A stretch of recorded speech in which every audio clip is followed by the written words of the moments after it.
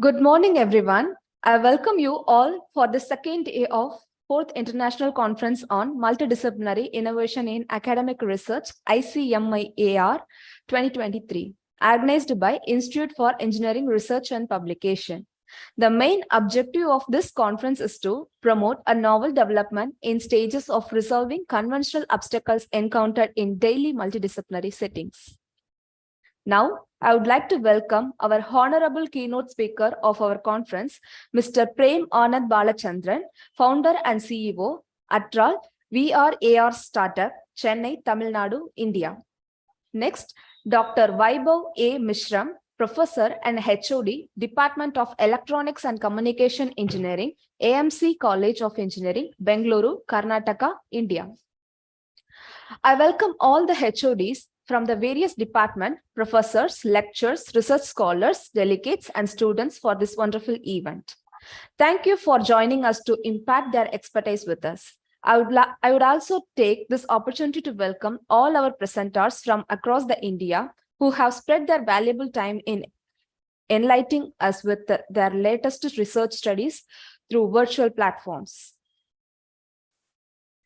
Now, I would like to welcome our honorable keynote speaker of our conference, Mr. Prem Anand Balachandran, to deliver his keynote speech. Mr. Prem Anand Balachandran is a founder and CEO of Atral and developing the Atral.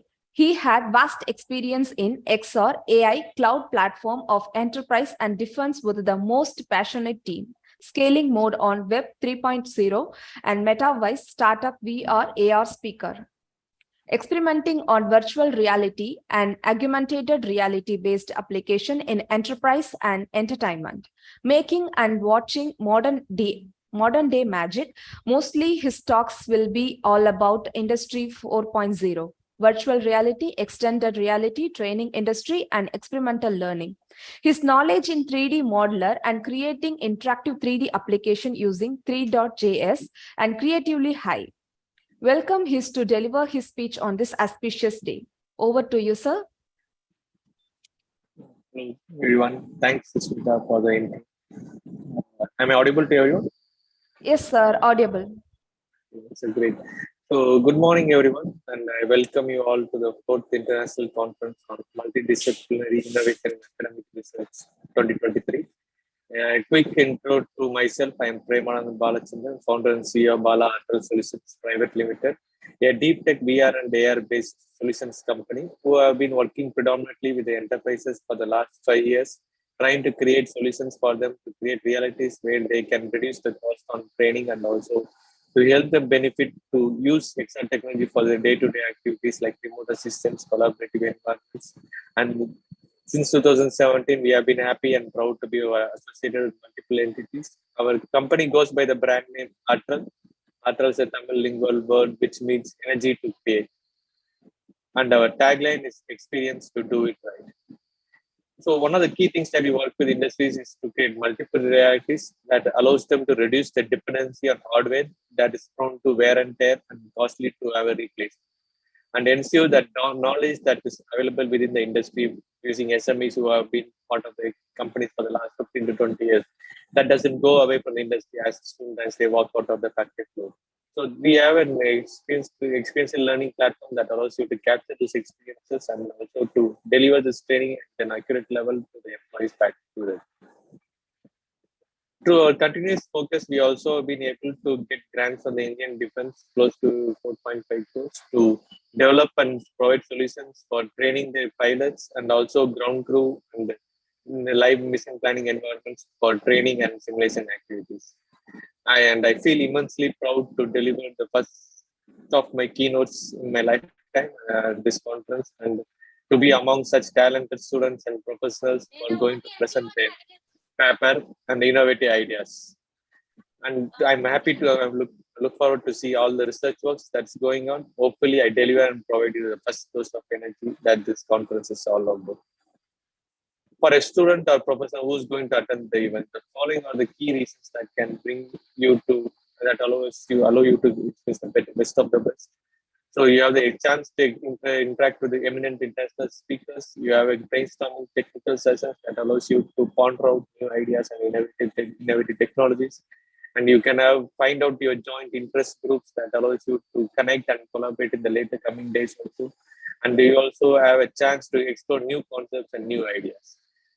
And you now have a chance to, or a platform to showcase all your great thoughts that you have put forward in the last few years and present it to the panel and the committee members that who can evaluate and encourage you to the next stage of your life.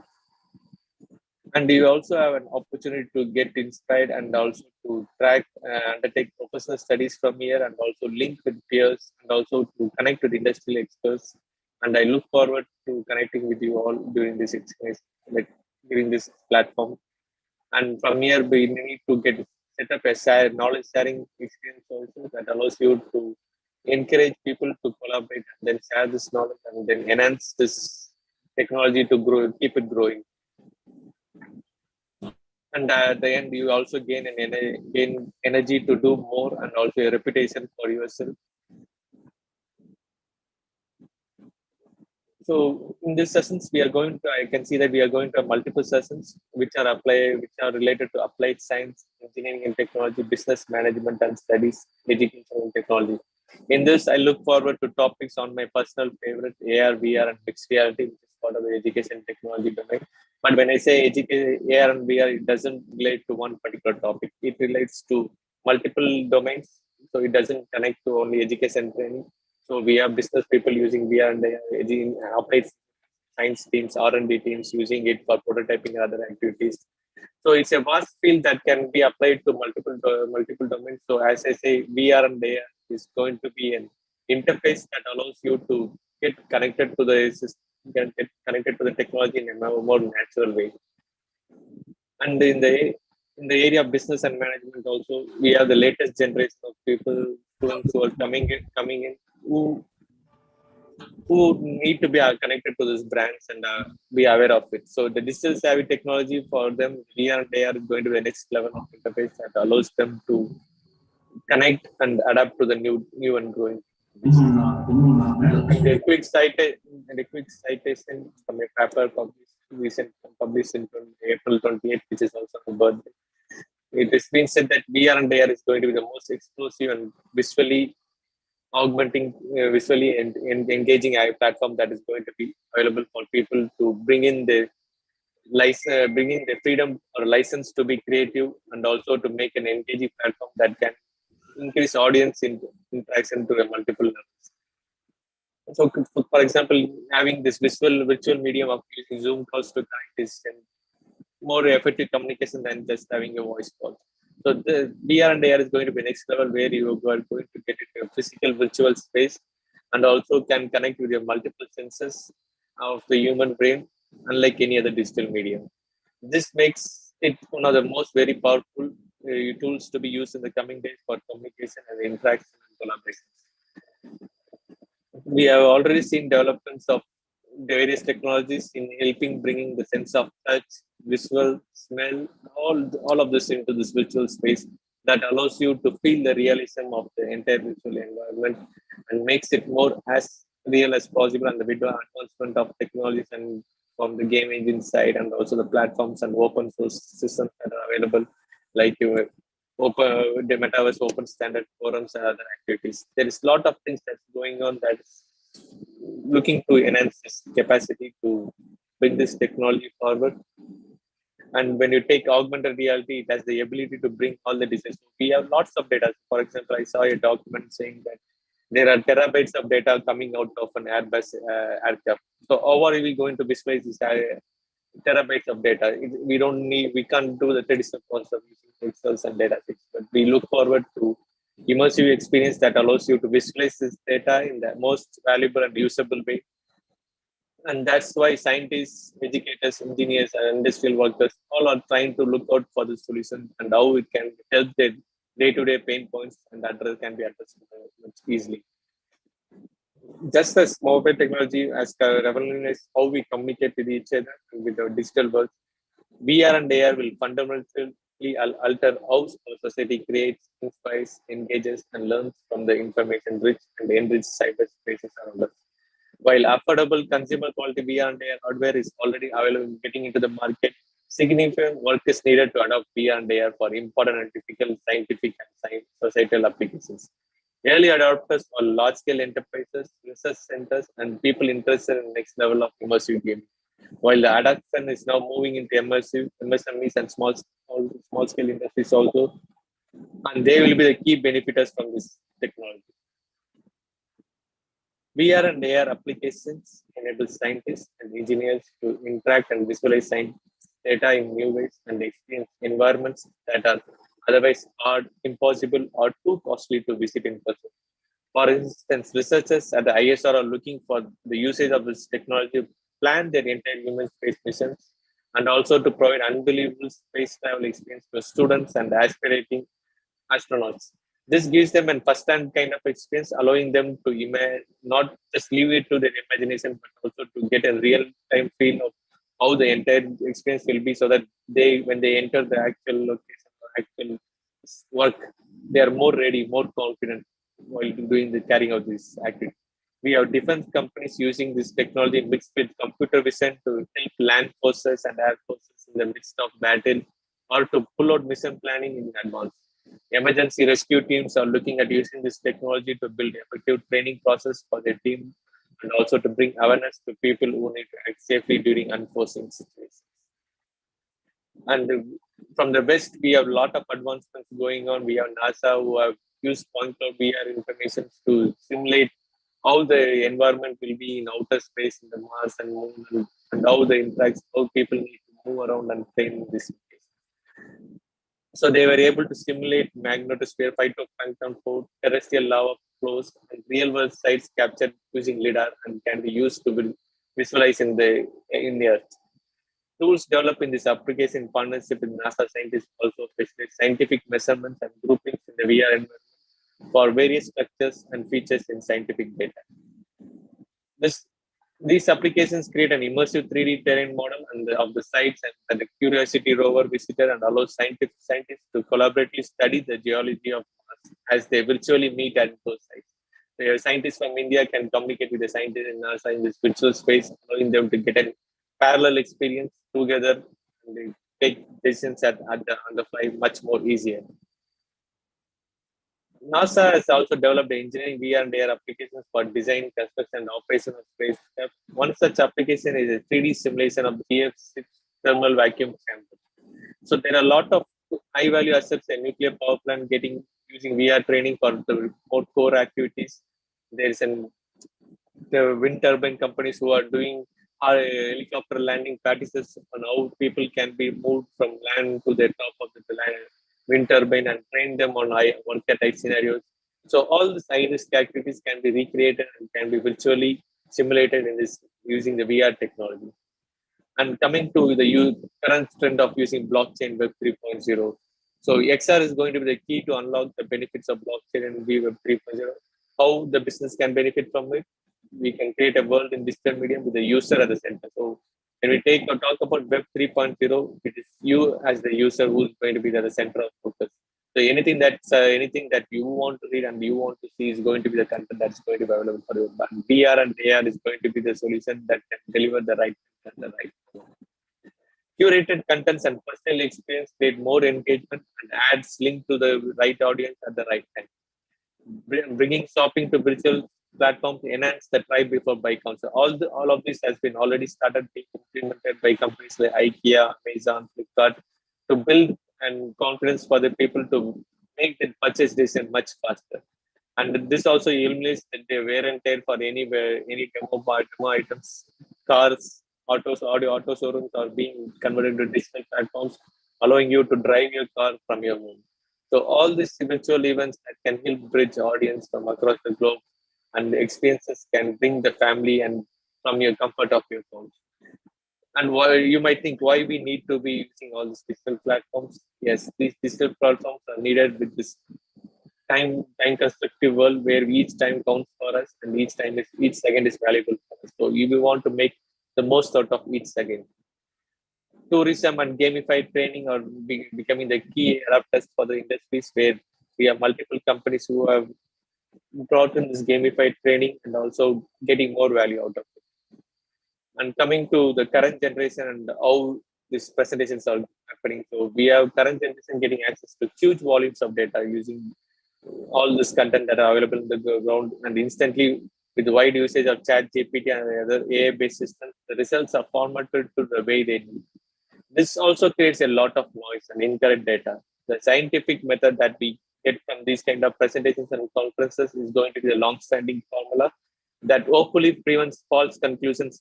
Additionally, it defends against personal opinion and preferences. This conference is about bringing such innovative papers to the front and helping knowledge to be shared with all. One of the key things to look out from this conference is to solve the key pain points for various industries. And coming from a startup, I see that innovative ideas come from these kind of conferences. And also from here, we bring out a lot of concepts that can be converted into proper use cases and can be adapted to industries, helping them solve key issues in the current. When I started my startup, it is from inspiration from listening to various researchers and how they were able to achieve and showcase different kind of technology adoptions using these extra platforms. I used to look forward to connecting with them on LinkedIn to learn more about their works, and I have been following them till now. And they have been my constant source of education and constant source of knowledge. They keep continuing their remarkable work, and I'm sure we are going to find more such people here in this conference. Advice to those who are presenting here: ensure you keep showcasing your product to the multiple audiences, get their feedback, and keep improving and growing from there. For XR technology, as you might have heard, there was a big hype during push during metaverse to mainstream. But for this to be achieved, there's a lot of things to be completed. We are still having lots of bits and pieces of content being developed, and bits and pieces of hardware and software being available in the market. The headsets have become more compact and lightweight, making them usable for more duration. There has been many small glasses launched now by very small scale companies too. It is becoming a market where the entire community is now waiting for the one piece of hardware or one piece of software that can change the entire landscape. It has been noted that in the market of Web 3.0, Asia Pacific is going to be the key region that is going to drive this growth. With the advantage of image-based generative AI that can create panorama 360 views and provide 3D models in quick time and convert simple photographs into 3D models using algorithms like open source algorithms like NERV by NVIDIA. There are a lot of such amazing new technology that can make some of the early prototyping for any industry much faster and easier. As the community says, there should be a cautious approach to ensure we add more true content to all this AI generated component. As AI, even though creates beautiful useful text or image data, it still relies on the amount of information that is being fed it through the internet or a database that has been given by humans. So there's still a source of error that can happen. But coming to the human brain, which can create content out of thin air even without a reference. So that's going to be the key, that is still going to be the key that's going to create new levels of technology growth and adoptions. So we are still looking forward to great minds to do great things. And I would be happy to sit down and have a look again and see if we can interact with persons who are presenting papers on various areas like SLAM technology, experiential learning in VR and AR, and blockchain-based solutions. Yes, that is a key objective of the conference, where everyone who comes to this conference has an activity or talk that would be related to the industry. The papers presented today could be solving, as I said, could be solving the major problems in the society and make current process more effective or make benefits in healthcare, medicine, and other fields. Once again, IFERP Institute for I thank Institute for Engineering Research and Publication and its team for driving this initiative successfully the last few years, and I want them to continue for many more years to continue. To add to the excitement, we have awards for this exceptional papers to be given to the students and professors who are going to present, which helps us to distinguish and motivate all of those who are presenting to the next stage of in your search for knowledge. I wish you all a good luck as the committee consisting of professors, HODs, and scientists follow a very dynamic and stringent evaluation criteria in identifying the right paper with the right technology and right data. I thank Karthik and Susmita for introducing me to this community and also giving me a chance to speak to you all. Again, I look forward to exciting talks and presentations from coming out of the CS conference. And welcome everyone once more to have a wonderful day. And welcome to the fourth international conference on multidisciplinary innovation academic research. Thanks. And now I look forward to the next keynote by Dr. Vaibhav. Thank you.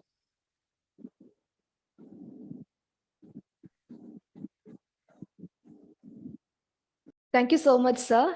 Dear participants, if you have any queries, you can ask now, or else you can put it in the chat box.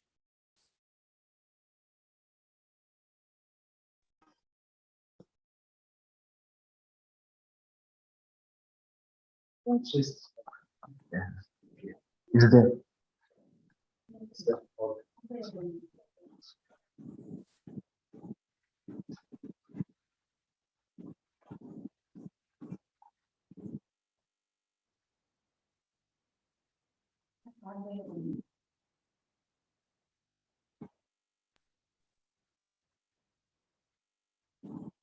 Next, I would like to welcome the next keynote presentation by Dr. Vaibhav A. Mishram to deliver his speech on this auspicious day.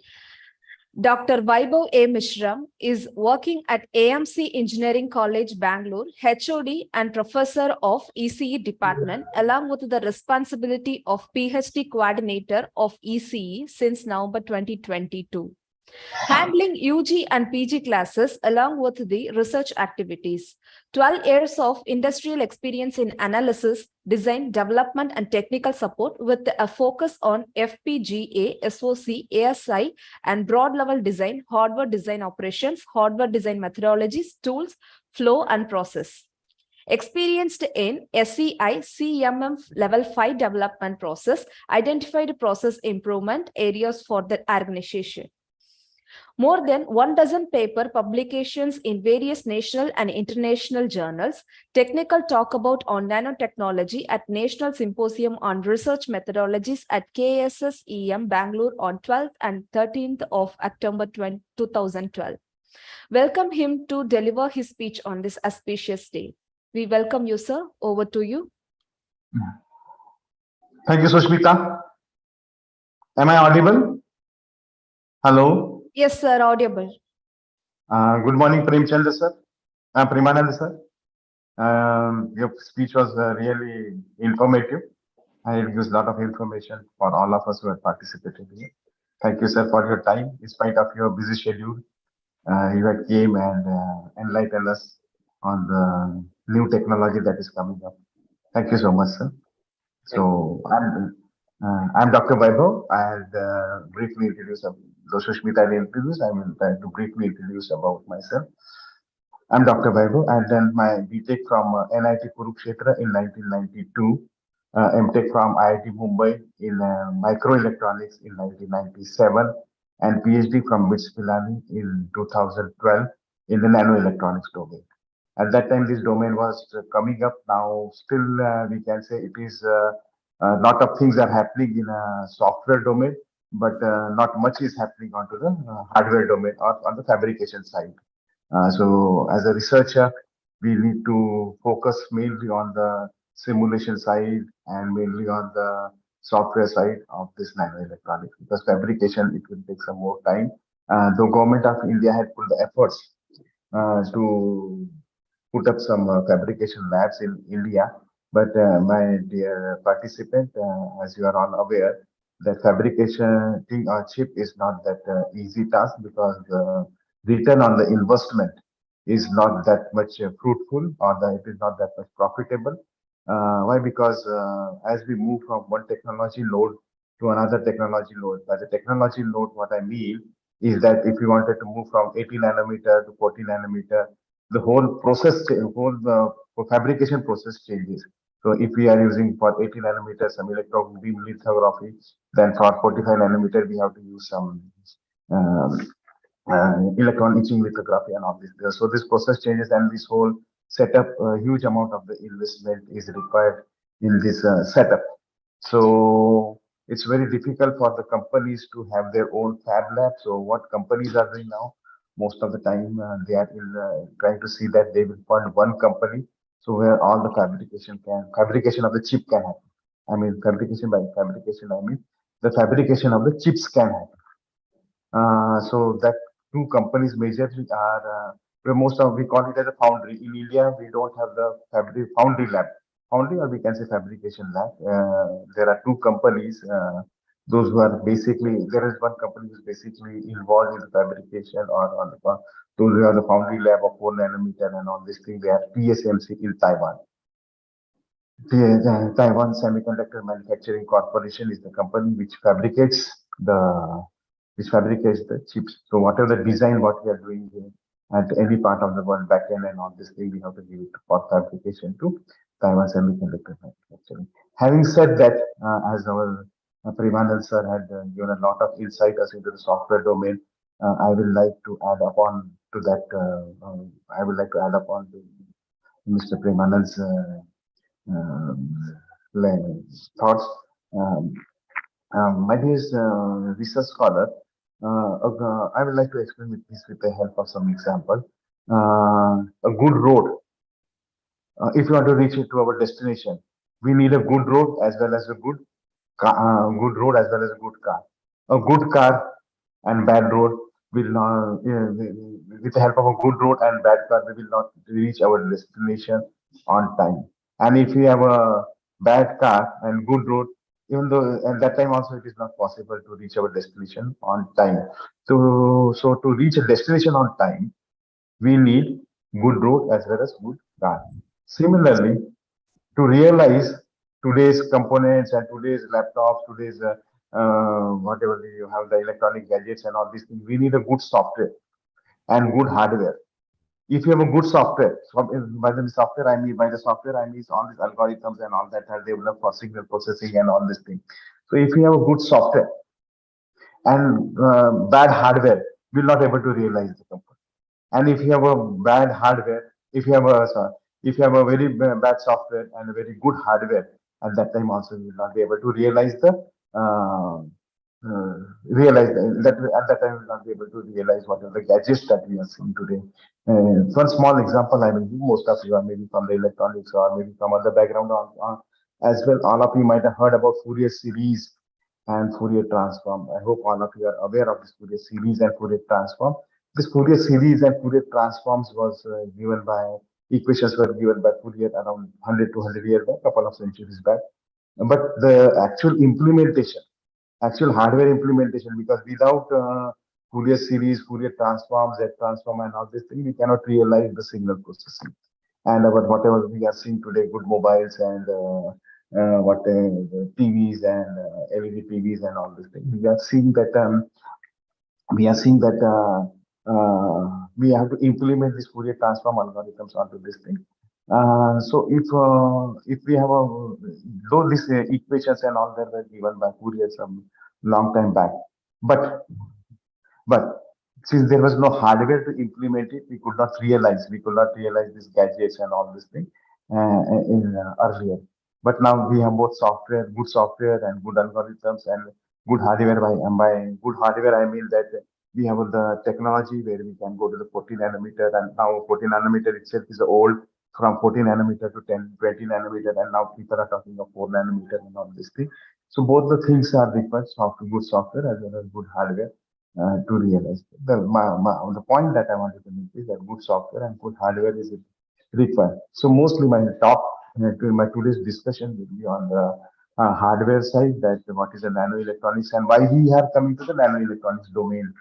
Why we are coming to the nano electronics domain, or why we are coming to the nanotechnology domain. So all this, I will take you through my presentation, and this is the outline of my presentation. I will take you through my presentations.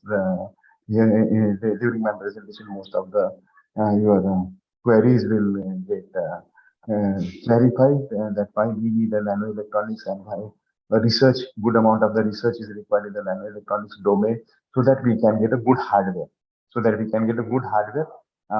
to realize our TVs and our mobile and laptops and all these things.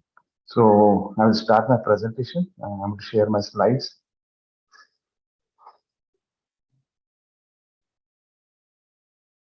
Give me a moment. Is the slide visible?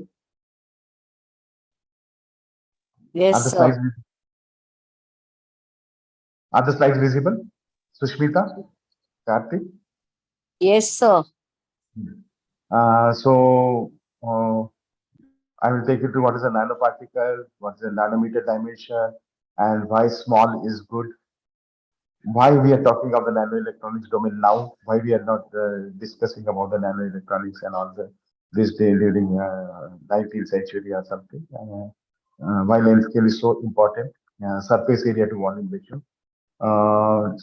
This nanosector application, my most of the discussion will be on the electronics domain side, and as we are all aware that going ahead will be talking more onto the going ahead, more of the research will be happening with the interdisciplinary domain, so you can connect this nano with your domain as well. I may let it be civil, so that also I will take you through my presentation. Electronics and the modern world, taxonomy of the nano-electronic devices. What are the nano-electronic devices that are using today? We are using, because electronics is such an important part of our part and parcel of our life, that if you see if you wake up from morning till if you wake up in the morning till you go to the bed, some of the other device you will be coming across is an electronics device. Quantum confinement, and I will not go into the deep into the quantum confinement, but I will try to give some thoughts on, give some food for your thoughts, so that you can work, you can carry forward your research after this quantum day. So, what is a nanoparticle? One second. Okay. So, nanoparticle is any material having at least one dimension in the range of between 1 to 100 nanometer. This word has been derived from the Greek word, nano has been derived from the Greek word draft, which means very small or small in nature. This term nanotechnology, specifically I will be talking on the nano electronics, but this term nano is not only confined to the electronic, it can be taken into the any domain. Maybe it's a civil, maybe it's mechanical, maybe it's an electrical. So I will try to take you through all these domains. I will try to give some brief idea onto these domains. And nano is one nanometer is 1 billionth of a meter. It is like a 10⁻⁹ meter. So we can say centimeter is a kilometer is also meter, but it's in the kilometer. Centimeter is also meter, and nanometer is also a unit of a meter.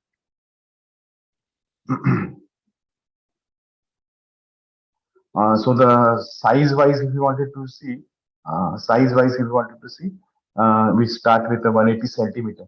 It's a human being, and apple is in the range of 18 centimeter, to give you the idea of what is the range of the nano. And next time we'll try to clarify that why nano is required. First, let us have the idea what nano looks sometimes like this, somewhat like this. Ant is in the range of 5 centimeter. Human is in the range of 80,000 nanometer. I can see it 10,000 nanometer. And coming to the DNA, it is in the 2 nanometer range. Whatever our DNA, whatever we say our DNA size and all this thing, it's in the 2 nanometer range. And hydrogen atom is in the range of 1.1, sorry, we can say 0.1 nanometer. So starting from the human being, which is around 165 centimeter, and we are coming to the DNA, which is 2 nanometer. So we can make out here also the scale. Okay, another example to get a view of what is a nano, you can say 1 rupee in how 100 crores. 1 crore is around 100 lakhs. So in 100,000 crores means it's in 100 crores, 100,000 lakhs. In that, nano means it's just a 1 rupee. This thing in 100 crore, in 100 crores, it's a 1 rupee. So nanomaterial are divided into 3 categories. Either it can be, and these has to be fabricated. These nanomaterial need to be fabricated. They are naturally available also, but we can fabricate. Okay. So which I will be telling you in my upcoming slide. My presentation is going to be a little bit lengthy, but it is quite interesting because it's something which we had not come across in our day-to-day syllabus and in our day-to-day discussion. So I will try to make it interesting. But before that, we must know something onto this device and what is the size of the device and what is the meaning of this dimension and all these things. So I hope I am audible, my dear audience, my dear research scholar. At any point of time, if I am not audible, please let me know. Sushmita? Sushmita? Hello? Sushmita? Premanand sir, I'm audible?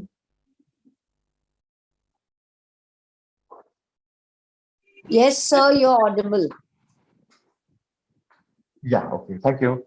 Please let me know if sometime if I'm not audible, please Yes, sir. interrupt me. Yes. I'll be. So one dimensional, what is the meaning of one dimensional? It means it has only one parameter, either length, breadth, or height. So this type of devices are called thin films. Yes, so we are mentioned here. This type of the devices are called thin film devices.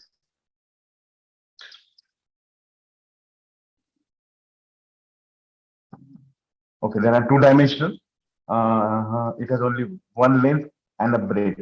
So we can call it as a nano tubes or nanofibers.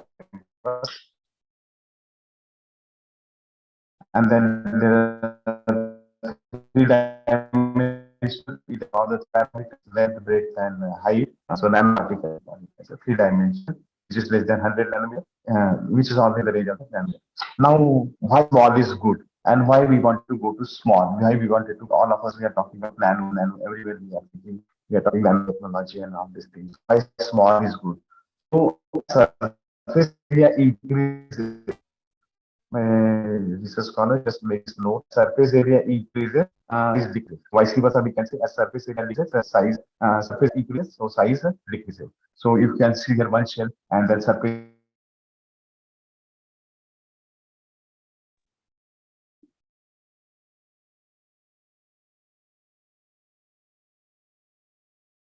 So we can't hear you now.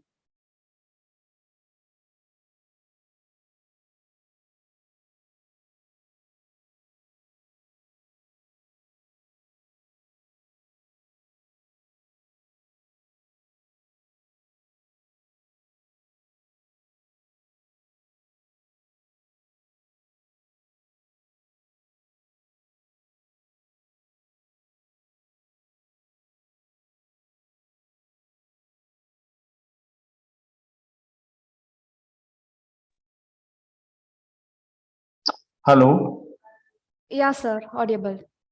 audible. In between, I have lost this thing. So No, sir, fine.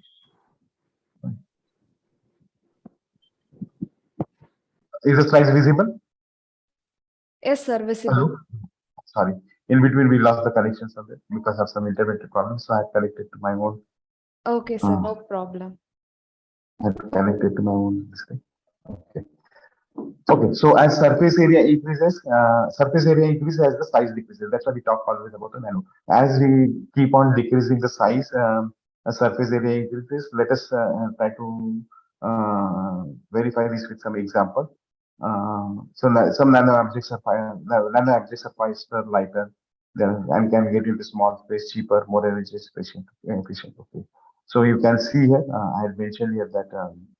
Surface area. If this is the one cube with 2 meter into 2 meter, so surface into height into width into number of cubes, so it will give 2 into 2 into 6 into 1. It's 24. But okay, and in terms of the volume, it is 8. So volume remains volume.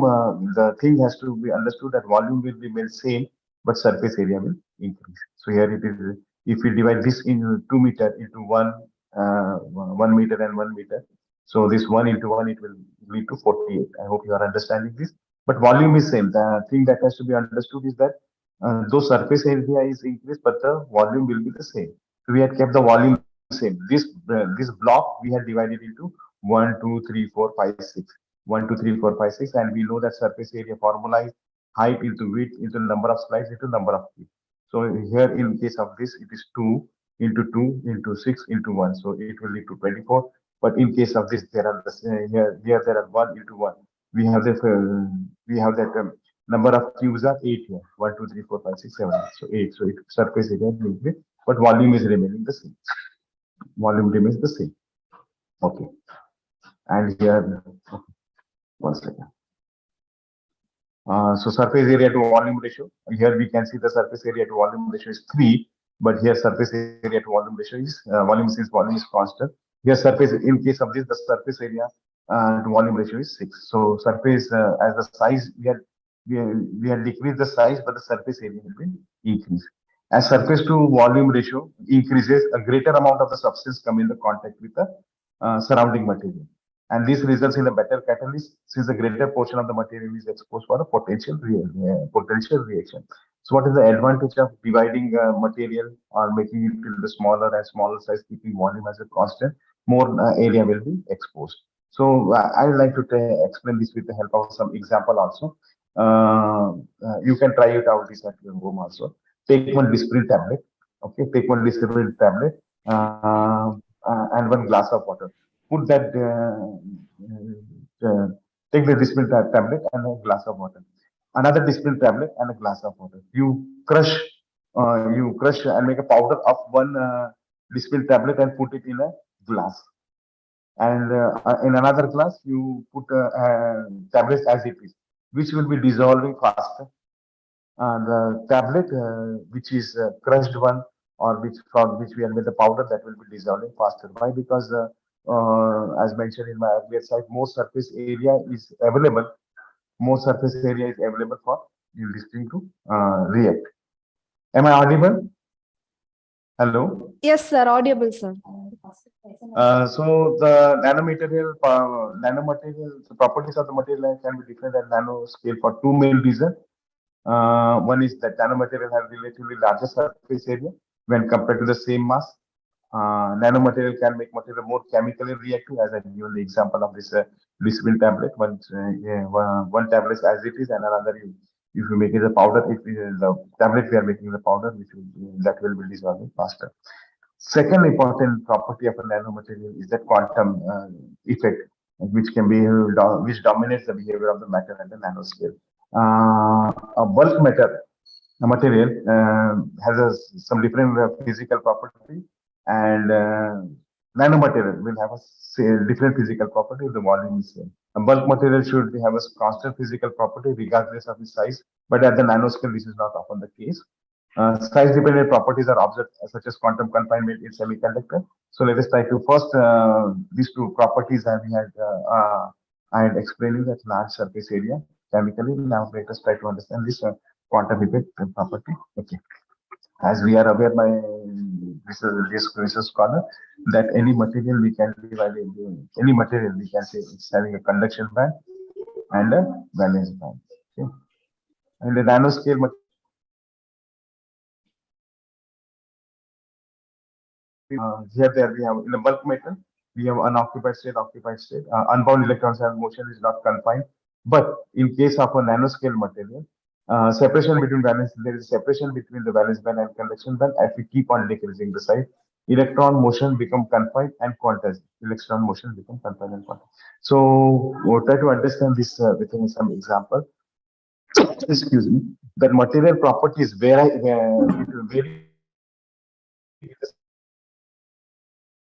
gold. It will look as you keep on reducing the size, it will not be looking like a it will not be the yellow, but gold nano, it will not be a yellow color, but it will be something a red color. Gold clusters, orange, something if you just size nanometer, looking some orange type of, and it will the range of 1 ampere and only it will something okay. So bulk gold, if you take, it is a shiny yellow, but if you keep on reducing, the size, the properties of the material will change. So this changing in the property of the material will be used for our own advantage, which I will be explaining by further slides. Okay, so what are the, if we keep on reducing the size of a material, what are the properties that are going to change? Physical properties are going to change, chemical property, electrical property, mechanical property, as well as optical property. And this change the property of the material will be using for the beneficial of our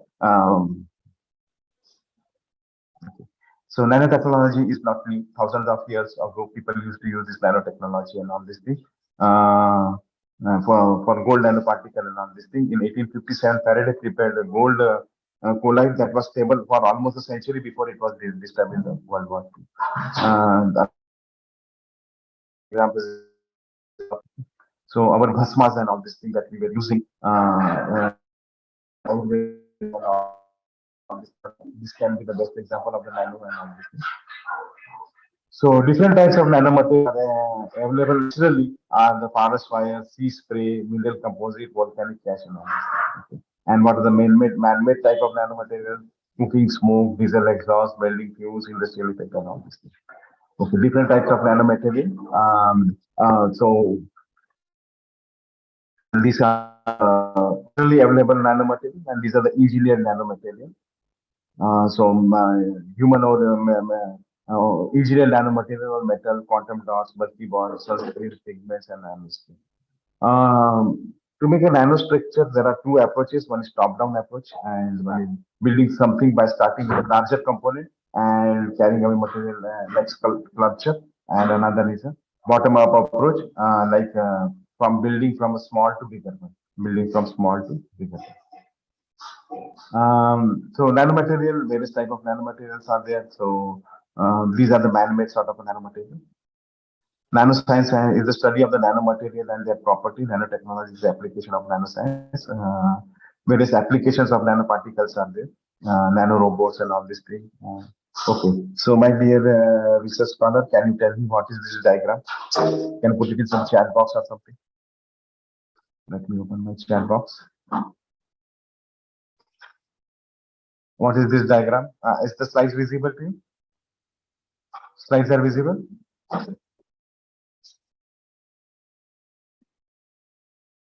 Can anybody speak? Can anybody let me know what is this diagram or what is this picture? That's the first computer video card. Am I audible? I'm not able to hear. Can anybody please let me know what is this picture about? In the chat box, I am seeing that Mohan Raj, it is saying it's a hard disk. Yeah. Mr. Mohan, can you tell me what is Mr. Yes, Mohan sir. Raj? Can you tell me what Yes, is the sir. size of this hard disk? I've seen this image long before on the internet, sir. It's maybe 25 to 30 Mbps, something. Very good, very good. We are on the right track. Thank you very much for the Sure, sir. Thank you, sir. answer. So this is my, so my slide is visible. This is a hard drive, which is a 5 MB. In 1956, it was fabricated. It was manufactured in 1956, and the size was just 5 MB. Nowadays, my dear research scholar, we are carrying at least 1 GB in our pocket, in our mobile phone, at least on an average. On an average, we have whosoever are in this who are at the big band lecture, 1 GB is there in the pocket. If you try to imagine, if we could have, if you could have stuck to this type of the technologies, would it have been possible for us to carry the 1 GB in the pocket? No, it was not possible. So with the help of reducing the size of the devices, it is possible to carry 1 GB in our pocket. So this was in 1956. We had come down. We had come a long way. We are into 2023, and if we could have been stuck to the same technology, it could not have been possible for us to carry 1 GB in our pocket. Where is 5 MB and where is the G? Gigabyte. Might imagine the range of the gigabyte and all these things. So electronics and the modern world, the 20th century was transformed by electronics and the microelectronics. As I told you, my domain is electronics. My MTech is in microelectronics and my PhD is in nanoelectronics. So it is a quite interesting journey for me from the centimeter to the to the micrometer and to the nanometer range. I started my degree when I was studying in the centimeter, when the devices were in the centimeter range. Then when I was doing my MTech, it was in the micrometer range. And when I was doing my PhD, it was entered into the nanometer range. So my journey is from my journey, whatever I studied is from, we can say, centimeter to the nanometer range. Electronic systems are built with the electronic devices. The most important is a transistor, either it will be FET or it will be BJT or whatever is a transistor. The nano transistor is the first two active nano devices. So if you see that that hard disk, which I showed you, and Mr. Manoj has answered that question that it is 5 MB or something. So it was manufactured using these vacuum tubes and all this thing. It was manufactured using that vacuum tube. If we could have continued with the same vacuum tube, if we could have the thought of reducing the size, now I am coming to my actual discussion, reducing the size from what? From centimeter to the micrometer to the nanometer. This device size, if you are reducing to the nanometer range, then only it is possible to carry 1 GB in our pocket, then only it is possible to make a thin laptop, then only it is possible to have a very thin LED TVs and all these things. Otherwise, if you try to manufacture, try to fabricate a laptop or some TV and all these things with using this vacuum tube, we can do it, but it will take a size of around 1 acre or something to get that all these things. Okay, so this is some computer which was in the June 1948. It was again made up of these vacuum tubes and all these things. So see the how much space it is covering, how much space it is covering. Okay. So then came the so first came the vacuum tube, then came the transistor, then came the field effect transistor. So what are the nano electronic devices that actually are coming up in the market, which we need to study further so that we can, as I told you, this for the software to be implemented, we need some sort of a hardware, and that hardware is made up of this type of the material which I'm showing it. Either it's of quantum effect nano electronic devices. So nano electronic devices are again classified into the quantum dots, resonating tunnel diodes, single electron transistors, and all these things. So these are the new devices that are coming up into the market, okay, which are already came into the market, we can say. Now, what happens in case of the nano electronics domain, that I would like to tell you with some example. My dear research scholar, if you have a tennis ball with you, and if you try to hit a wall, so our general reaction is that it will come back. Our general reaction is that it will come back. Why it will come back? Because we will say, sir, it is because of the Newton's third law of the motion, that to every action there is equal and opposite reaction. But what if that ball passes through the wall? And as an engineer or as a scientist, I will be curious to know why this ball had passed through the wall. Okay, it's not a magic or something. So at that time, this type of the questions cannot be answered using the classical physics or the Newtonian physics, because Newtonian physics is based. Newtonian physics is based on this third law of the motion, first law of the motion, second law of the motion.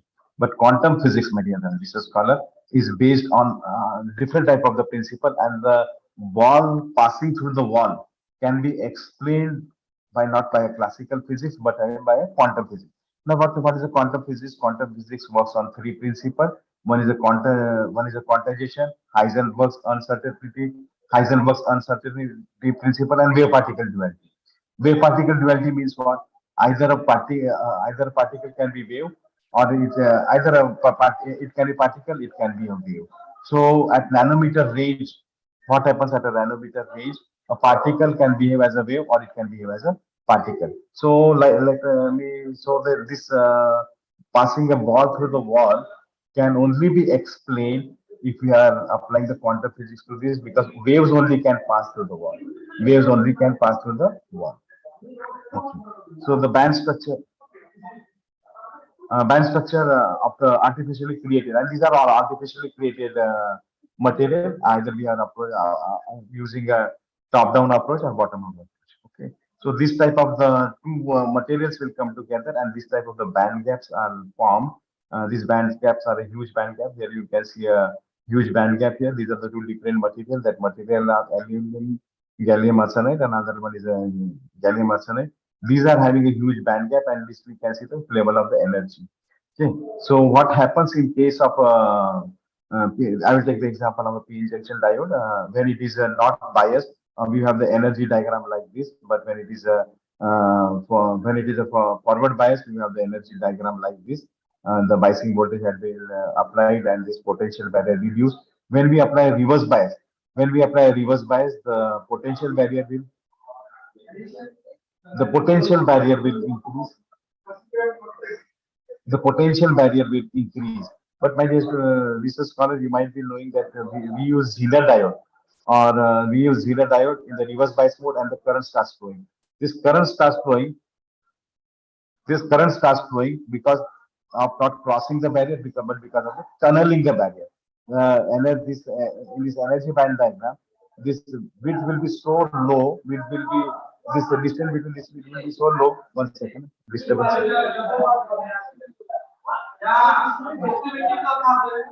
Don't shout.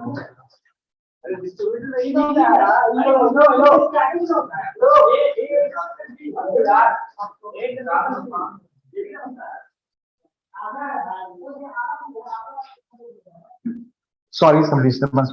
Okay, because college is going on. So here, this this energy band diagram, this barrier has increased, but this width between the barrier has been reduced, so that energy, this electrons can tunnel from one side to the another side, and here's the current. So based on that, we have a quantum confinement in the nanostructure. We have a two-dimensional quantum confinement, one-dimensional, zero-dimensional. So quantization and the tunneling are the two effects on which this tunneling diodes will be work, on which the nanoelectronic devices will be work. So this is the electromagnetic spectrum where I was trying to tell you that in the range of the nanometer. This is the range of the nanometer. This is 100 nanometer to maybe 1 nanometer. We are fabricating a device in the range of 4 nanometer, my dear research scholar, nowadays. So in this 4 nanometer, what happens? This 4 nanometer is the range of the optics also, and we know that we have read in our science books that light can behave as a particle, and it can behave as a wave also. So the particle, it is called photon, and the light can behave as a wave, wave also. So at nano domain, the things that is happening, the nano domain, the things when we take a device to the nano ray, so the electron can behave as a wave, as it can behave as a particle. Okay. So I'm done with my presentation. If you have any questions, you can please let me know. I will be very happy to answer all your questions.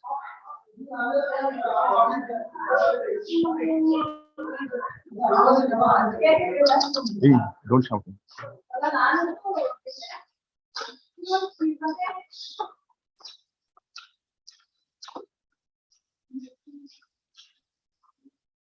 Hello, Sushmita. Yeah, sir. Any questions are there? So I will be happy to answer the questions. Yeah, sir. Dear participants, if you have any queries, you can ask now. Or else you can put it in the chat box as well. Yeah, I will be happy to answer.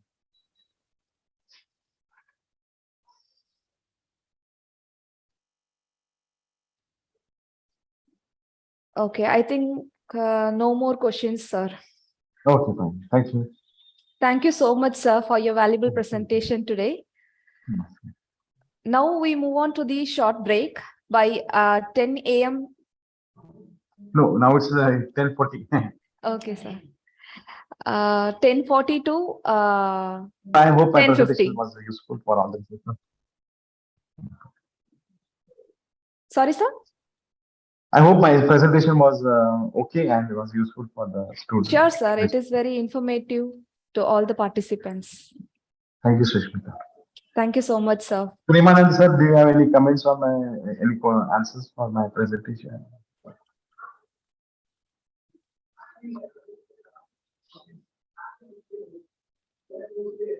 Mohan Raj? Yes, sir. Do you have any questions? No, sir. No, sir. The presentation was awesome, sir. Good informative. Yes, sir. I have a question. Yes, please. Just I wanted to know. Your good name, please. My name is Buddhappa Kaki from Buddhappa Kaki. Bangalore. Good morning, Buddhappa. Yeah. Presentation was very good, very informative.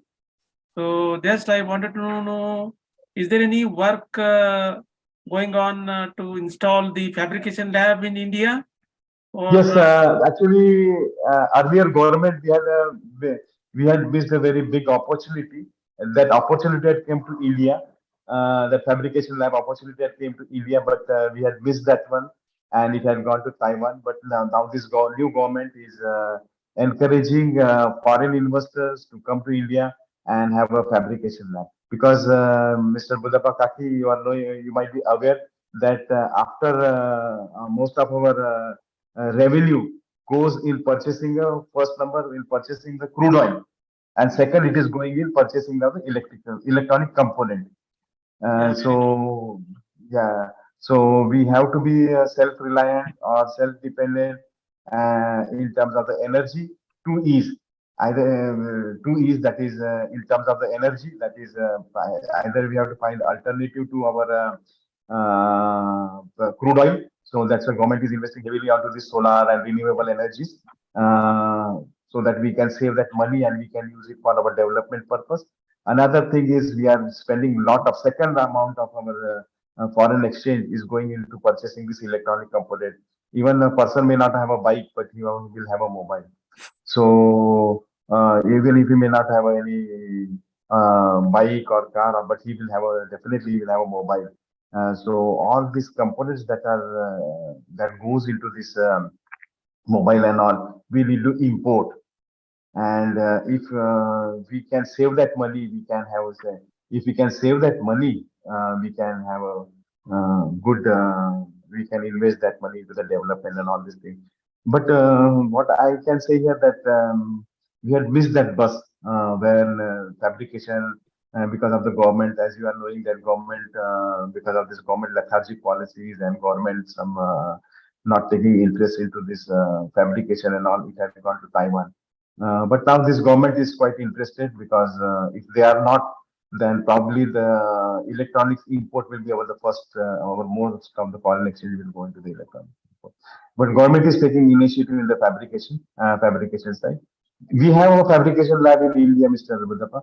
But what is happening, Mr. Kaki? But they are in the range of 180 micrometer and all this thing. We have one lab in this our Chandigarh Semiconductor Complex and one in Bharat Electronics Limited in Bangalore. But it's of no use because it's of no use because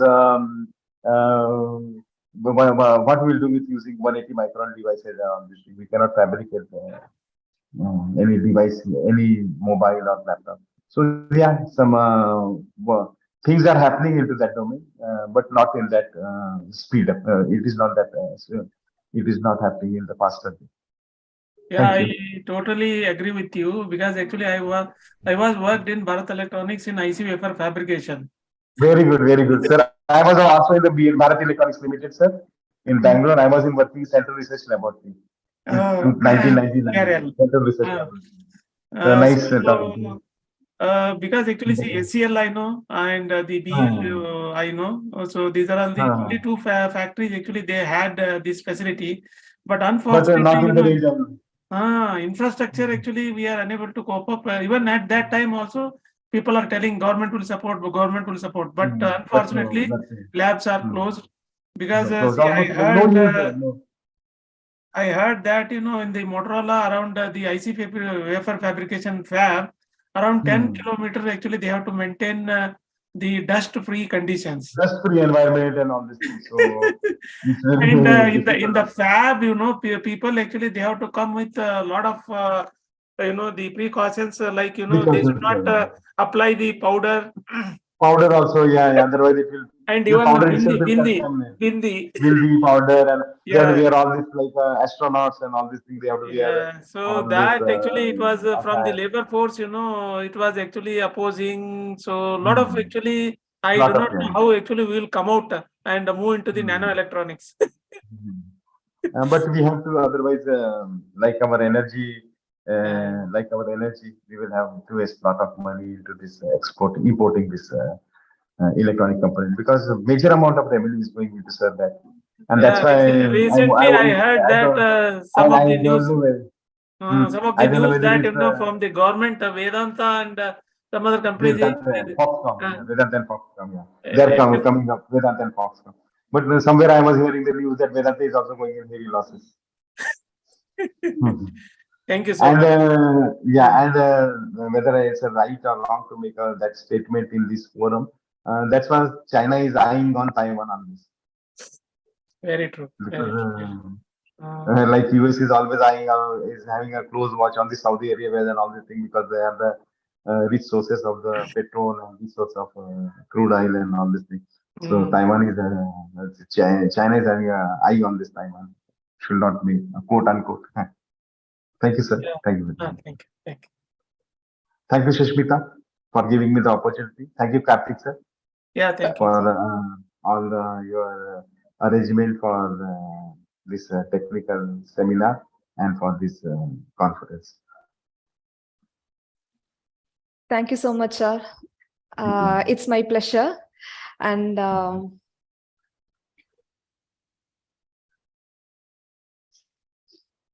now we have a small break by 10 minutes. And I'm informing all the participants to get back to your appropriate sessions after the break. Thank you all.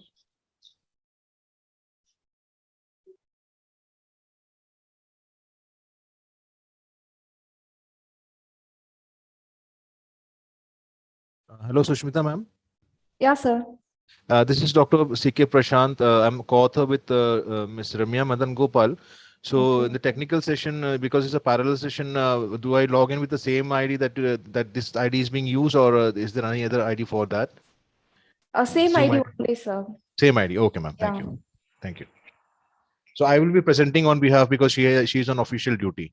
Okay, no problem. I tried to contact you, ma'am, but I could not. Thank you. Okay.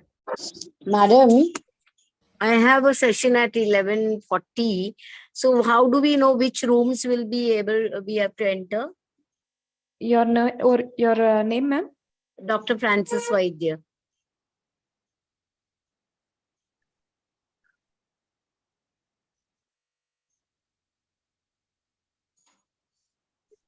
Hello.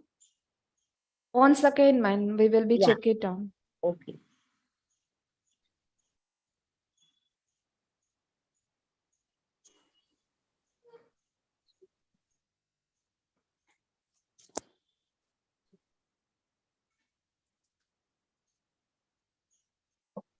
Actually, you are in the parallel session 2, ma'am. After the break, you will be joining in the second session, second room. Second room. Now immediately we'll have the session. Sorry? Mine is at 11:40, right? Yes. So I will join session room number 2. Yeah, correct. After logging, means I'm still in this. After that, you will show us, no? Okay. After creating the breakout room, you will just move on to the breakout room, ma'am. No problem. Breakout room to number 2. Yes. And I have not given my PPT. Shall I forward it, or I can screen share there? You can share your screen. No? Yeah. Okay. Thank you. Thank you. Yeah.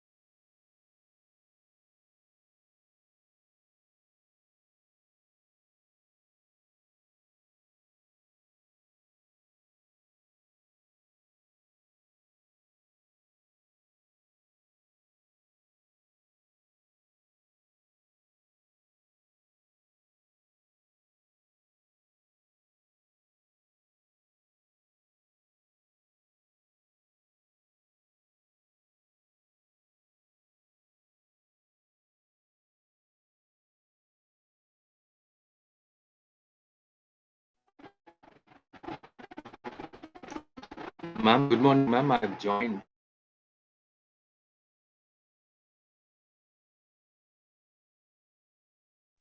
Yeah, sir. Good morning. We will be start the session within the 2 minutes, sir.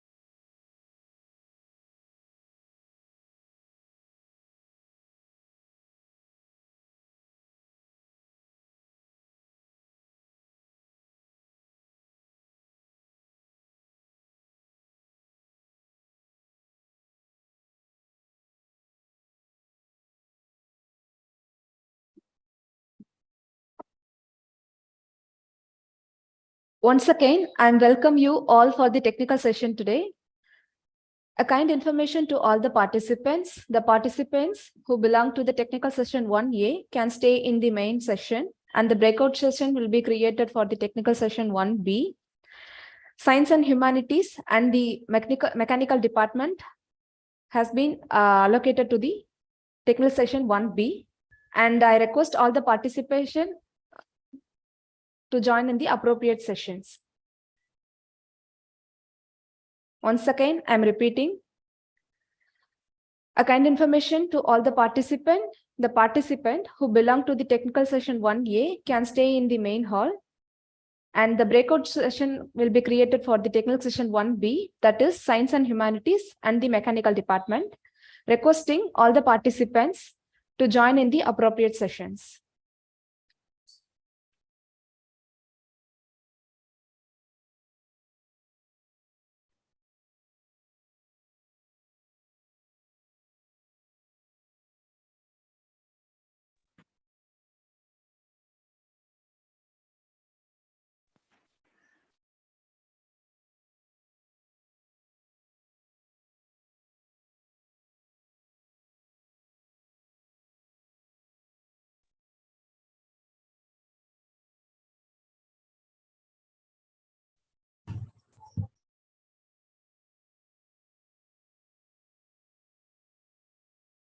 Are you asking me?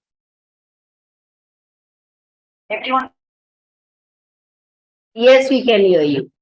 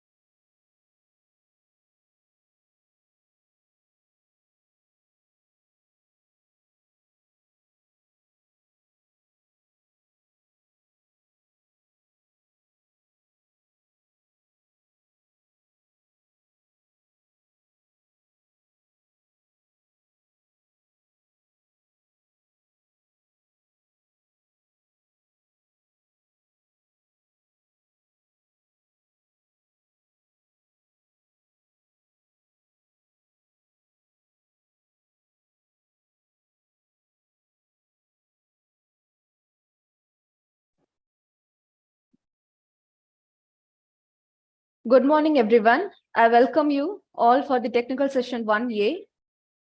I would like to welcome our session chair for the Department of CSE and IT, Dr. Vignesh Ramamurthy, Assistant Professor of Sri Krishna Arts and Science College.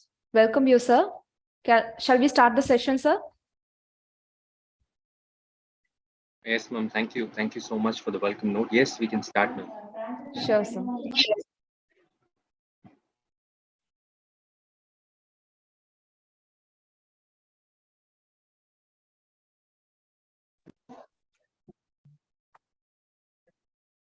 Before that, I just informing the presentation timings. I request all the participants kindly stick with your timings. Your presentation's timing, it's going to be 8 minutes and the 2 minutes for your question and answer. And I request all the participants kindly ready with your presentations. The first presentation by Dr. M. Sangeeta. The topic is deep learning based Alzheimer's disease segmentation and classification using RCNN. Over to you, Sangeeta. Good morning, everyone. Am I audible? This Yes. is Mohanra, on behalf of Dr. M. Sangeeta, ma'am. She was Yeah. busy, so I'm here on behalf of her. Okay, sir. You can start your presentation. Sure.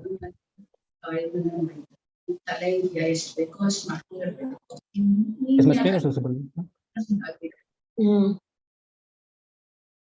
Is the compulsory and counted at the and Is my screen visible?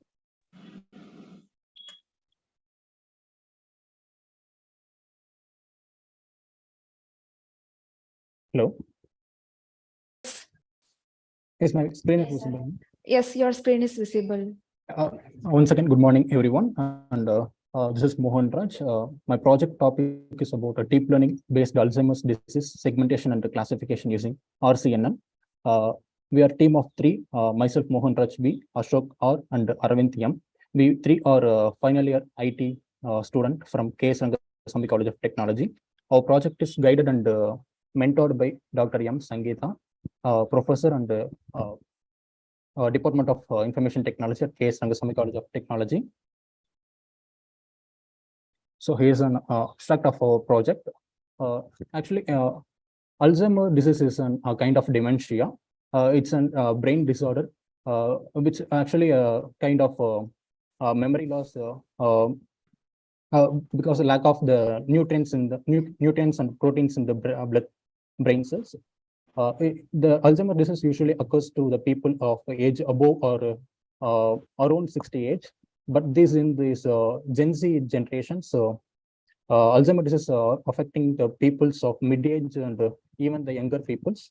So this is because of the genetical disorders and by the way of genetics way. So we focus on controlling this Alzheimer's disease and predicting the Alzheimer's disease in prior to prevent from the further development of the Alzheimer's disease. So for that, we use MRI scans for the feeding the data for the input to train the model, to train the machine learning model, and we use a different kind of large data set for the training purposes. For the training purposes, it cannot handle much amount of data for the precise exact features we needed. So we use the RCNN methodology. The RCNN is the region-based convolutional neural networks. It is very effective for the classification and the future extraction from the data we provide for the model training. So here's a description of our project. So in this project, we use 2 types of data sets. For the first data set, we use Alzheimer's disease patients' data values, and on the second data set, we use mild Alzheimer's disease patients, which are mild means the Alzheimer's patients, which are those who are in the beginning stage of the disease, and the values of the normal peoples who are not non-Alzheimer's patients. So we use RCNN model. RCNN model is basically a convolutional neural network which obtain the data plots from the image input we provide to the model. So we provide MRI scans of brain for the data input. So this is our working model. For the initial stage, we train our machine learning model. In this process, we feed the two different type of data set we already acquired from various sources. We are extracting the data features from the data set we provided. We use the data to iterate 13 times. So inputs for the better learning of the data set. It must not be overfitting and also must not be underfitting. It must be a perfect model. So we are obtaining a better mean value for the adequate result value. So this is an epoch. Epoch is an iteration of number of times of iterations for learning the model values, the model learn. So we are using 13 iterations for each value to learn the data for the model. Here you can see that the first graph on feeding the data, initial stages, the error rate is quite high. While feeding the more data, the rate gradually increases, and repeating the process of learning again and again, it gradually decreases down to the 0 at the end of the learning process. On the second graph, we can see that the validation failure model. On the beginning stage of the learning, it was gradually at the standard type.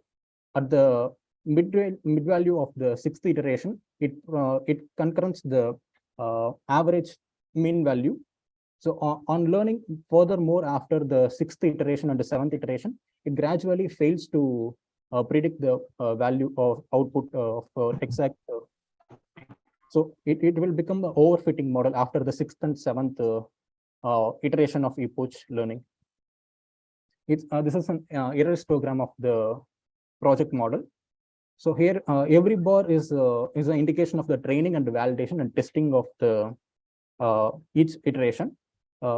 Here we can see that this does not mean it's a zero error. There must be some error, but we are reducing the error to our best to 0.0 something. So here you can see that the orange line in between of the center of the chart, it's a 0 mean value error. At this point of the value, we are taking as the output result. So we are minimizing the error rate by 0.0 something. It's a training error.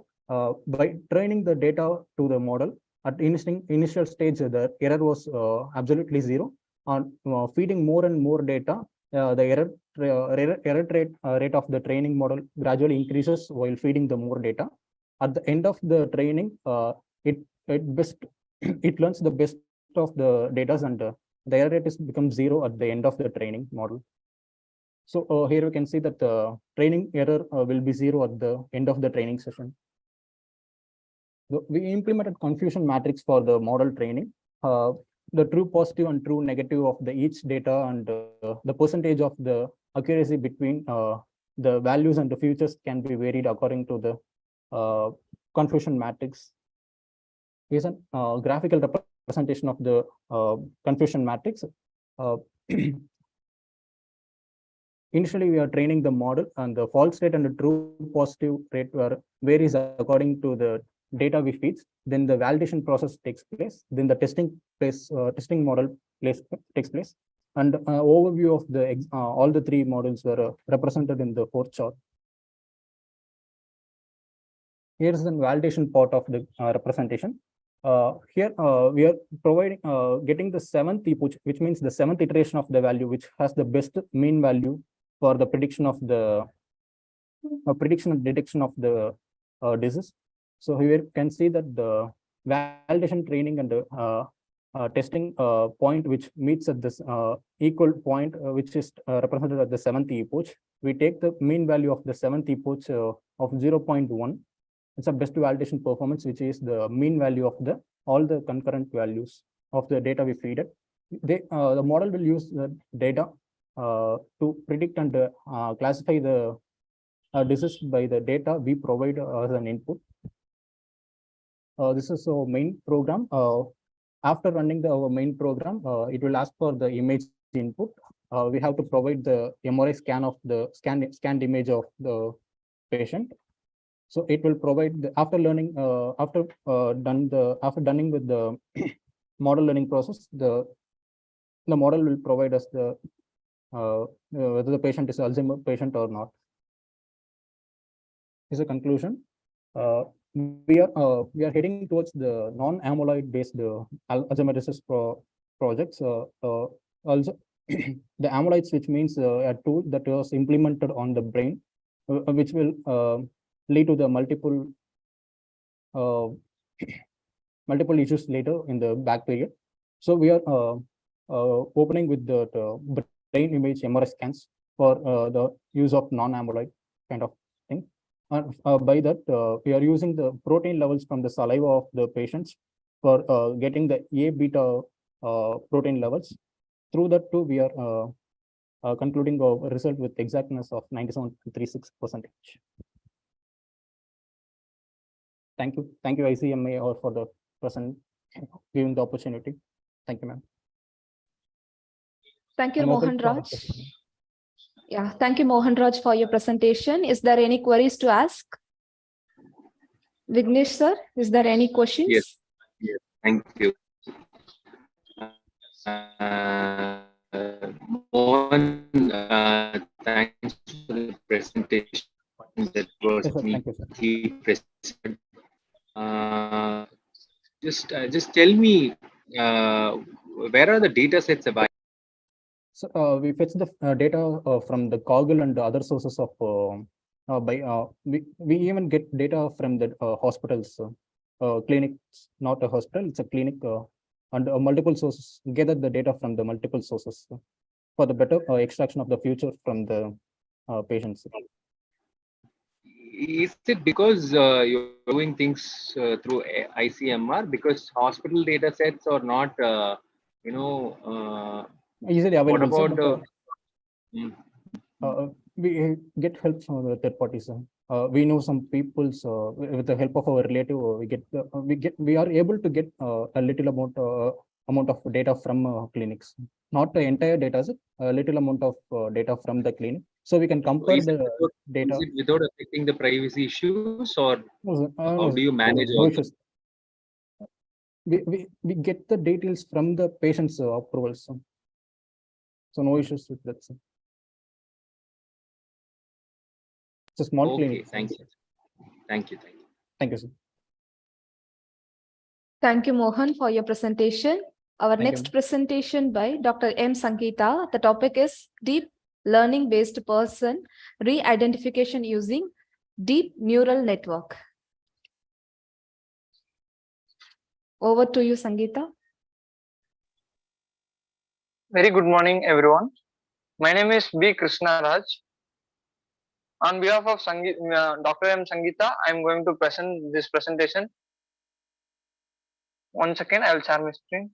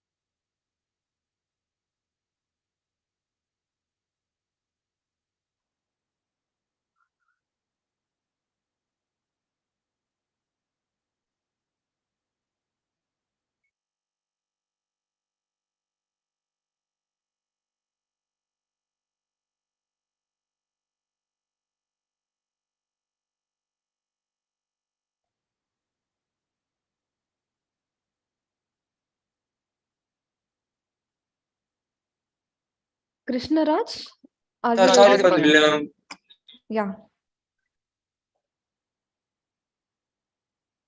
Meanwhile, I request all the participants kindly ready with your PPT according to your agenda.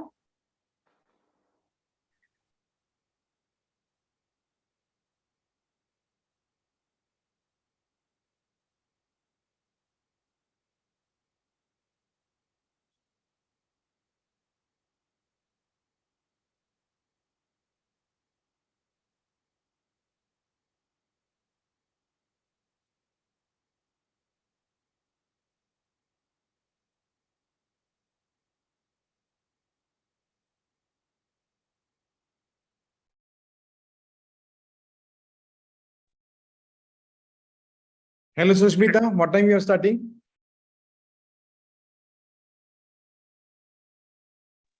sir, issue in my laptop. Sorry, sir. Just a minute, sir.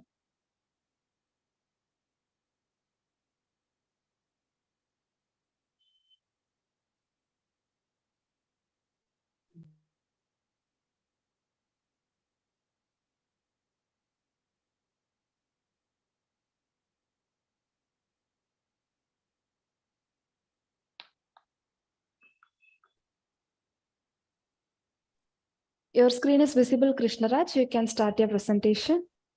Just a minute.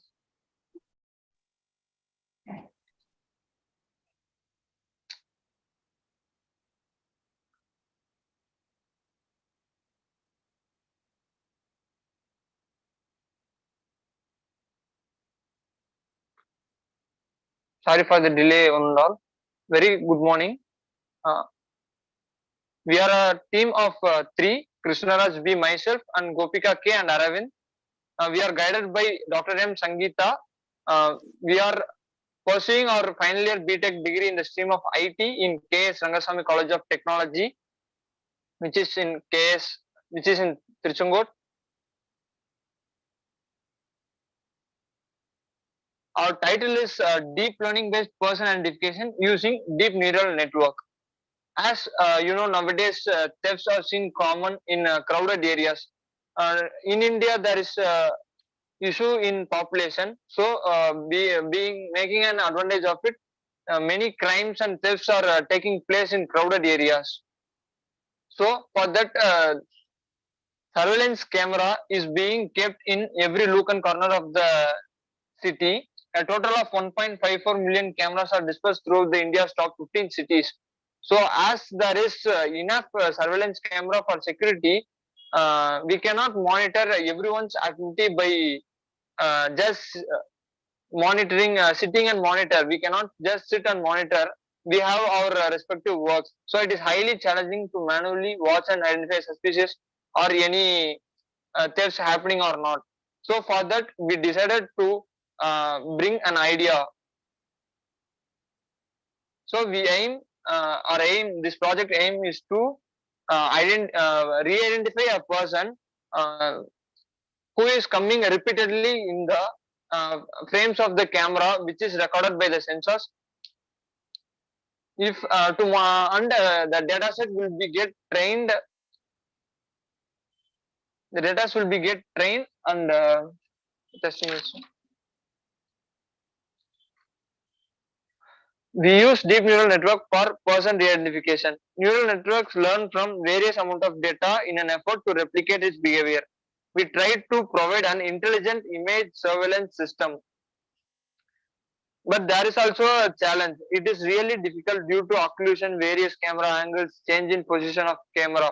But with DNN, we try to learn task-specified sequential spatial correspondence for diverse image pairs through the local pairwise internal representation interaction. With this, the same person repeating in the frames of camera can be identified using person identification. Deep learning attempts to mimic the human brain through a combination of data input, weight, and bias. These elements work together to accurately recognize, classify, and describe objects within the data. DNN is most widely used for image classification and processing techniques. This is a rank-based framework. Here we compare similarity between the pair of dull images with patchmaking and joint learning. The training of DNN model involves both forward and backward propagation in order to reduce loss and self-evaluation model. In this project, we are presenting 4 modules: image processing, feature extraction, color classification, and person re-identification. First, with image processing, the images at lowest level of abstraction are referred as pre-processing with input and output intensity images, which is represented by matrix of image function values, which will be same as original data, which is captured by the sensors. Pre-processing is done to improve image data that suppress unwelcome distortions or enhance some image feature essential for further processing. Second module is feature extraction or feature selection. It is a combination of search technique for proposing new feature subset along with evaluation measure that score the different feature subset. Color classification, it is an important tool for categorizing specific images. Basically, image processing system uses red, green, blue method for color classification. Then person using identification using DNN. A large amount of annotated data set were extracted from top layers of pre-trained DNN. The required image can be captured to re-identify data set. Finally, it provides best possible result to identify an individual.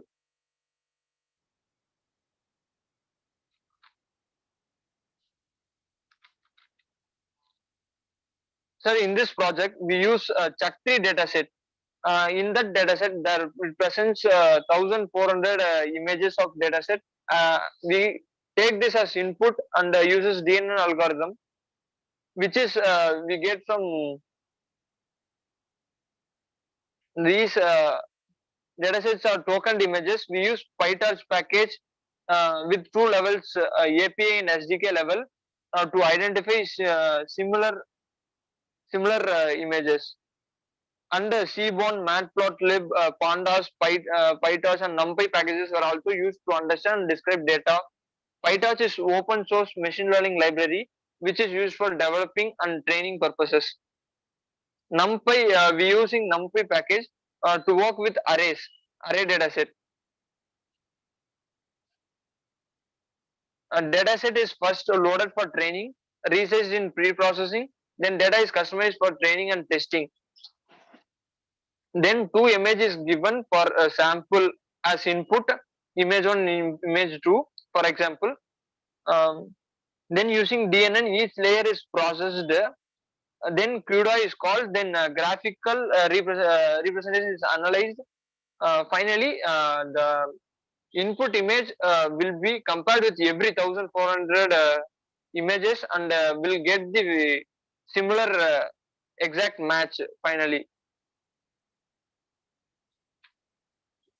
So our main objective is to bring automation in identifying person using surveillance camera to detect suspicious person and make alert when suspect is found and to monitor activity in crowded areas.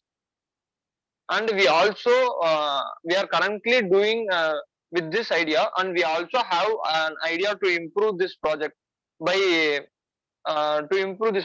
making an advancement with to give pre images as input, not with the live data set, pre images as input.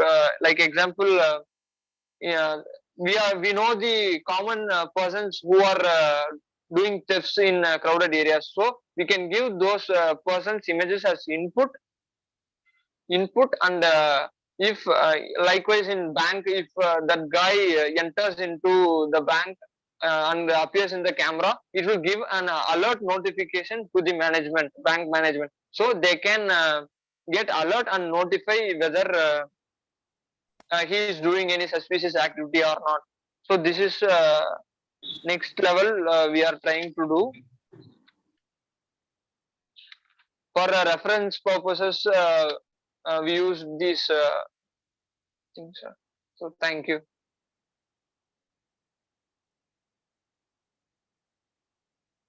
Thank you, ma'am. Thank you. Yes, thank you.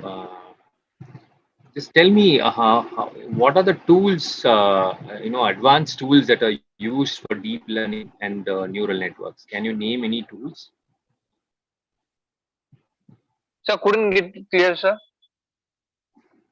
Can you name some of the tools which you can use for deep learning and neural networks together? Any advanced tools which you recently have incorporated for, the better learning of neural networks?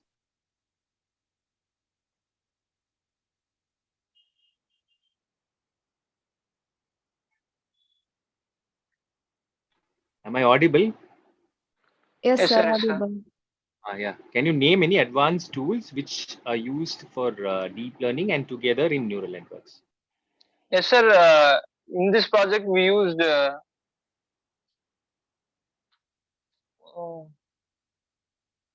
Yes, ma'am. Sir, are you asking about what we used in this or? Okay, what you have used here, and do you know any other advanced tools which can be used for neural networks and deep learning? What is the tool you have used?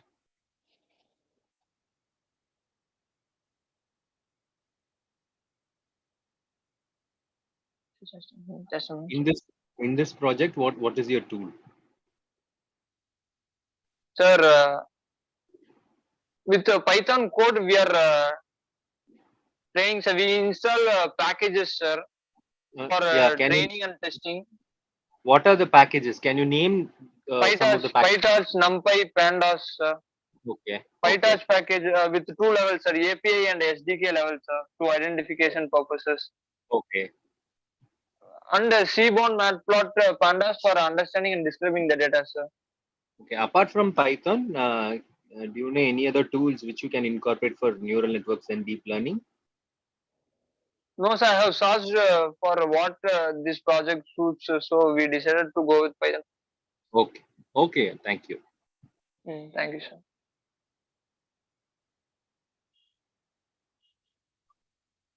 Thank you, Krishna Raj, for your presentation. The next presentation by Arohi. The topic is POCO Runner game using blockchain technology. Arohi? Yes, ma'am. Yeah, over to you. You can start your presentation. Right.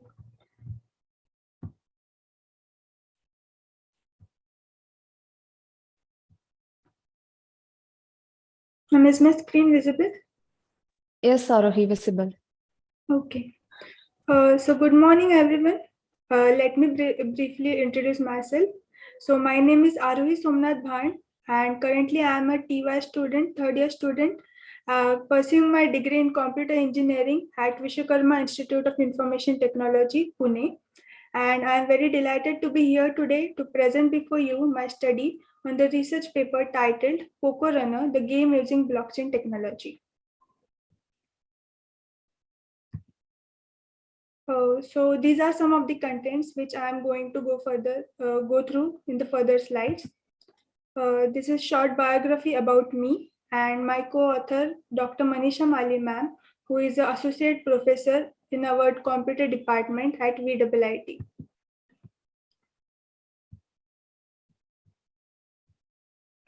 Before emphasizing on the integration of blockchain in our implemented game POCO Runner, let's talk about some general meaning of blockchain.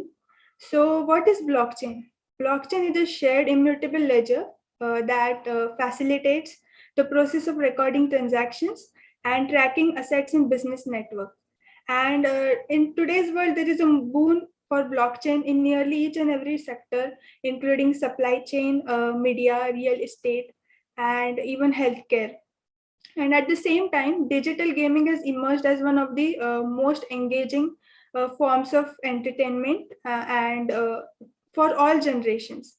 There are various games, quizzes, and various games like poker games, war games, which encourages people to strategize, analyze, and find solution for encouraging tactical solutions. And blockchain game is an amalgamation of two worlds of blockchain and gaming, which uses blockchain technology to enhance and re-architect traditional video gaming. Talking about the background, as we know that today nearly all board games and the card games have turned digital due to many of its advantages, like these are easily available. But as every coin has two sides, there are some limitations over that. Like player doesn't truly own the game, and all the rights are reserved or owned by the company. Moreover, they are not even reliable, neither secure due to the usage of internet. So these above limitations can be overcome using the inherent properties of blockchain technology, which is decentralization, immutability, transparency, and enhanced security, and which would also lead to greater control and smoother transfer of assets, more immersive experience, and better earning opportunities. So talking about the game Poker Runner, so focusing on the scope of the blockchain in today's world, we have implemented this game, which demonstrates the underlying integration of blockchain in today's blockchain games, and how even the normal games can be enhanced using the blockchain. So Poker Runner is a simple and fun game which is implemented using blockchain technology, and it has three unique themes, which is jungle, candy, and haunted. And Poco is the main character of our game, who has to cross various hurdles and try to cover as much as distance as he can in order to gain maximum points. And there are even some antiques in his way which he can collect and which are reflected in form of NFTs, which are non-fungible tokens. And once all the lives of Poco are exhausted, he can collect the rewards through the game browser. And the points will be reflected in the form of tokens, whereas the articles collected will be minted in form of NFTs and published in his or her MetaMask account. So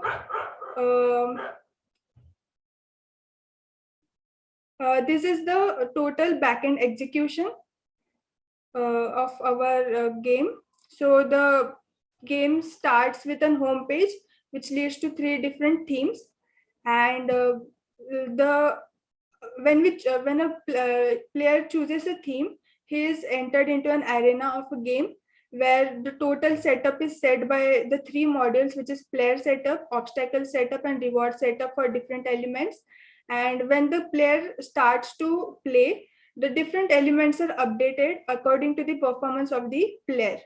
And the condition for the loss is checked. That is, if the player hits any obstacle, a collision is noted, and if the lives are turned to 0, then the game is automatically exited. This is a reward collection flow of our game.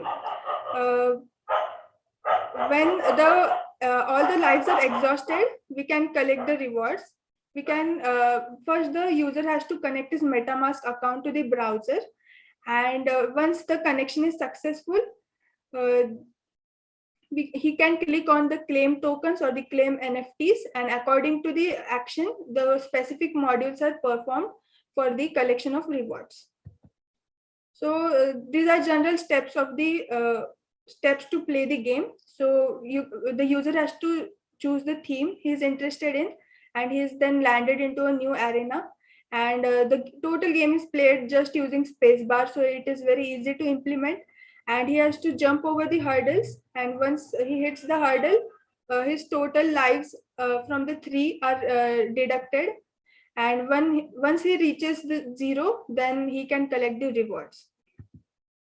So the software requirements are the Solidity. The Solidity is used to develop smart contracts for defining rules for rewards, for collection. And secondly, it is Hardat, which is used for compiling and deploying our contracts on Polygon. Third is IPFS, which stands for Interplanetary File System, which we have used for storing the NFT tokens and also the token metadata. And Alchemy is used as a service provider for deploying our DApp or game after it is fully completed.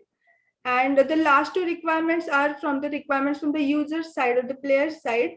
The user needs to have the MetaMask wallet to store the rewards which you have collected during the game execution. And secondly, it is OpenSea account where he can demonstrate the collected NFTs. This is a total user interface. So first picture shows the main homepage, and these are the 3 themes. Now I would like to show you a short demo of this.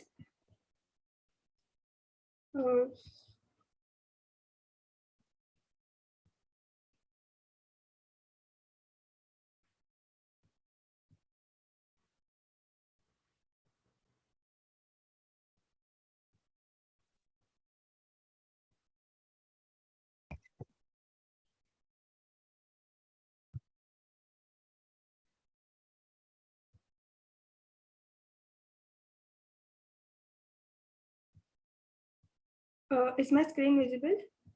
Yes, Arohi, visible. Yes. So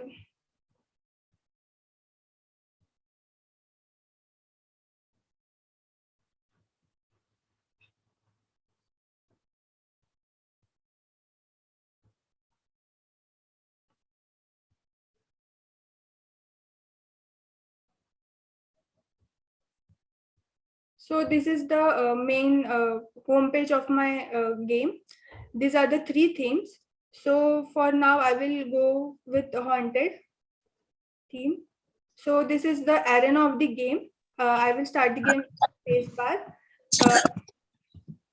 So I have to jump through the hurdles and collect the NFT rewards. Total, there are 3 lives. I have exhausted 2. This one is the last. Okay, so my lives are exhausted and then I can collect my reward. So total score is 130 and NFT score is 8. So for collecting the rewards, first I will have to connect my account to MetaMask. It is connected. Then I will claim NFT. A notification is shown here. I will have to accept or confirm the transaction. Once I confirm the transaction, I will have to wait for processing the transaction.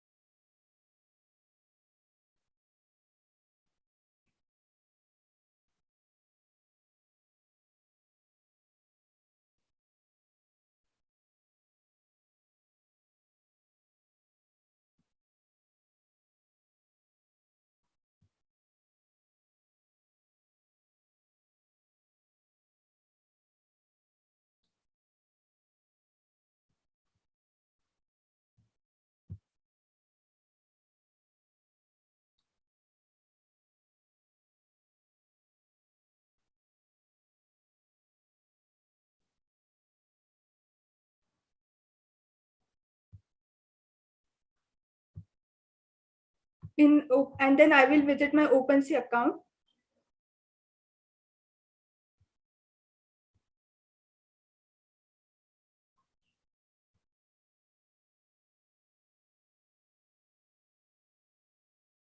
So here we have seen it is showing minted.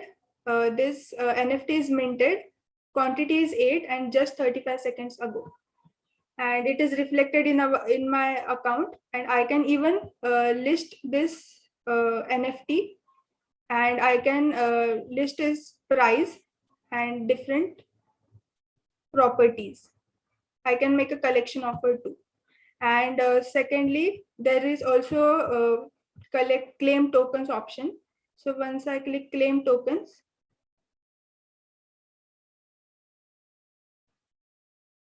I will confirm the transaction. And currently, if I will see in my account, there are 525 POCOs.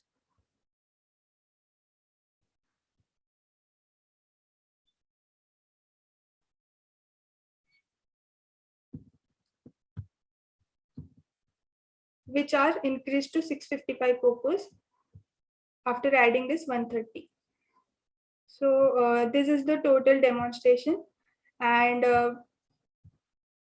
these are some of the screenshots of the result for NFT collection. These are recorded in our account, the total description of the NFTs, and the tokens are reflected in our MetaMask account. And as a conclusion, this game is a very simple and user-friendly game, which can be played by kids as well as adults. And it also helps to get insights and experience with blockchain gaming at very elementary level. And as a future scope, we can even include various levels in these games, increase and advance the UI UX design, and integrate the tokens as a medium of advantage. And overall digital gaming, there are still some loopholes which are yet to be fixed, and a blockchain developer need to solve these existing problems to lower the scalability and to increase the consumption.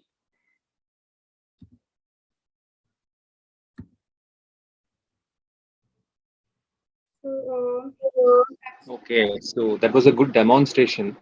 Where are the other applications you can implement a blockchain? See, so far I've gone through many presentations, but gaming and blockchain is something bit new. So I have to appreciate the team for the work. So could you please tell me where are the other areas you can take this blockchain? Maybe not only financial sectors, maybe the other sectors. Yes, so apart from financial sector, blockchain have many implementations. Like currently, it is used in FISHFA, is a organization where it is included for supply chain of fisheries. So from the point where the fishes are collected from the ocean till they are reached to the end user, each and every point, the point of traveling of the fish is noted down in the blockchain, and it is immutable, so no one can change those implemented or incited data.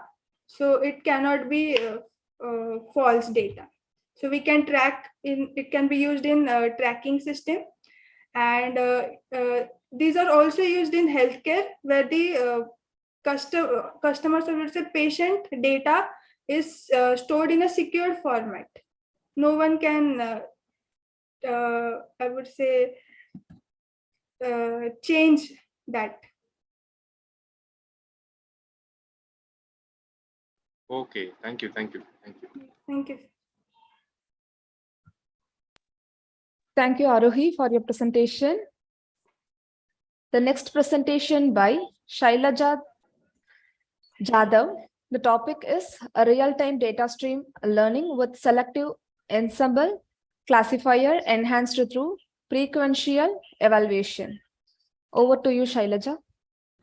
Yeah, thank you, Susmita ji. A very good morning to all the respective judges, session chair, and the audience of this conference. Myself, Jadhav Shailaja, representing as a research scholar for this presentation. May I start my presentation? And I hope I am audible to all of you. Yes, your voice is audible. You can start your presentation. Yeah, thank you, ma'am.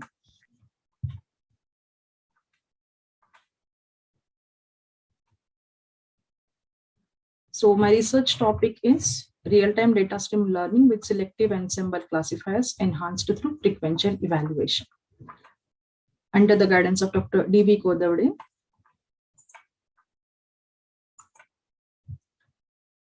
To give you a brief idea of the research, I'm dealing with real-time data stream analysis And the expectations from this real-time data stream analysis are the data is to be passed in a single pass, and you are expecting a real-time response and with bounded memory. That is, your system should be able to do on-the-fly analysis without taking any delay in time and without any requirement to store the data at all, because we are dealing with a huge amount of data. It is not necessary and it is not feasible at all that you are going to store the data at all the times. And one more observation regarding this data is the traditional systems, like you are keeping some data for testing or training, and then you are keeping some data for testing. That is, this splitting is not possible in case of the data streams, and therefore the traditional analysis techniques of cross-validation, they are also not suitable. Therefore, you will have to devise some techniques which are feasible and appropriate to deal with these kind of streaming data. And my work is going to contribute something to this above said problem, wherein you are going to select the classifiers from the ensemble learners, and they are experimented with real-time stream data, and they are absolutely giving some good performance with enhancement of frequential analysis strategy.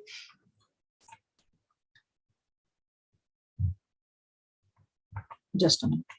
So to deal with real-time stream data, you are going to receive, it is a continuous and unlimited inflow of observations where there is no typical end and stop for the data. And the most recent data, it will be called as the most important data for you. So these data flows are characterized by high volatility. You are having tremendous speed, and this speed can drastically change over time. There is no any prediction about the way the data comes to your systems. So in most cases, it is not possible. You are going to store that data for the historical samples because their volume is totally unlimited. So the data scientists or the data engineers dealing with this kind of streaming data, they have the requirement of extraction of fully real-time knowledge over the subsequent examples, which are containing a very small but recent percentage of all observations. So you will have to create serious objections to the accuracy and reliability for the employed classifiers. So the intelligent selection of the data analysis classifiers will be playing a major role here in this case. So the architectures of big data systems for this kind of data stream analysis, we can have the application data coming in from the industrial IT automation. It is also coupled with real-time data stream processing.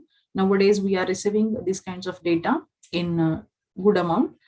So these architectures should be capable of embedding real-time data, RTDS processing algorithms.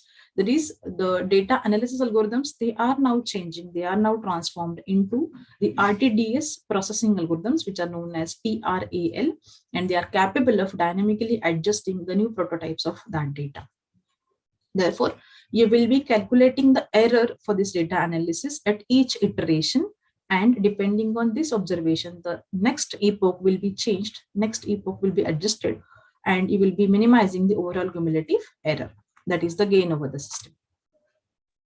So I have started work in this regard, and for this, I have extracted the real-time data stream. I'm dealing with the flight data, real-time flight data captured over the last 24 hours. And I'm dealing with feature analysis and experimentation of that data, because not all the features of this real-time stream data will be always feasible to capture and then to deal with your data. Therefore, the minimum features will be kept, and those will be actually giving the knowledge for your data. Then the platform used in this case is the Samoa platform. That is massive online analysis platform, was the earlier kind of data stream analysis platform. Now that is adjusted for the real-time data streams, that is now coming with Samoa platform. And here in this case, the classifiers, they are selected based on the performance and their feasibility according to the data. So this Samoa platform has some APIs, and it is also coming with different algorithms. So I have done this analysis from the static stream data for first experimental purpose, and now I am dealing with the real-time stream data. So some tree classifiers are also suggested because they are giving good performance, like affording trees and adaptive affording trees.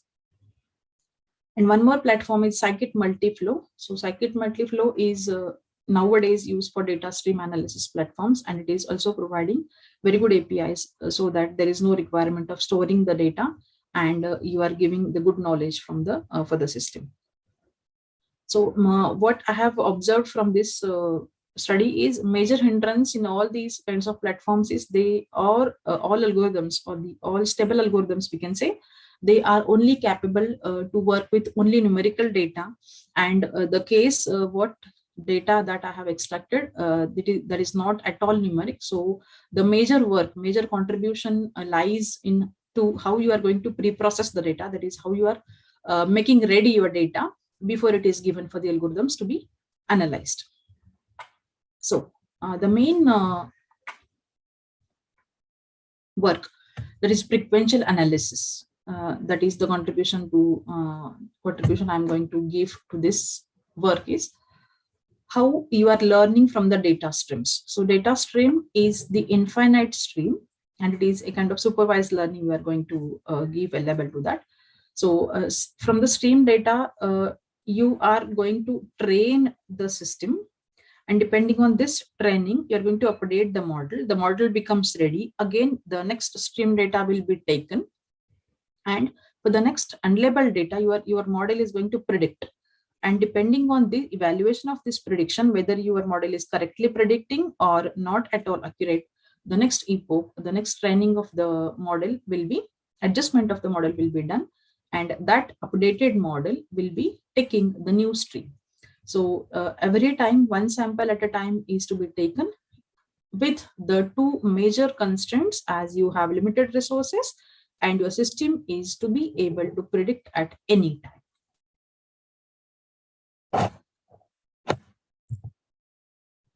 So next is, again, we will have to do this every time. Incoming observation as it comes to your system, that is predicted directly with the current model as it is, and then you are going to evaluate that prediction. So depending on this evaluation of prediction, this will be the major step to be taken, and this is leading to, you are going to collect the online statistics. So there are two ways of collecting the online statistics. You can take the way of sliding window, or you can take the way of fading factors. So what do you mean by sliding window? It is similar to time series analysis. That is, every time your focus window changes to some n number of records, or some time window of 10 milliseconds or 10 microseconds, depending on the observation of the data you are currently handling.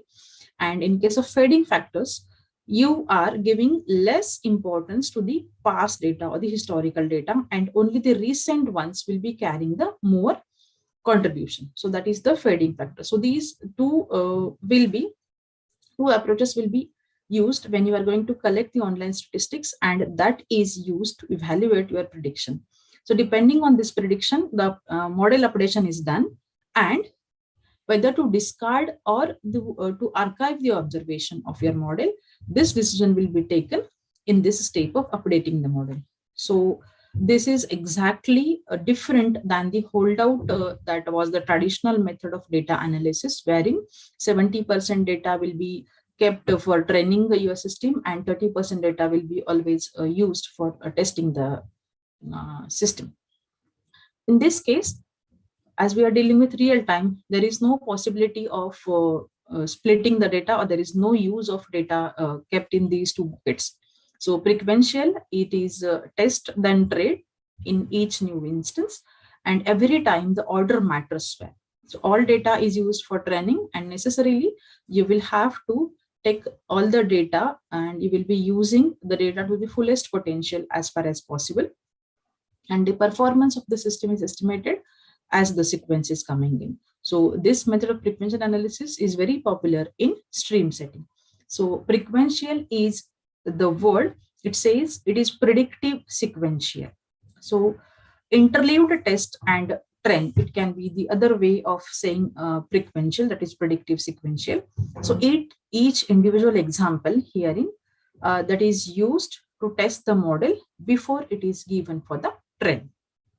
And from this, you are going to use it to compute the accuracy and to update the accuracy of the model. That is the major point in sequential analysis.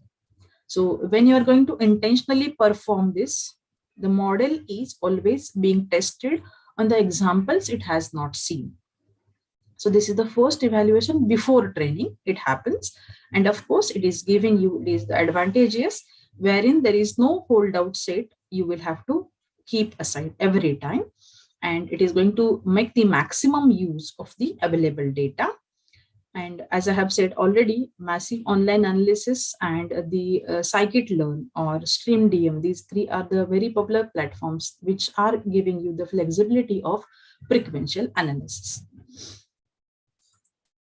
Next, just to spell out some pseudo code of this predictive sequential analysis. While there are still coming samples, your system starts working. Here the sample size is kept as 200 and approximately 20,000 samples can be taken for this sample size. And until your stream has more samples, you are going to do this. So every time the next sample is taken, you are going to predict with that system, and your classifiers are already selected. You are having the pool of the classifiers here in this model, and that is always used to label the next predict or to predict the next class of the coming stream. So every time you are increasing the count of the correct classifiers, and all those classifiers will be kept in the ready pool of ensemble. And in this way, you are incrementally training the model with all the new data. This is repeated for every incoming sample in the stream. So some details about how I'm going to design the ensemble for this. The idea is to keep the adaptive and self-tuning stacked ensemble. Since this is dealing with real-time stream data, your system needs to be adaptive every time. And if there are some lacunas, the model should be also able to self-tune.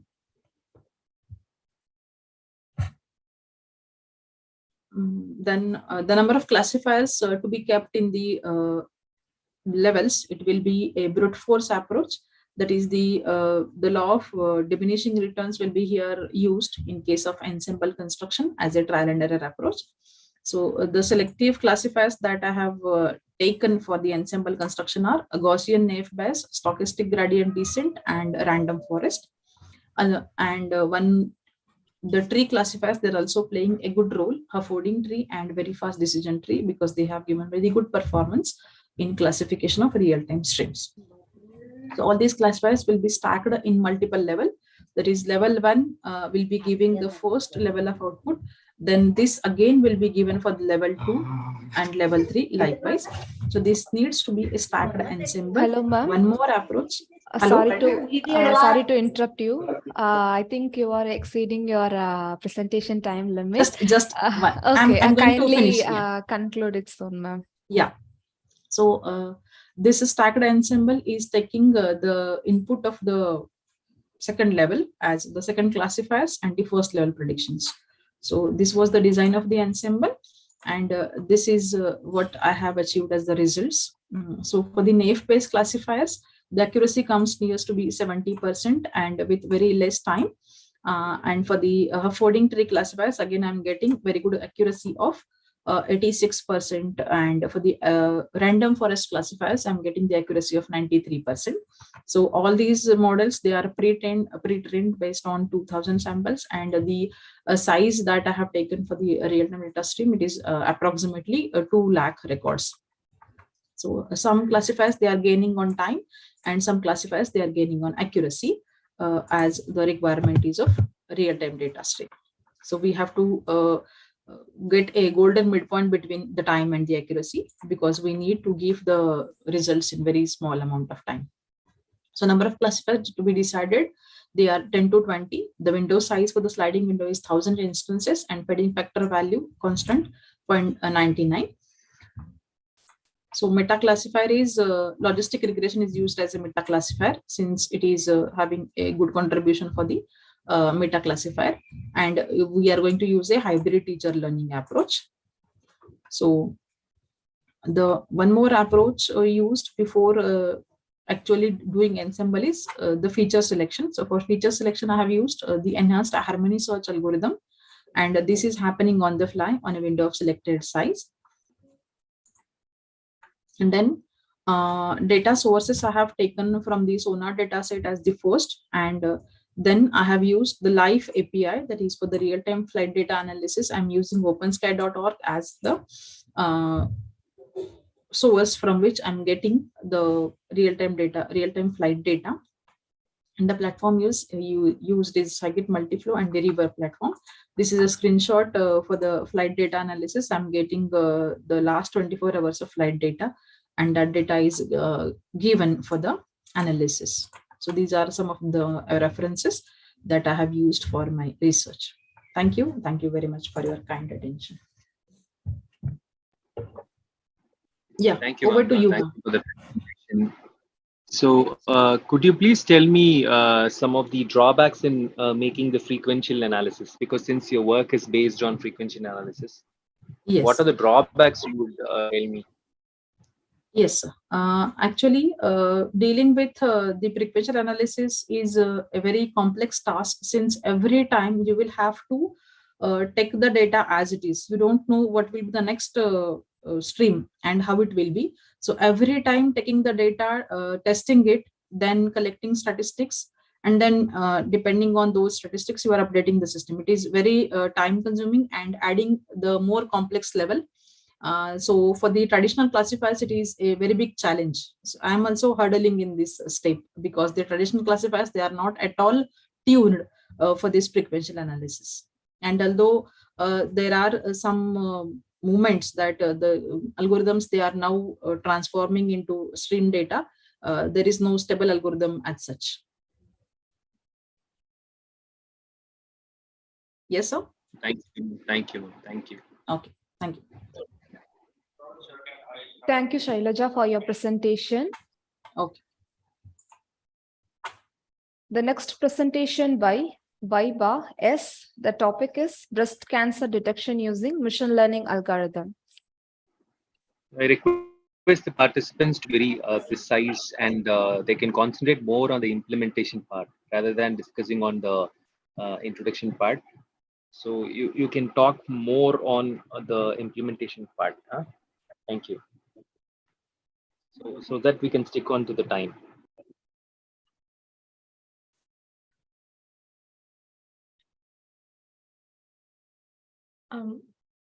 Good afternoon, ma'am. Is my screen visible? Yes, visible. Yeah, thank you. Good afternoon, everybody. I'm Vibayas. I'm pursuing my MCA in BMS College of Engineering, and my guide is Shailaja KP and Pushpa TS. They are associate professors in BMS College of Engineering, Bangalore. So today I'm here to talk about how we can, detect breast cancer in an early stage with the help of machine learning and artificial intelligence. So the main purpose of detecting breast cancer in the early stage is the early treatment. So when people get their mammogram done, it is very hard to, detect whether they are in the early stage or in the or whether they're in which stage they are. So in order to get a better idea whether the tumors what they have is cancerous or not, is it benign or malignant, is the main purpose of creating this abstract paper. So the whole architecture works like this. Once the image is given to the algorithm, the pre-processing of the image takes place. So in the image pre-processing, we are using Gaussian filters to resize the image according to what the algorithm needs. And also we are removing whatever the noise is present in the image that is required. Later, the feature extraction of the image is going to take place. In the feature extraction, only the images that is required and only the pixels that is required is being classified and then given to the classifier. In the classifier, the algorithm does its work by classifying whether the given image is benign or malignant. So basically, the algorithm is trained by providing a few cancer image database. The image database contains both benign and malignant images database. With that help, it will classify whether it is benign or malignant. So coming to the algorithms that is being used in our in the implementation of detection of breast cancer, we have used SVM, that is support vector machine algorithm, in order to get a better accuracy of data. So when we have tested using support vector machines, it was possible that we were able to get 97.2% accuracy in the training data and 97.3% accuracy in the output data. So that is the reason we have used support vector machine. So coming to what support vector machine does is, it is mainly used for classification and regression tasks. So the main classification between the benign and malignant is being done by SVM in order to get a proper image that is suited for the algorithm. We have used a deep learning come artificial intelligence concept called as convolution neural networks. So the main use of convolution neural networks is to classify the mammogram images and provide it to the algorithm in order to get a better data. So in convolutional neural network, each layer is will have multiple units, and the input values of the neural network are attributes of the every training tuple.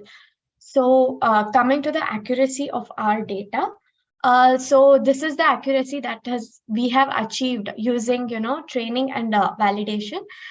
So we have achieved 97.2 accuracy as informed and 97.3 accuracy in validation.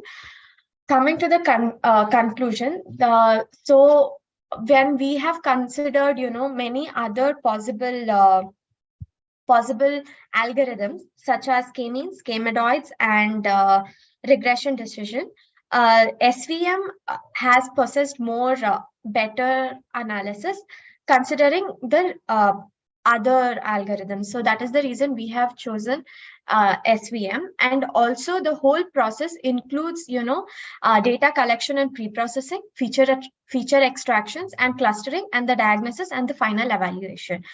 So this is the whole working of what we have done. And the main purpose of doing this is to give a better picture to the radiologist and the doctors in order to in order to make the classification and the diagnosis of breast cancer even more in the earlier stages. Thank you. Thank you, and that was a good presentation. How do you work on removing noise from the data? Yes, so we have used Gaussian filters in order to remove the noise from the data. So whatever the extra pixels are there, it is going to be resized accordingly, and the image smoothness is done using Gaussian filters. Okay, thank you. Thank you. Thank you for your presentation. The next presentation by Nitin. The topic is indicating fake and real face image via neural memory networks. Before that, I need to tell you the presentation timing. The presentation timing is 8 minutes and the 2 minutes for your question and answer. So, Nitin, you can start your presentation. Over to you. Nitin?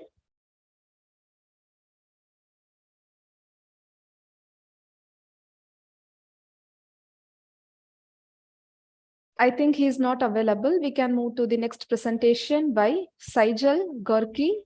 And the topic is enhancing social platform using NLP for sensory disabled and illiterate people. Saijal? Yes, I'm presenting the screen. Yeah, you can start your presentation.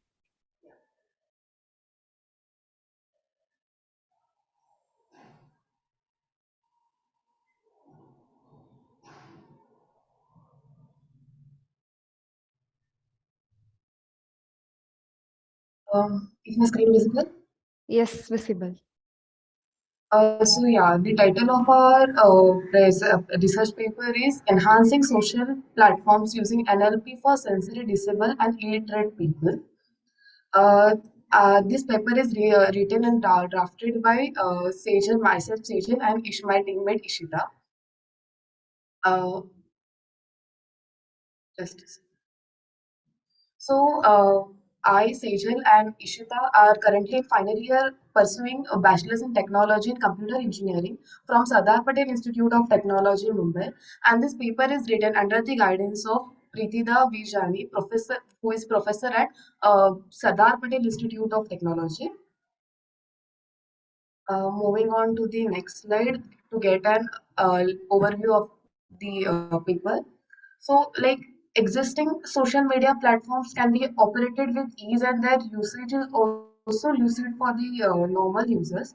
However, users with the sensory disabilities are unable to use the social media platforms slowly. So, currently, few social media platforms are enhanced with this integration of the voice utility, but such enhancement is not done with social platforms like email interfaces.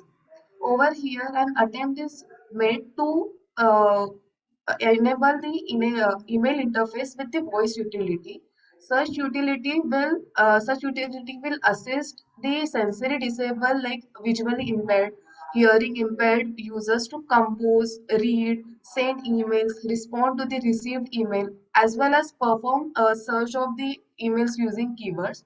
So this proposed enhancement is further extended to forward the emails to other social media platforms like WhatsApp, Telegram. Also, the users who is able to communicate by composing and receiving the email messages as per their preferred native languages. So the motivation for this project development is to take a step forward towards digital India and make huge significance for such people.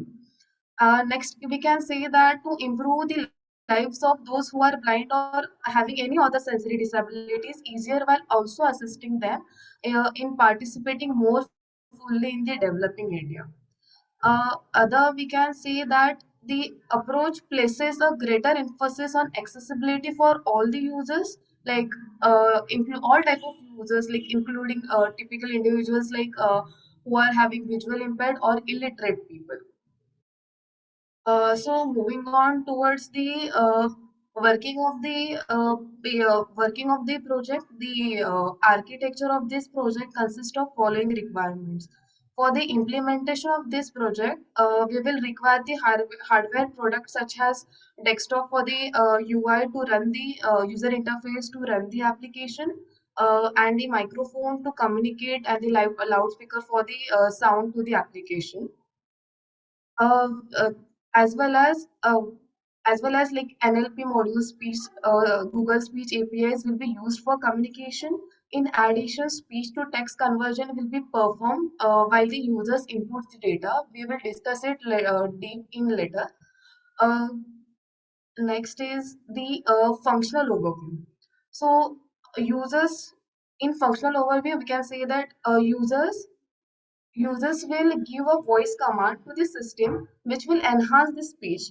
This speech enhancement aims to reduce the distortion to form a speech sound more pleasant and improve clarity. Like the model has the difficulty in understanding the words like TW, TO, TU, etc. This might actually get a result from the short words and possibly similar pronunciation of these words. With these few words, the model typically predicts it has TO. For example, if suppose if the user commands has to, chooses an option as two, the system may identify it has two or TW. There we need to train the system to identify the correct digit. In order to distinguish a word from other words listed in the database, the procedure known as the speech modeling is performed. It involves locating and assigning a special identity to each of these voice prints.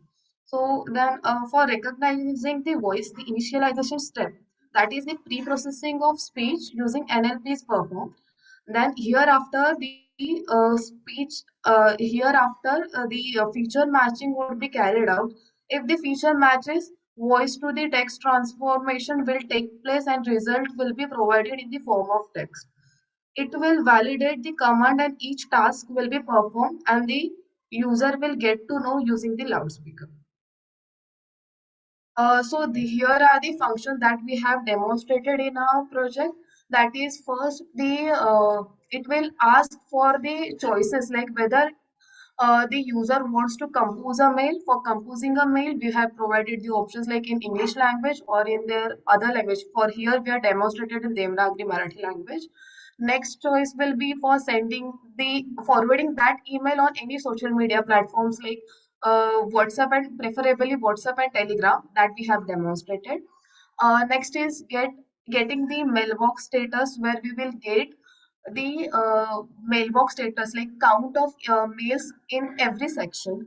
Next is the search mail where the user can search the email by using keyword or else by using the email any specific email ID. Next is the latest mail where we will get to know the latest unread mails. So here is the language barrier NLP transformer. The NLP transformer is a like new architecture for solving sequential tasks while easily managing long distance dependencies. It uses multiple attention modules with multiple heads stacked together. The encoder measures the suitability of each word in relation to the other word in the sentence to be translated. And the decoder covers both the linguistic interactions such as interaction is in English and Devanagari. In doing so, we relate the other words in both languages. The decoder predicts the next word and we execute it in multiple stages until the end of the sentence. This encoder and decoder are all connected by layers of flow before like transforming the outputs to make them digestible by the next coder or the block of decoder. Here is the forwarding the emails to the social media platform. The proposed system is extended to forward the emails like the composed email where the application will ask whether the user want to send this drafted email to the WhatsApp or Telegram. This functionality is implemented using the library Pivot Kit and Telegram bot. So for concluding our paper, I would say the work presented here assess the people with visual or any sensory disabilities to elevate the barrier to access social platforms like email, which is the most comprehensive type of contact in the world today. The proposed framework helps to reduce the barriers like language illiteracy and other speaking disabilities. If suppose a person is not comfortable with English, he can use his own language. And issues such as to remember and use the mouse clicks and keyboard shortcuts. The user is solely just expected to follow the instruction that will be given by voice technology. And in addition to this, the user may need to provide the information via uh, voice entries were mentioned. It plans to develop and implement a real-time interaction system for such users. The framework also makes the user to use this system as per their preferred language. Here are the references that we have referred for our paper writing. And thank you. Thank you, ma'am. Thank you for the presentation. So, what are the disabilities that you try to cover in this work? And what are the disabilities? You have already covered, and what are the disabilities you cannot cover? So, certain disabilities, it will be very difficult to address, right? So, could you please tell me what are the covered and the person who can't see, they can just the sound inputs will be given for them. Then if he can't hear, we are actually, while demonstrating, we are actually printing out the word which the system is translating, or which the system gives the sound.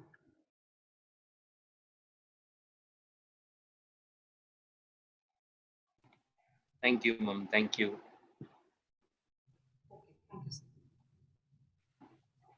So we can Thank go you, for the next Saisha. presentation. Yeah, sir.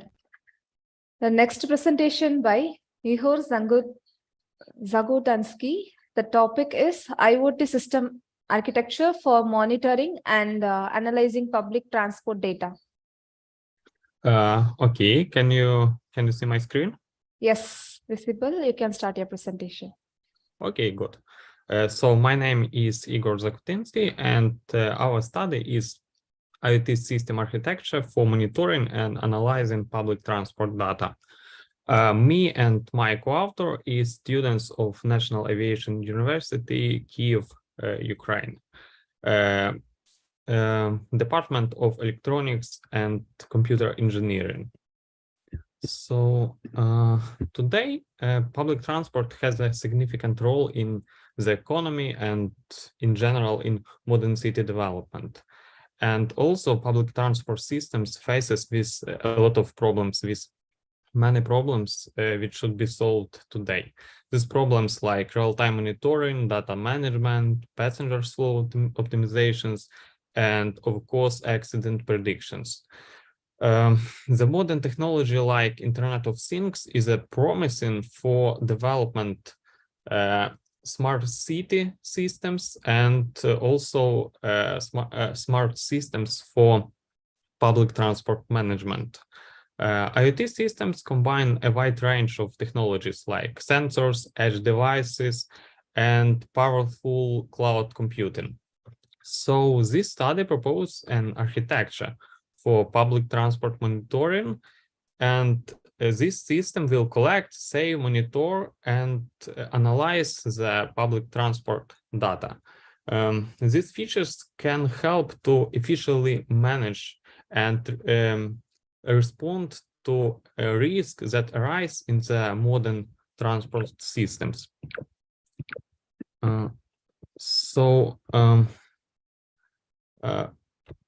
Just a sec. Modern vehicles are equipped with a lot of hardware devices, sensors, which allow recording information on movement.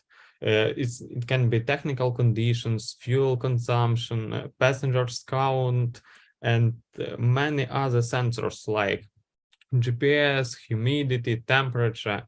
And in IoT conception, we can transmit this data to cloud for the future analyzing and build any predictive models. The smart public transport management system can solve such problems as vehicle monitoring and tracking, passenger flow forecasting, and of course, reducing the number of road accidents. So the purpose of this study is to build an optimal system architecture for collection and analyzing this data. A system should implement next functionality, like, first of all, provide some information for passengers regarding real-time arrival times, roads, and something like this. Also, systems should warn drivers of potential dangers. The next one is control traffic according to the road or weather conditions, monitor of the number of passengers, controlling vehicle speed according to city rules. And system should be integrated with another systems, with for example, CRM system and something like this. So we need to provide a public API for this system. In this study, we propose a classical IoT architecture. We have a lot of vehicle modules. It is hardware device which installed directly in transport unit, which transform data to the cloud, to the API gateway, and then we have a lot of services which can take some part of this data. For example, machine learning service, analytics service, user dashboard, and of course, public API service. Something about hardware model. A lot of modern public transport systems used LTE connection for transmitting data between vehicle and cloud, but it is not an optimal way, because LTE need a lot of power consumption. So in this study, we tested NB IoT extension for LTE range, and this solution can save a lot of energy. It's more powerful solution for this task. So our hardware model transmit data via MQTT protocol to, of course, MQTT broker, and another services like API gateway are listeners, subscribers of MQTT broker, which collect, save, and transmit received data for the future learning or visualization. Regarding machine learning service, we are using some models for different tasks. For example, we have a model for passengers prediction in bus stop, and also we are using some machine learning systems for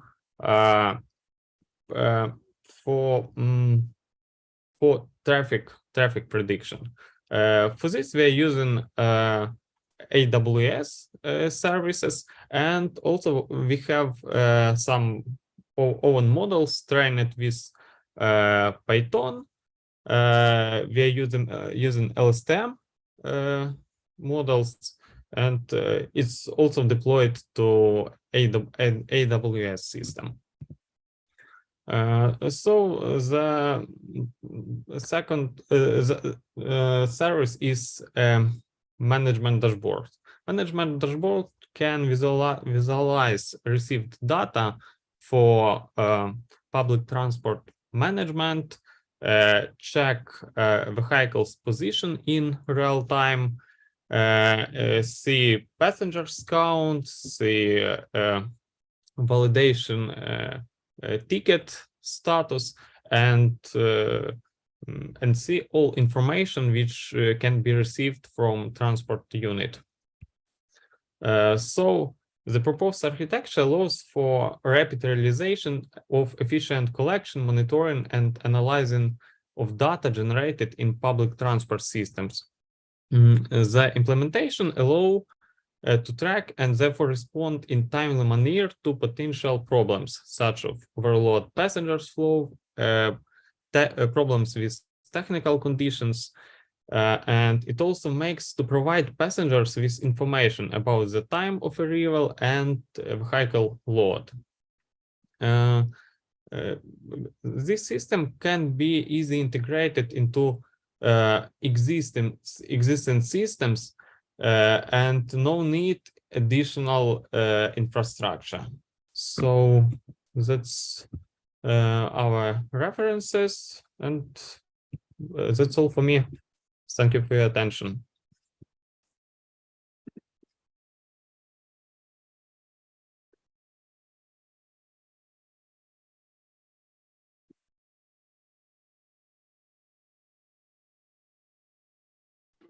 Yes, thank you for the presentation.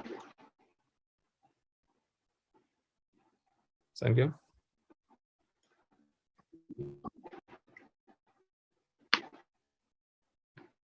So, IoT with the vehicular ad hoc networks.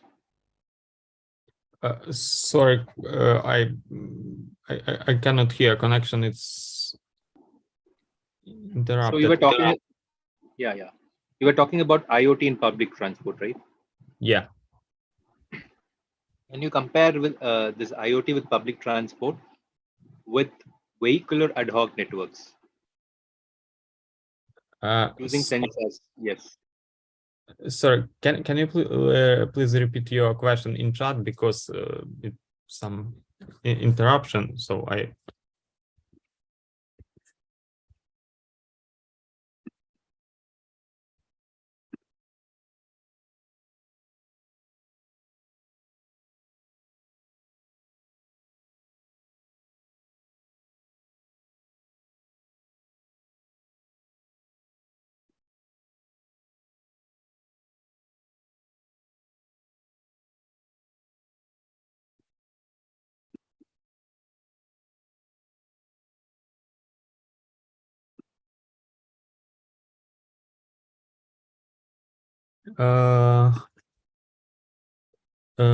No, sir. No, we not compare it with this. We compare it with existing public transport systems in Barcelona and Helsinki. It's modern transport systems in Europe, and we talk about problems with LTE connection, because connection in existing transport systems is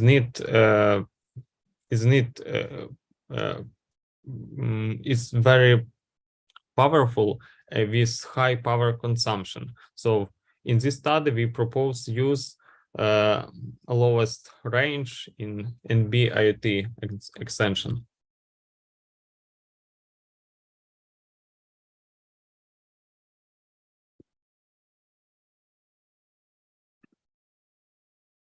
Okay.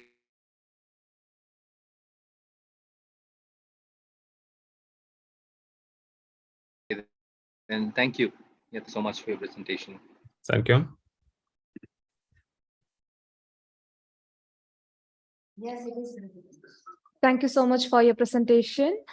The next presentation by Saideep. The topic is a time-efficient text department subjective Pfizer vaccine tweets sentiment analysis using deep semantic optimized learning model.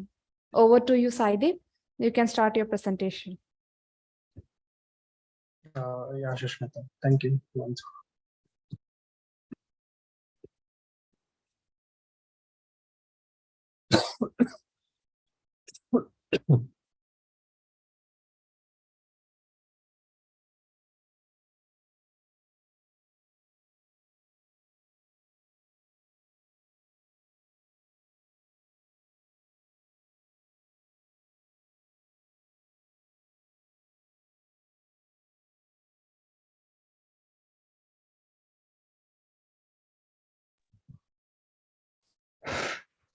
Yeah, is my screen visible? Is visible. Yep. One second.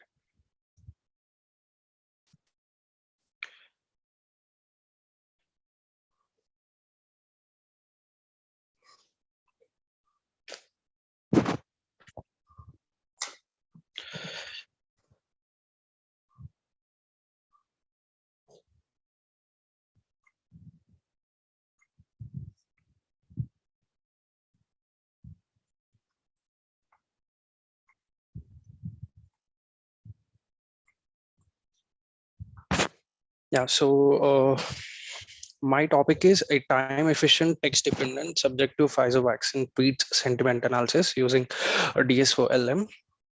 So,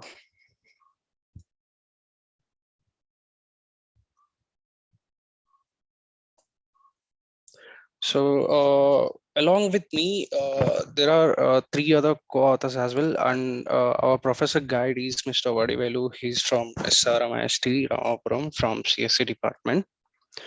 So let me take you to the abstract. So we have been through the COVID pandemic, and vaccines have played. Excuse me, go back to first slide. Okay.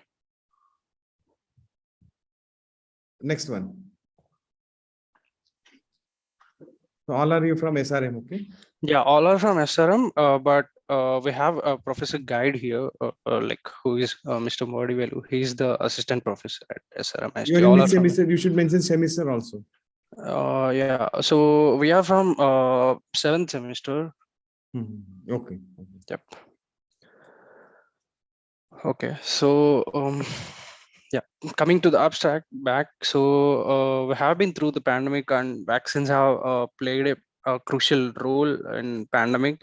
So people worried about vaccines and tend to use social media for getting information about this COVID vaccines. And social media provides a wide scale of information by taking the user's geographical location and many other aspects, and it gives you the vaccine related concerns.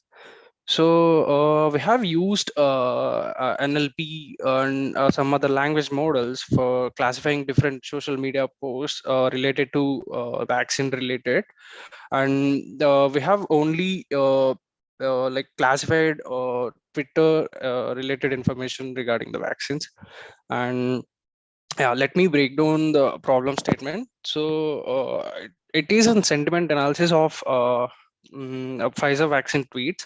So sentiment analysis, what it does is, so basically it provides you the tone behind the text, whether it's like good or it's like neutral or it's very useful or it is like not appropriate. So these kind of tones are provided by using sentiment analysis, and we have been using DSOL model, which is a model of deep learning, deep semantic optimized learning model.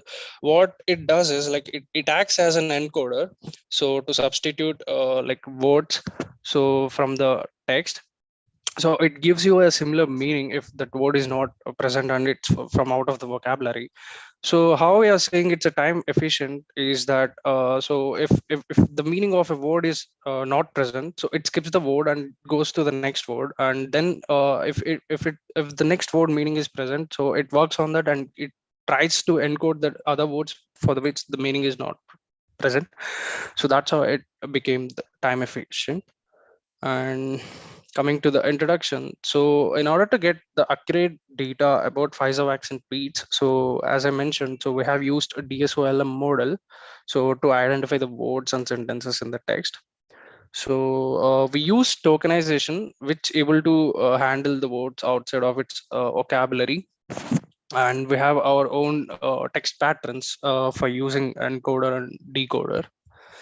And social media, as I mentioned, social media has played a crucial role in supporting people during this challenging period. And we have compared the machine learning and deep learning algorithms. And we have classified that the deep learning model is like relevant and it's the best performer, as we have used a data set of like 2 lakhs 9,659 tweets being collected for analysis. So coming to the module, so first we collect the common data set and then it goes into pre-processing. It's nothing but it cleans the data, and what we do here is in the data cleaning, so it trims whatever the punctuation marks and non-Chinese character present in the data, and then it processes it to syntactic analysis. Syntactic analysis is nothing but it gives a phrase and it gives a meaning. So it first step in it is like it's segmentation. It breaks the text into different parts, and then it goes into POS tagging, which is parts of speech tagging. So it looks for all parts of speech and it tags it to the relevant parts of speech, and then it goes to parsing.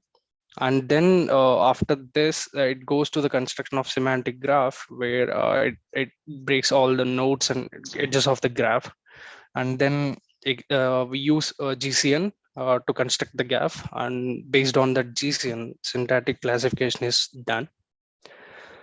So coming to the proposed work, so DSOLM model is implemented, and we identify words and sentences in text material, use them effectively to create a summary. So based on this summary, the sentiment analysis is done, and it is very simple and it's very inexpensive. So and then we optimize the categorization of word based on another word, as I told, in the exact phrase rather than expecting the current word based on the context.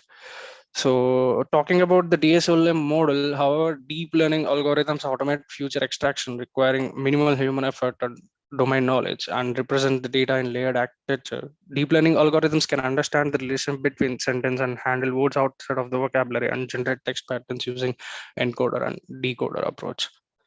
So coming to the conclusion, so in the study we have presented end-to-end approach of wheat level vaccine sentiment classification and demonstrated that our approach outperformed comparative approaches.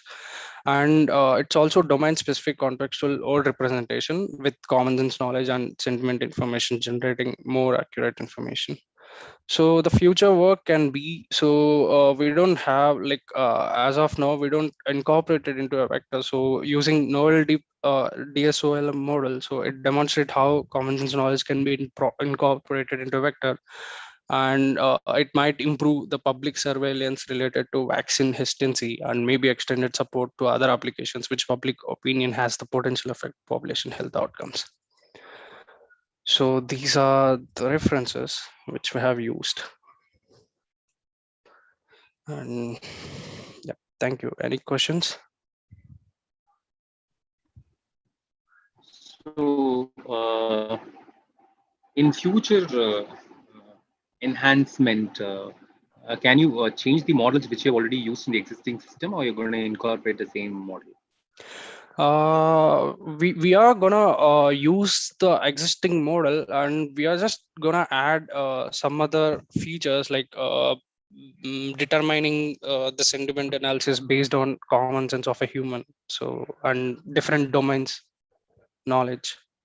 So we are gonna try to incorporate that. So that is which is not present now. Incorporating the common sense, all these things, that becomes an expert system, right? Yeah. Okay, thank you. No, I didn't get. Yeah, fine then. Thank you. Yeah, thank you. Thank you for this opportunity. Thank you, Saidip, for your presentation. The next presentation by Afrin Khan. The topic is OCR-based text information retrieval and translation from pictures and videos. Over to you, Afrin. Yes, thank you.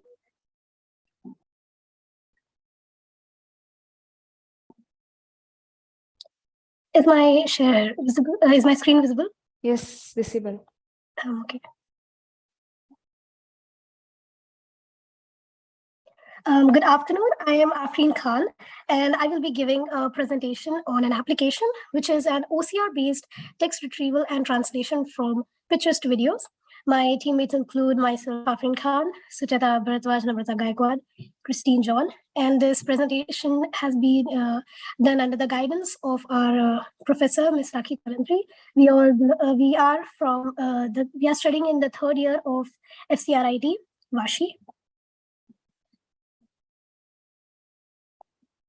Starting with the abstract, India is home to 22 different languages, which makes it very difficult for the travelers and tourists from all over the world to read important signboards and information at monumental sites, which are mostly present in English and in local languages of that place.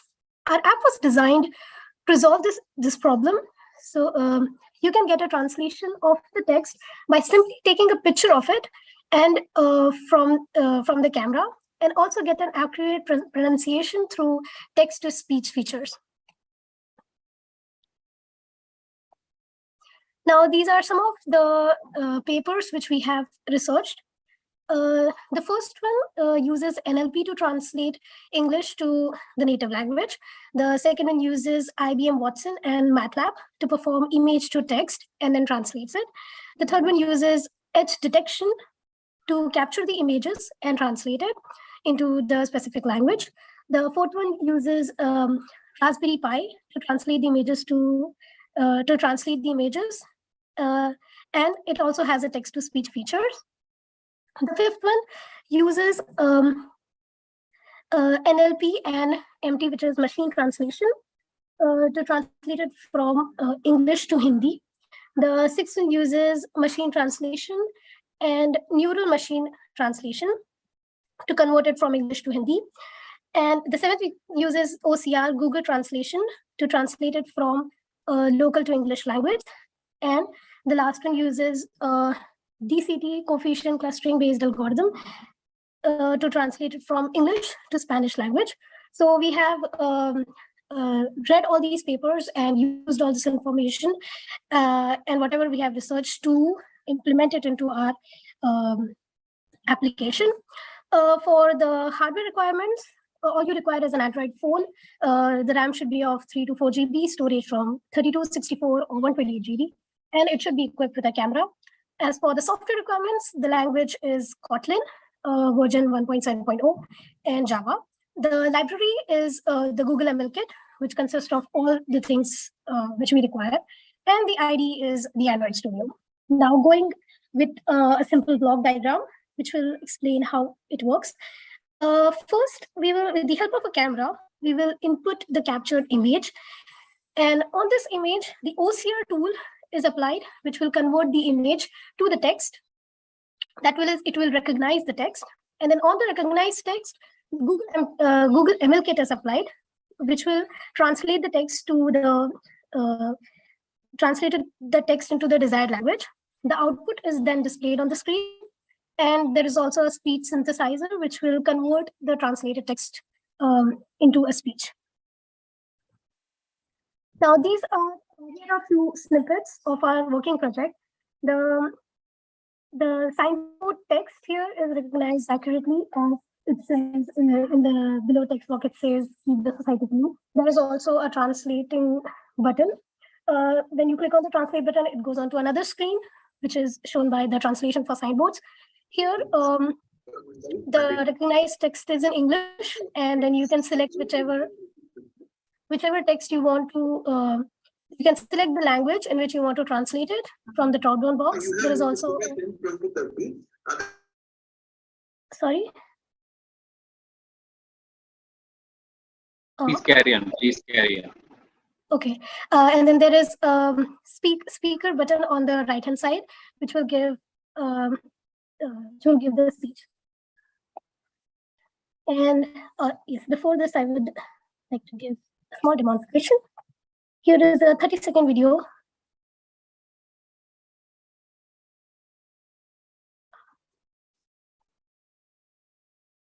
So this is the written text. Yes, it also helps in detecting written text.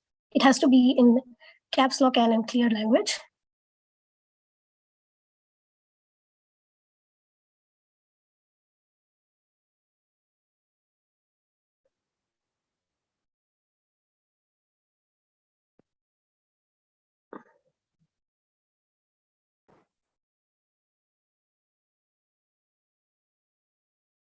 Okay, that's it. And now I would like to conclude. Oops. And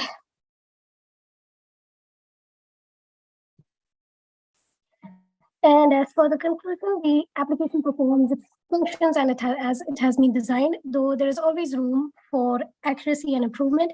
There can be a lot of other interesting features that we can embed in our existing project. That is, there can be contextual translation, augmented reality, object detection, and many other things that you can add on to it.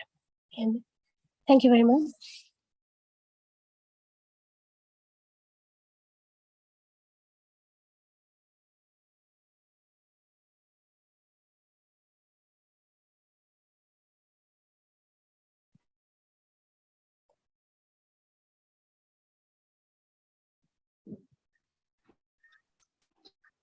Thank you, Afrin, for your presentation. Thank you. Thank you for the presentation. And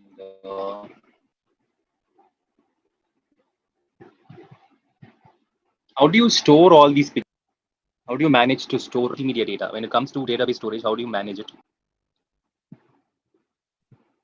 Afrin? I'm sorry, it is, your voice is not audible. The internet is an issue.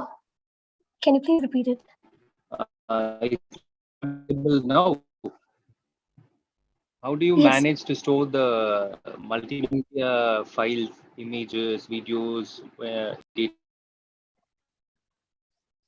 Okay, so as for the captured image is not stored anywhere. It will just take the text, and only the text is stored on the mobile phone itself. And the modules are downloaded as for different languages. So if I want to translate in Hindi. So this one, you can have it as a future enhancement when you're dealing with a lot of images and videos. You can have that. Thank you. Thank you so much. Thank you, Afrin. Ma'am, 9th team, they say Christy and team. Yes, sir. I think they are ready. Yes, sir. We just call her now. I think Muthuselvi, right? Yeah, behalf of her, Christy and teammate were trying to. Sure. You can start your presentation now. Okay.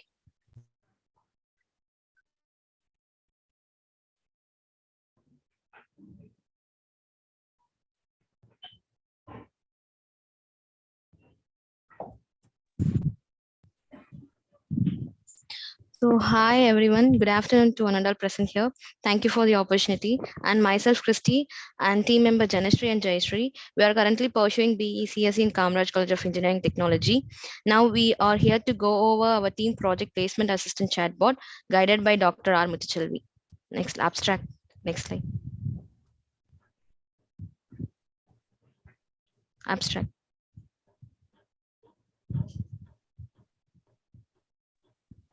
Next abstract. Earlier, the student can get the placement related information only through the training development and placement cell, which is a time-consuming process. The placement assistant chatbot provides the placement detail, which reduces the time to get the details from the placement cell. It is user-friendly and highly interactive. But respond quickly. The major finding of the project included the chatbot high accuracy rate of 71%. In addition, the response time of the chatbot is 0 seconds and 367 microseconds, which is significantly faster than the response time of the TTP. In the proposed work, the student can ask the queries from anywhere at any time and reduce the time in answering very basic questions repeatedly to each and every student for TTP. Next.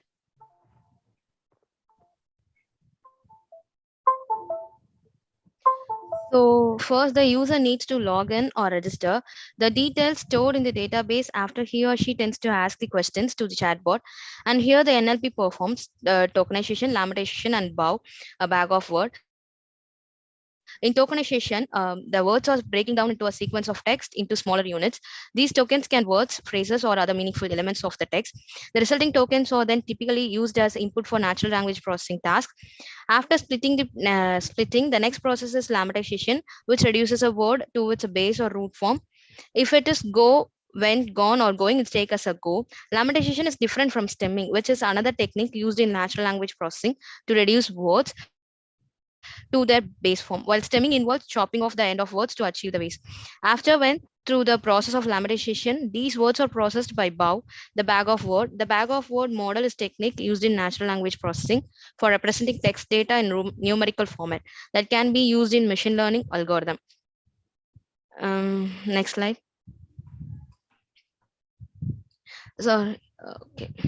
So the module, our project contains 3 modules. One is reading and loading data, and next the training, and finally the evaluation. First, we train the chatbot using JSON file. So first we have to load the file and convert to Python using JSON.load function. And next the training. The training includes the tokenization, lemmatization, bag of code representation, and multi-layer perceptron algorithm. Previously said that about the tokenization. Here we use word tokenize method to tokenize each word, and the methods are imported from natural language toolkit, which is one of the library in natural language processing. And then the lemmatization is performed. Here we use lemmatizer function to perform the process. And finally, the words are converted to the lowercase and the duplicates are removed. Then the tokenization and lemmatization are basically a text pre-processing technique in natural language processing. And in bag of word representation is one of the technique in natural language processing. It is used to convert the text data in binary form. And so here we create an equal length of array in which the rows represent the Python, the trained data, and the columns represent the sentence, the words given by user, and the array is set to 1 if the words in the trained set and the word given by the user matches, and it will be defaultly set to 0 if the word doesn't appear in that trained set. So next, this NLP, the backward output is given as the input to the multi-layer perceptron algorithm. So an MLP consists of 3 or more layers of interconnected nodes. It's like a neuron in our brain. A neuron accepts an input from another neuron and gives the output to the other neuron. Likewise, it's performed. Whereas MLP organized into an input layer, one or more hidden layers, and an output layer. It performs a 3 function: guess, change, and epoch, that is repeat. And these are the functions we used in MLP. I say some of them. First function is the sequential function, creates an empty neural network model object, which can be used to add layers to the model. And second function is this line of code is creating a dense layer with 128 neuron using the RELO activation function and specifying this shape of the input, the layer. This layer is typically used the first hidden layer in the neural network. And third is during the training, some of the nodes is dropped out layer or randomly dropped out, so with a certain probability. An SGD function is these are the parameters are commonly used in deep learning models and can help improve the convergence and performance of optimization algorithm. In evaluation, it configures the model to use categorical cross entropy as the loss function. Next slide. So here are the results of a chatbot model. We have trained the chatbot using company details, their salary, their eligibility criteria, and the train development and placement contact details, and the frequently asked questions. So first is the result of a chatbot welcome page, and next it lists the reputed companies, and it also displays number of students with offers, then the company salary and eligibility criteria, and the TDP and frequently asked questions.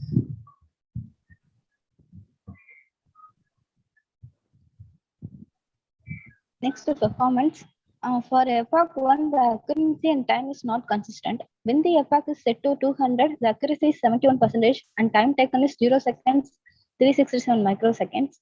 The accuracy and the time of the training data during 300th epoch is reduced as 57% and time taken is 0 seconds, 361 microseconds. When the epoch is set to 400, the accuracy attained is 64% and time taken for training data is 0 seconds, 367 microseconds.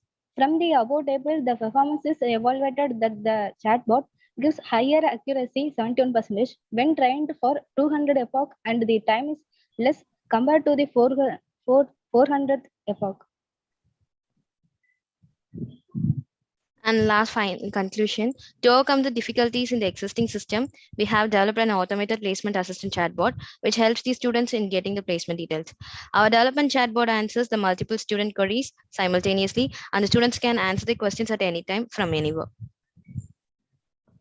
So finally, these are the appendix.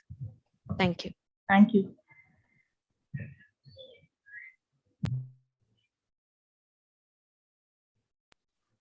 Thank you for the presentation. How far your chatbot is different from the other chatbots, because there are a lot of chatbots, right?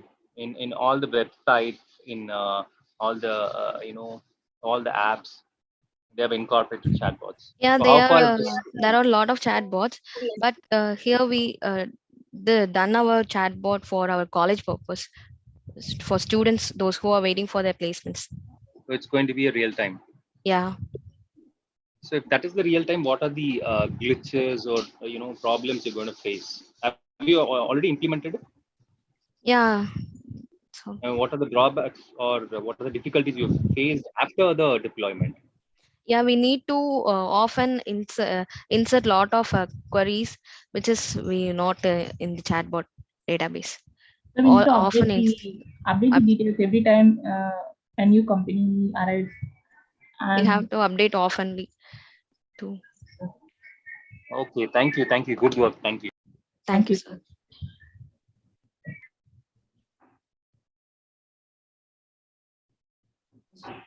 Thank you, Christy, for your presentation.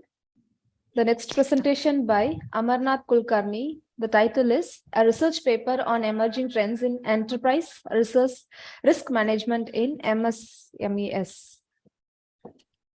Over to you, Amarnath. Thank you. Am I audible? Yes, audible. Okay.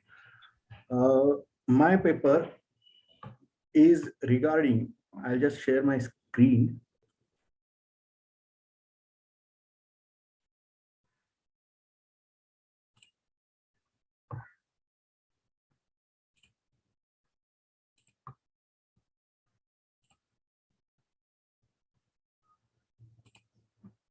Is it visible to all?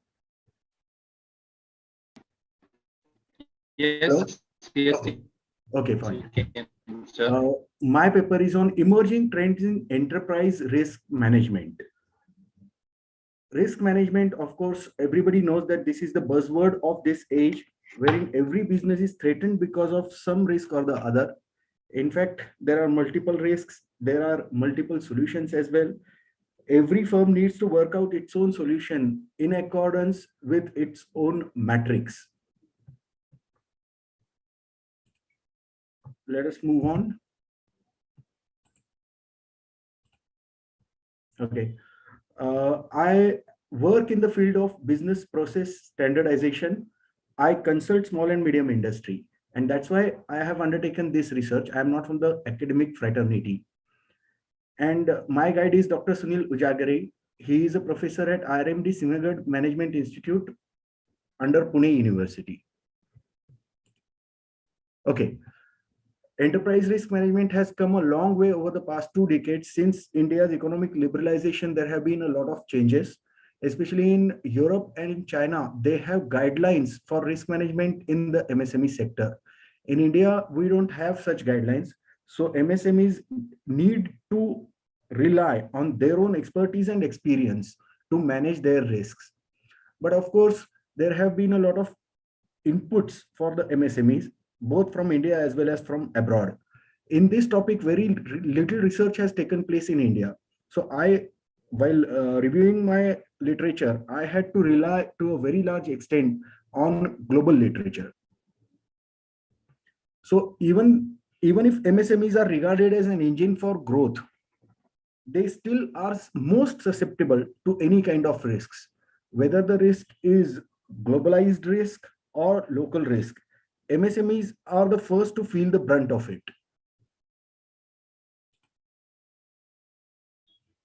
See, MSMEs account for nearly 31% of the country's GDP and account for nearly half of Indian exports. It is also noteworthy that after agriculture, MSMEs are the biggest employing sector in India. There are several reasons why MSMEs are popular for every economy in the world, largely because they are set up with less amount of capital, they are easy to establish, they are largely family run. So there is a kind of cohesivity among the staff as well. But of course, there are a lot of hindrances also because of these many factors itself. This is the enterprise risk management process. First, context is established. What is risk for one company may not be a risk for another company. So first, establish the context of the risk management matrix, then identify the risks, risk analysis of those risks, evaluation, what would be their impact, how it will harm the organization, then treat the risks. After treating, of course, there has been a monitoring and review of the risk, and then the process is everlasting process, because the nature of risk changes, the risk matrix changes, severity of the risk changes. It is a dynamic process. So the research objective was to understand the emerging trends in ERM and to examine their impact on the ERM practices. Most important part is this is a part of my PhD study. My study is on the effectiveness of risk management techniques in the MSME sector. So this paper covers the initial part of it. What are the emerging trends in risk management? We will try to understand the emerging trends as well as the recently identified risks on the basis of their severity. So this research is based on secondary data, and the outputs are mainly from the research papers and the interviews of some of the people associated with risk management, as well as some media reports. Since not much research has happened in India, I had to rely largely on the global studies. So the source of these data were an important factor for the most important factor for selecting the papers. That was the most important factor. I have concentrated on selecting the recent studies. The advantage being time elapsed since the research hasn't diminished the relevance of variables used by the researcher. And this has helped maintain the topicality of this study. And out of the 60 selected papers, I have shortlisted 18 as references for this study. I'll go to the conclusion directly because the nature of this study was mainly academic. So the risks that have emerged lately were climate change risk, genetic engineering related risk, technology. Climate change risks affect all the sectors because largely MNCs insist on green processes. That is, those processes which do not pollute, those processes which do not harm the ecology. Genetic engineering related risks are largely associated with pharmaceutical sector, medicine sector. Technology related risks are of course everywhere. In the previous presentations, we also saw that many researchers are concentrating on technology related aspects in researches. Risks arising out of missed maintenance activity, maintenance of machinery largely, because if a breakdown occurs, it eats into a lot of productive time and of course eats into the company's profitability. Data driven risks, of course we saw them. Disruption risks, not just because of maintenance. We saw COVID-19. We see a lot of storms in our area. I come from Maharashtra, where the area is affected by floods. Reputation risk, sometimes reputation is at a stake, and globalization related risk. This does not diminish the severity of the already existing risks, but these are the recently identified risks on which researchers are now studying about mitigating them, about handling them, their treatment, and their effectiveness. Now, we look at the trends of risk management as well. Some of the prominent changes that have been observed in the MSME's ERM process, we saw the process a short while ago. So in recent years, the changes that ERM process is subject to have been application of AI, along with, of course, IoT, monitoring and managing IoT. High risk innovation. There are risks of which severity is not exactly known.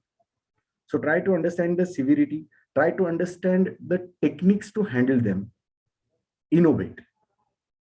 Vigilance and resilience to complement prevention. Prevention is always better than cure. We have been hearing that. And in risk management, potential risk identification is an important factor. Identify the potential risks. Try to find ways and means to mitigate them before they form into risks to the businesses. That is the trend. This helps in preventing severe damages. there are increasing regulatory requirements every now and then. Especially you must have seen that few years ago, we were talking about plastic ban.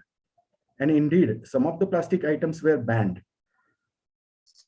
Naturally, it was a regulatory requirement because of which the manufacturers of those products either had to move into other sectors or innovate, modify their products so as to suit the regulatory requirements. Similarly, we also see a lot of MNCs insist on pollution-free, eco-friendly products. Even when they demand packaging for the products that are being sent to them, the products need to be standardized. For example, in textile, they insist on a standard called GRS certification, that is Global Recycling Standard. There is also GOTS, GOTS, which means Global Organic Textile Standard. So such regulations are coming up. India is no exception. Exporters necessarily have to procure those certifications so as to be able to export. And of course, collective risk management. As I said, there is no regulatory framework for risk management in India, as a result of which forums, associations, we see very little coordination among the members of these groups. So that needs to increase. These people need to interact, share their ideas, share their risks, and learn from each other's experiences. That will help them understand the best risk management practices and, of course, the solutions to their existing problems. Limitations of this study. This study is academic and relies on secondary data. Also, this area of research itself is largely unexplored in India. Hence, many of the global emerging trends aren't being practiced by Indian MSMEs. In India, MSMEs are predominantly family driven. Hence, decision making is usually centralized and within the family. That is a limitation, because of which sometimes there are also limitations on the outcome. There is a lot of scope for further studies. While ERM as a practice needs to be studied, further studies can be undertaken on its impact of ERM. Effectiveness of ERM is the title of my major study. Needs for regulations as regards with ERM. We don't have an ERM framework in India. So if we have some kind of guidelines as they exist in China and Europe, that will definitely help the MSME sector. The linkage between ERM and firm's performance can also be studied in details. How ERM help a firm's performance to be improved is a very important area on which there have been a lot of global study going on. Especially in Asia, we have a lot of inputs coming in from Malaysia and Iran. In Europe, Czech Republic, Russia, Italy, these countries have definitely given a lot of inputs for my study. And moreover, the effectiveness of ERM techniques as a whole, as well as at functional level, implementation level, also needs to be studied. Because ERM framework is very good, especially on paper, everything is good. But while it is being implemented, there have been a lot of gaps. So how we can bridge those gaps and take these things to implementation level so as to produce the desired results, that can be studied much more in details. And this is followed by the bibliography. So that's all from my side. I'll now take up the questions.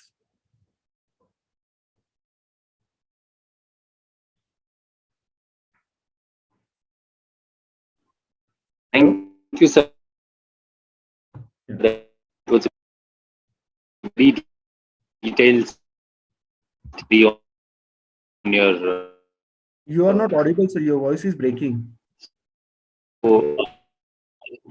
Thank you, sir. That was a detailed. Am I audible, sir? Yes. Presentation. That was a detailed study. And the question is, what are the technologies you have used? Like you were saying that IoT, AI. So what are the computer technologies you have used in your research work? Can you list it out, sir? No. See, this is I am saying that application of artificial intelligence is one of the prominent changes that have come up in the risk management matrix of late. It's not that I have used it in my research. Okay, sir. Okay. Because Thank monitoring you, and sir. managing, these days, everything is on cloud, right? Even small Yes, sir. companies use cloud to handle their data. So there have been those risks as well. So those risks, our MSME sector in India is not really well conversant with handling that kind of risk. So these are the changes which are happening in the risk management matrix. So what is going to be the future in MSME, the risk management, sir? In They your have opinion? they have to upgrade technologically as well as technically. And apart from that, they need to understand that managing risks is going to enhance their business as well as their productivity. Like they have that ISO standard, lean management, 5S, 6 Sigma. These things are generally used to improve their profitability, enhance their productivity. These days, people talk very little about profitability. They talk about productivity because for profitability, they have these techniques. So based on that, they have to upgrade technologically so as to improve the productivity and then support it by mitigating the risks before they get extremely severe. So there have to be a lot of trainings and a lot of innovative work, especially in the field of development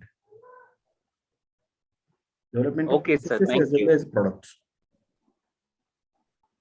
Thank you, sir. Thank you. Thank you. Thank you so much for the presentation. Now we move on to the short break. We will be connect you by 1:30 p.m. I request all the participants to join their appropriate sessions. Thank you.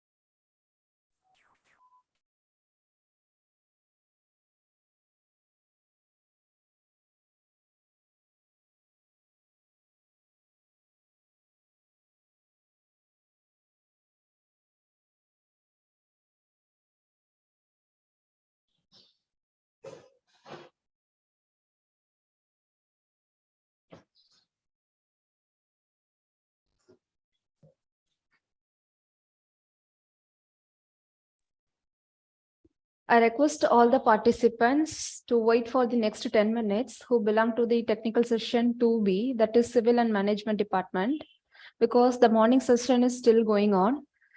And for the main session, there is no change. We will be start the session by 1:30 p.m. I'm repeating. I request all the participants to wait for next 10 minutes who belongs to the technical session 2B, that is Civil and Management Department, because the morning session is still going on and there is no change for the first session.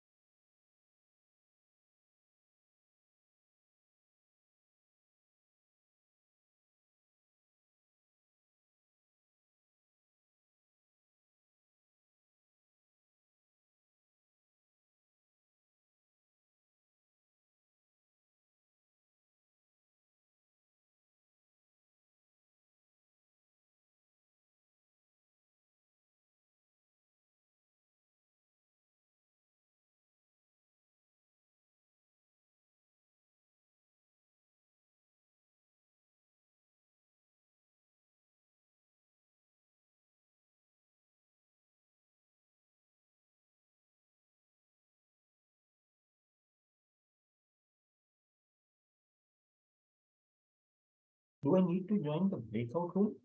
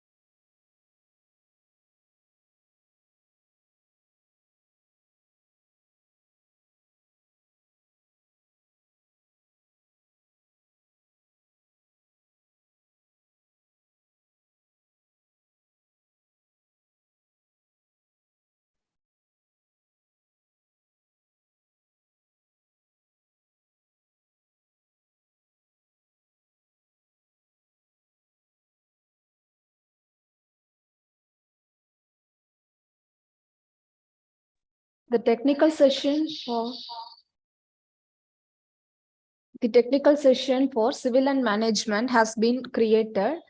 The breakout group has been created. Who belongs to the civil and management department, who can join over there?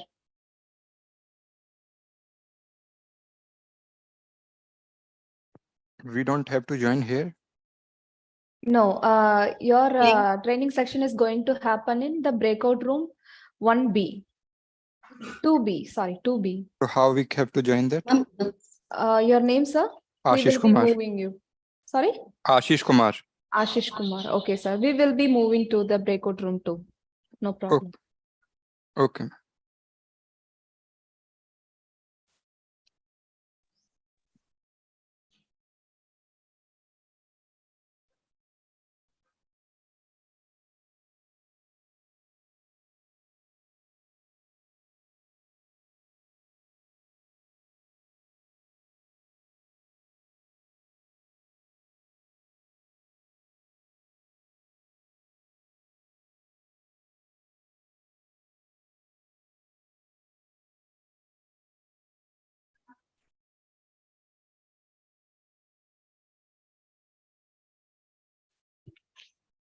Am I audible? Yes, ma'am, audible. Good afternoon. Good afternoon, ma'am. Shall we start, ma'am? Yes. Okay, ma'am. You have to send the list to me to my mail. Yeah, ma'am. You can you resend it? Sure. Okay, you can start.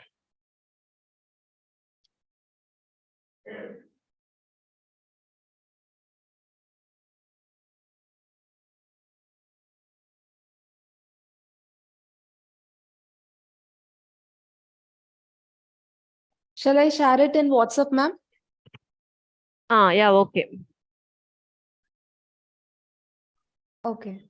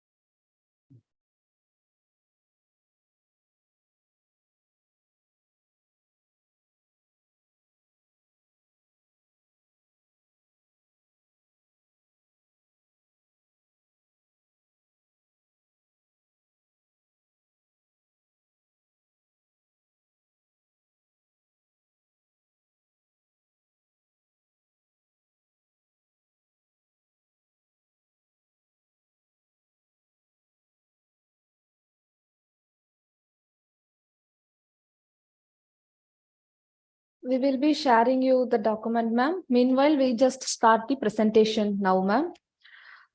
Okay, proceed. Yeah. Good afternoon, everyone. For this technical session 2, welcoming the session chair of the session, Dr. R. Subhashini, HOD for the Department of Information Technology from Satyabama Institute of Science and Technology. The first presentation given by Nandini, and the topic is Kurshi Sahatya, a former help desk using natural language processing.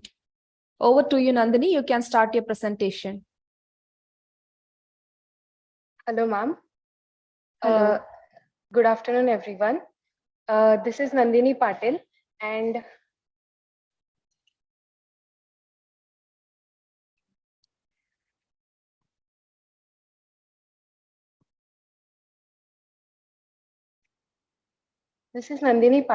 I am from Pune Institute of Computer Technology, Pune, a final year undergrad. And today's topic for my presentation is Krishi Sahayata, which is a farmer's help desk application, basically. So basically, Krishi Sahayata, let me break down the name for you. Krishi Sahayata, Krishi means farmer in Marathi, and Sahayata means help. So basically, this is a help desk for farmers that we are creating. So as far as the motivation and challenges behind this project is concerned, we know that India is an agriculture-based economy, and about 80% of the population in India is engaged in agriculture as their livelihood, and there is huge farmer population in our country for that. And for the same, our government introduces various government schemes for the benefit of the farmers regarding whatever agricultural produce they have, or agricultural pesticides, whatever they need in their farms. So what the main issue we noticed was, and we noticed it daily, that farmers are mostly unaware of the benefits that are granted to them by the government. And this is an alarming situation because they need to know that that government is trying to help them and the help should reach them. So that was the basic motive of our project. So for this project, we encountered certain challenges which we tried to highlight through our project objectives. And those challenges were like farmers are mostly illiterate, belonging to rural areas, and their illiteracy is technical. They do not have sophisticated devices for availing the vast internet we have out there in the world, and there are language barriers. Since these farmers belong to different regions of the country and different corners of the country. They have different dialects, they have different language propositions to say, but yeah, not everyone can understand this language of theirs. So it is very difficult to communicate with the government authorities to the farmers due to the language barriers, as well as attributed to their illiteracy regarding technicalities. They have less understanding about the scheme eligibility. This may be because of the less infrastructure we have in our villages, the lack of communication facilities between the farmers and the appropriate authorities for the same. Yeah, and because of this, there is less understanding of the scheme eligibility, and they do not know what schemes are made for them. Next we have is that we have a Kisan call center already present. This is a technique where the government has established an authority where there are people who can help the farmers. Farmers can contact them, they can call them and talk about their queries. Whatever they have, and the people sitting in the Kisan call center will communicate the solutions to them. But the main problem here faced is, according to what we surveyed in through the literature, it was given that farmers and Kisan call center people were unable to understand each other, because farmers were new to their dialect of speaking, and Kisan call center people were new to the farmers' dialects of speaking. So that was the basic challenges which we try to encounter through our project. So our project basically talks about an application which has a recommendation system to let know the farmers that which schemes are facilitated for them by taking the information from them, like taking the land information, taking the turnover information and everything else. Based on that information, we recommend them certain schemes which are availed by the government for them. Then we also have other things like farmer can just speak to the application. We want to make it so simple that farmer just speaks to the application and he gets what he wants regarding the scheme in that speech itself. So so that he will be able to interact with the technology in a more easier way. So that is the basic proposed application that we have today. So as counter to the challenges which were mentioned before that the farmers faced, there are certain objectives that we intend to achieve as against the challenges we have. So we want to provide farmers with live notification and updated notification about the updated government schemes that are provided to them. So there will this application intends to provide only one platform where farmers are going to get notification, and we are going to try to make that notification as simple as possible to understand for them. Again, we will have been recommending schemes to farmers using AI. Then, as I said, farmers can ask questions in any dialect, in any natural language they feel comfortable with, and they will be able to get the answers for the same. Then we have language detection in this because we will be converting the various dialects into the English language for the machine and vice versa for the same. We have certain system modules. 4 we have categorized for our project. So in this paper, we have proposed about question answering module and language translation module. So basically question answering module is a platform for answering queries. So there will be various schemes listed in this platform, and the farmers have to select any of the scheme they need and any of the scheme they feel they should know about. So once they enter into this module, they will be just asking, there will be 2 options. They can ask the questions and get the answers in text, they can ask the questions and get the answers in voice. So these two facilities are intended to be provided in this application of ours. So in this module itself, we use certain technologies with respect to natural language processing and AI for answering the queries of the farmers. Next is the web translation module. In this, we just translate the, first specifying the scope of the project, the scope we have kept until now is for Maharashtra. I belong to Maharashtra and our group belongs to Maharashtra. So we are focusing on the schemes given by the Maharashtra state government and for the farmers of the Maharashtra especially. So in this, our mother tongue, that is Marathi, we will be taking several dialects of Marathi and processing it to give queries, give answer to the queries of the farmers. So that is what language translation module speaks about. Then we have web scrapping module, in which we will be scrapping basically the whatever the updates regarding the schemes come on the official website of Maharashtra state government. So we do that in this model. And then speech recognition module, as I said, we will be detecting several Marathi dialects, and there are variety of Marathi dialects. There are large variety of sections in Maharashtra. So every section speaks different dialects. So understanding each dialect is done by speech recognition module of our application. That is the basic architecture of our application. In this, I have just specified the various modules that we are going to implement in it and a few tidbits of the technology that we are going to use. So I will be telling about the technology, what we are going to use. So as we have the question answering module proposed in this application, we'll be using Haystack framework for the same. Haystack is a new technology for the same for semantic analysis. We could have picked up a keyword analysis for the same keyword searching, but semantic searching fits more for this project because we are involving dialects in it. So, and we are involving dialects as well as farmers in it, and both are very difficult to specify. They may or may not specify the keywords needed for the machine. So we better used semantic analysis for the same using Haystack.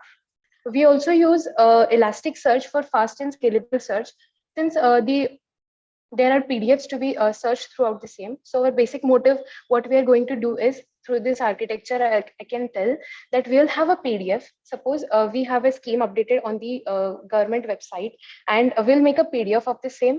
And from that PDF, whatever the question is asked by the farmer, we'll find out the answer from that PDF, from the corpus of the PDF, and then we'll answer the same to the farmer. So that PDF making is done by Haystack processing, pre-processing, and semantic search through it using retrievers and readers from Haystack. That will be done by Haystack. And Elasticsearch is what will help us with document storage.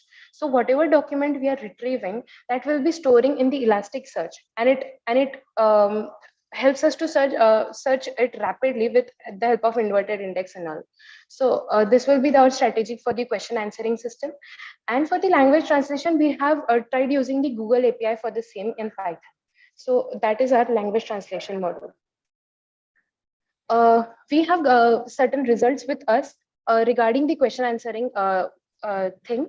Now here, as we can see on the screen, on the left hand side, we have the PDF, and this PDF is made by our module. So question answering module first makes this kind of PDF from the website. We have a MahaDBT website here, and from that website, we scrap this material for each scheme, and we make PDF of each scheme. And in that, we just have to ask questions. So this is a basic module in which we have input the question in just English language, that is, what is the eligibility criteria for this particular scheme. So we get the answer in the form as shown on in the C section of this result image. So basically, this answer is not the one we get. We actually get a large number of answers based on the ranking relevance score. So we take the answer which is highest rank in this case. Next is the result of the language translation module. In this, we have just an English translation of the answer, and we have the Marathi translation of the answer. So that is the Marathi translation part is for the farmers, and English translation part is for processing by the machine. So that is the basic language translation module we do. This language translation module is just done for clear Marathi without any regional dialect in it. But our further project includes a dialect also in the same. So apart from the modules specified in the paper, we have given. So we have tried certain further progresses in the project, and that includes this, which is a web scrapping module. So as I said, we will be scrapping the live updates of these schemes that the Maharashtra government is providing to the farmers. So we use this web scrapping module for the same. And as we can see that we have listed all the schemes that are updated on the MahaDBT portal as of now. So there are 11 schemes. And how do we get the PDFs out of this? So in that case, we just have to put a choice that is on the interface. We can see it as on the interface. Farmer will just click on the option where he wants to get the details about that scheme. And then in the next part, what will happen is that that particular scheme's PDF will be downloaded in our local folder.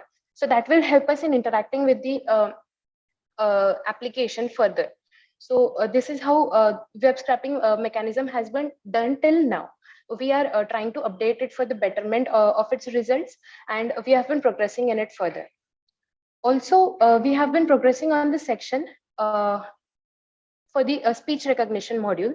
So in that, what we intend to do is we basically intend to create a data set of our own, which will contain the voice samples of various Marathi dialects. So we intend to collect the data points for various Marathi dialects, compile a proper organized data set of the same, and publish it so that it will be available for the public as well as for our project, that is the speech recognition module, which demands that database particularly.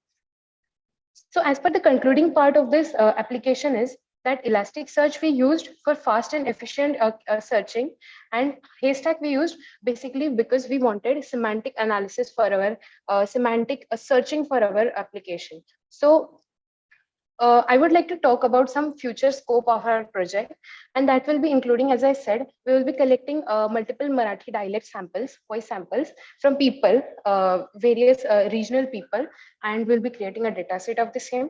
Then in the future scope, we will be also implementing in the same application speech recognition module, which will basically identify what dialect the person is speaking and convert it efficiently as efficiently as possible into its respective English translation.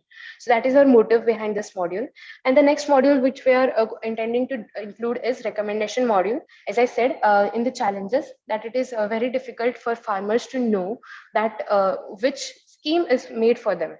So recommendation module will help to achieve this, to check this challenge in our application. So that is the future scope of our application. These are the certain references which we have referred for the same, for the entire application. Yeah, thank you. I'm open for questions. Very good presentation. Thank you. Let me know whether it has been deployed. Actually, we have not deployed it. We have created certain modules on, you can say, collaboratory, and we have just integrated it there.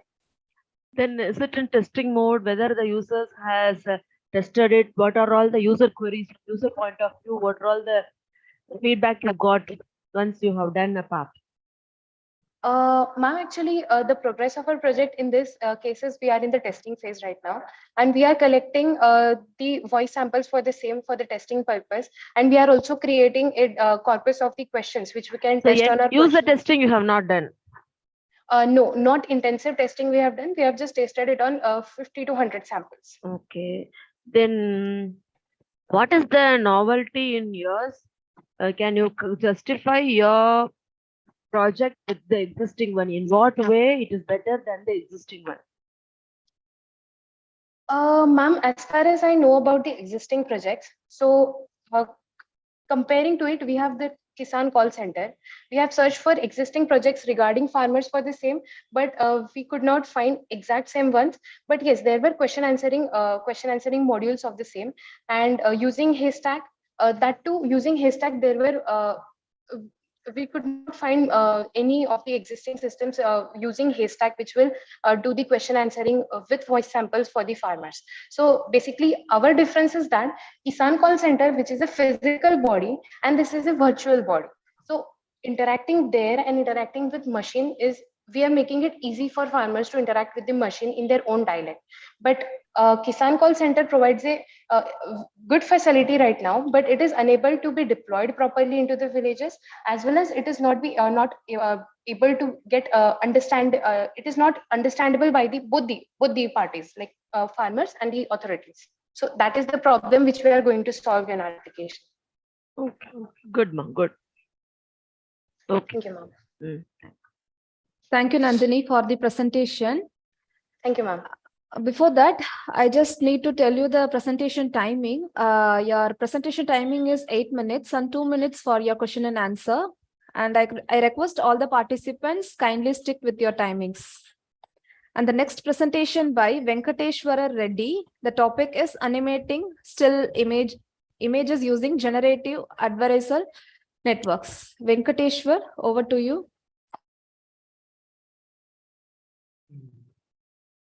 Good afternoon, everyone. This is Yashwant Reddy. Am I audible to you, ma'am? Yes, you are audible. You can start your presentation. Okay. Since our friend Venkateshwar Reddy has he's been suffering from throat infection, so I am here to present the presentation. So once again, good afternoon, everyone. Good afternoon, ma'am. Let me share my screen.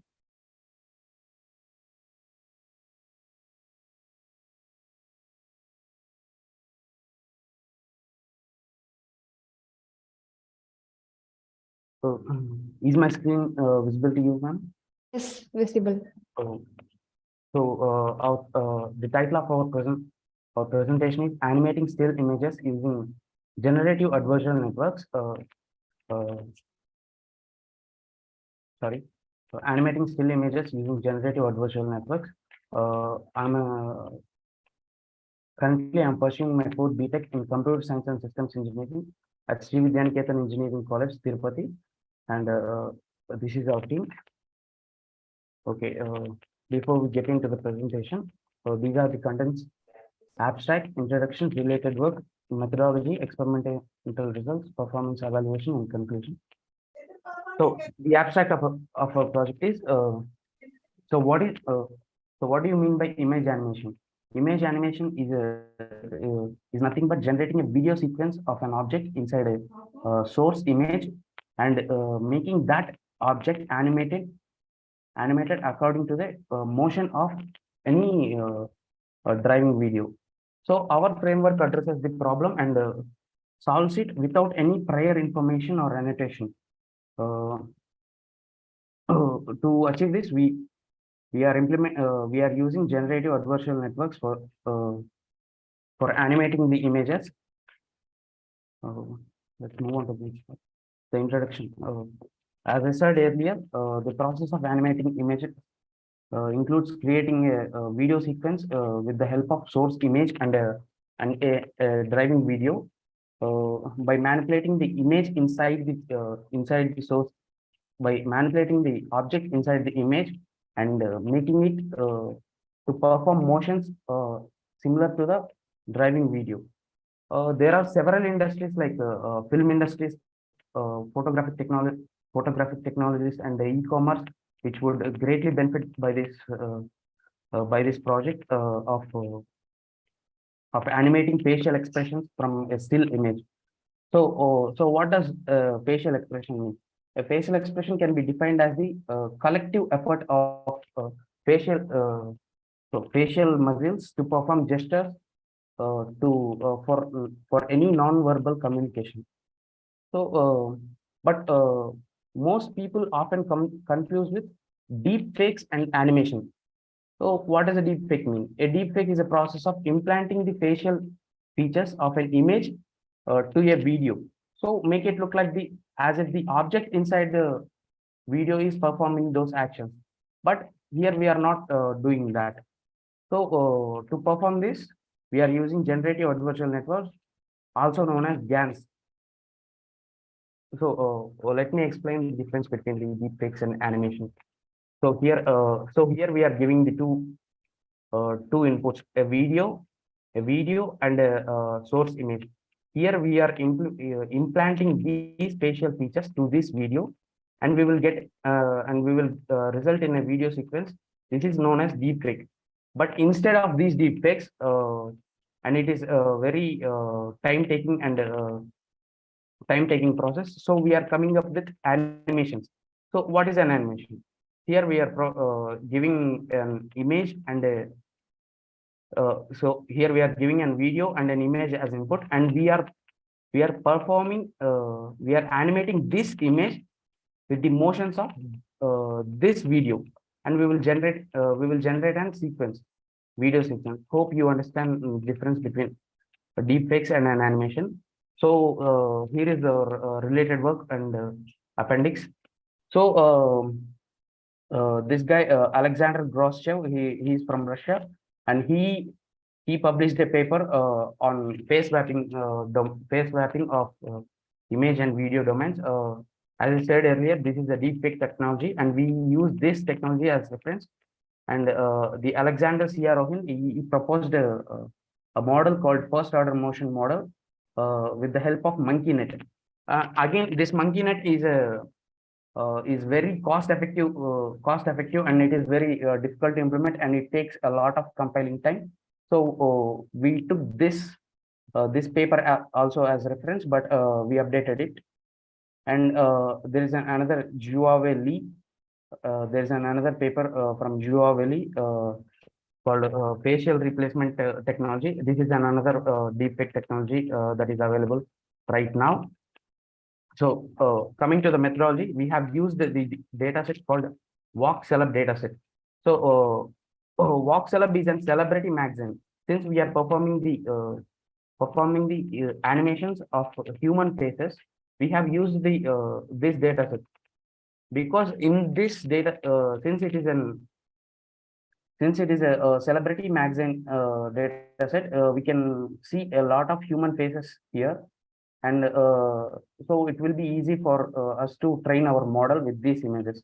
So, and we have collected more than 25,000 video clips and images, and we have removed for pre-processing, we have removed all those images and videos which are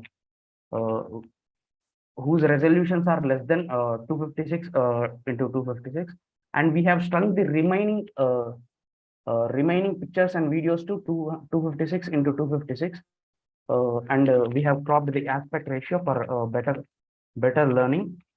So coming to our method, coming to our architecture, we have used the generative adversarial network. So in generative adversarial network, we have two main subcomponents here: a generator and a discriminator. So here the generator. So the generator always produces a fake images according to our requirement, and this discriminator is trained in a way so that it will find the it will find if the given input is fake or real. So it is like a cat and mouse game. So the goal of the generator is to always try to fool the discriminator by giving the fake images as input. Whereas the discriminator is like a cat, which is always ready to identify whether the given information is fake or real. So, but the primary drawback of this process is if the discriminator is trained in such a way that in a great way, such that it will identify the every output of the generator as fake. So it will be a problem for us. So to overcome that problem, we are using cycle generative adversarial networks, also known as cycle GANs. Here in this cycle GANs, we are using two generators, one for depixelation and downscaling, and other for reconstruction of facial features. So here we are. Giving the input, giving an image as input, and this generator A will downscale this image and will pixelate this image in such a way that most of the facial features will be lost. And with the help of FACS, called as facial animating coding system, the generator B will modify the facial features. You can see the expressions of the eyes are changed here. And again, it will reconstruct the image back with the original facial features. So this is our architecture, the model architecture. As you said earlier, it has two generators and a single discriminator. As you can see, we have given an image as input.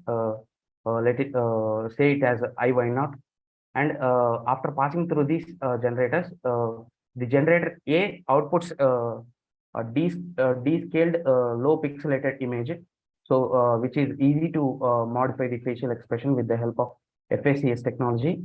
And again, the generator B will reconstruct the same image with the initial facial features, and this image will be sent to the discriminator, and if the discriminator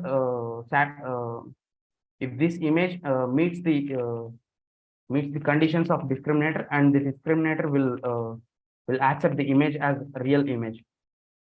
So now we have implemented this model in Google Colab, and we have found our results are quite decent and appreciating. So here are the still here you can see the still images IYR, and we perform the animations based on with the help of our model, with the help of FACS technology, facial action coding system. Here for each action unit, the image started to animate automatically itself. So here you can see the passport image of myself, and you can also see change also see this changing its expression. And we have also evaluated the performance with the rival methods like StarGAN. StarGAN is a StarGAN, ICGAN. ICGAN means instance conditioned generative adversarial networks, and cycle GANs that we are using right now. And we can see here this is the still original image, and this is the animated snapshots of it. And here you can see these existing rival methods performed very bad. You can see the pixelated images, and you can even see the facial features are lost. But our method has performed very well, and so that there is no chance of identity loss.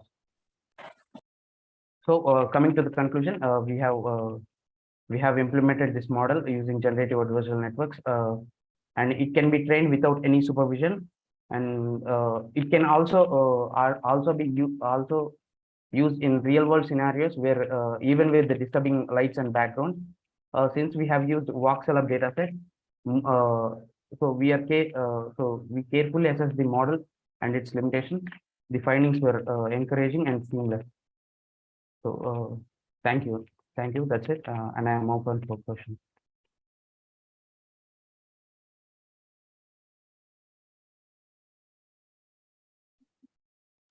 Thank you, Ashwath. Thank you. Subhashini ma'am, is there any question to ask? Yes. What are all the applications where it could be applicable? It could be applicable in many areas. For example, let's take an e-commerce website where the models cannot use the where the fashion models cannot trail every clothes there. So we can animate the model using, and we can implement there on, and we can use this model in many industries like film industry, photography industry, and there are many applications to it. Good. Okay. Thank you so much for your presentation. I just want to informing you that the presentation timing is going to be 8 minutes, and the 2 minutes for your question and answer. Dear participants, kindly stick with your timings.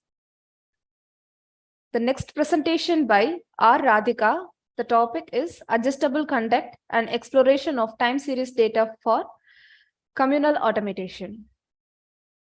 Over to you, Radhika.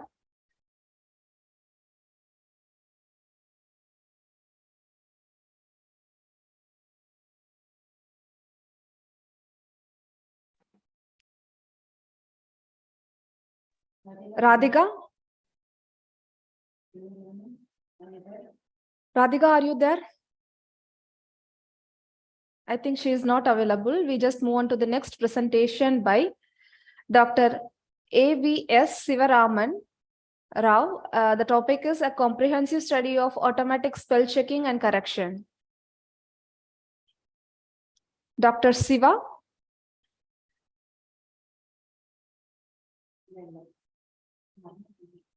Okay, we move on to the next presentation by Sonali.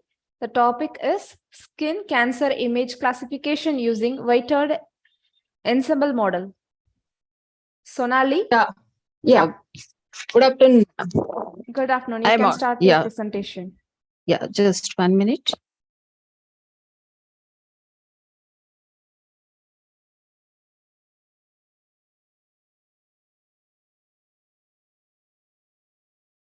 Meanwhile, I just informing all the participants, kindly ready with your presentation. So open your PPT and be ready with your presentation.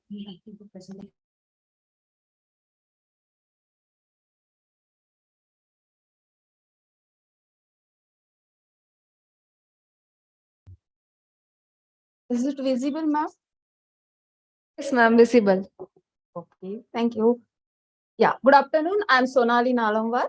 Today I'm going to give the presentation on skin cancer image classification using the weighted and ensemble model. I'm a research scholar of the Bharat University. I'm going to present abstract problem definition, introduction, theory, and important findings, SWOT analysis, conclusion, and the references.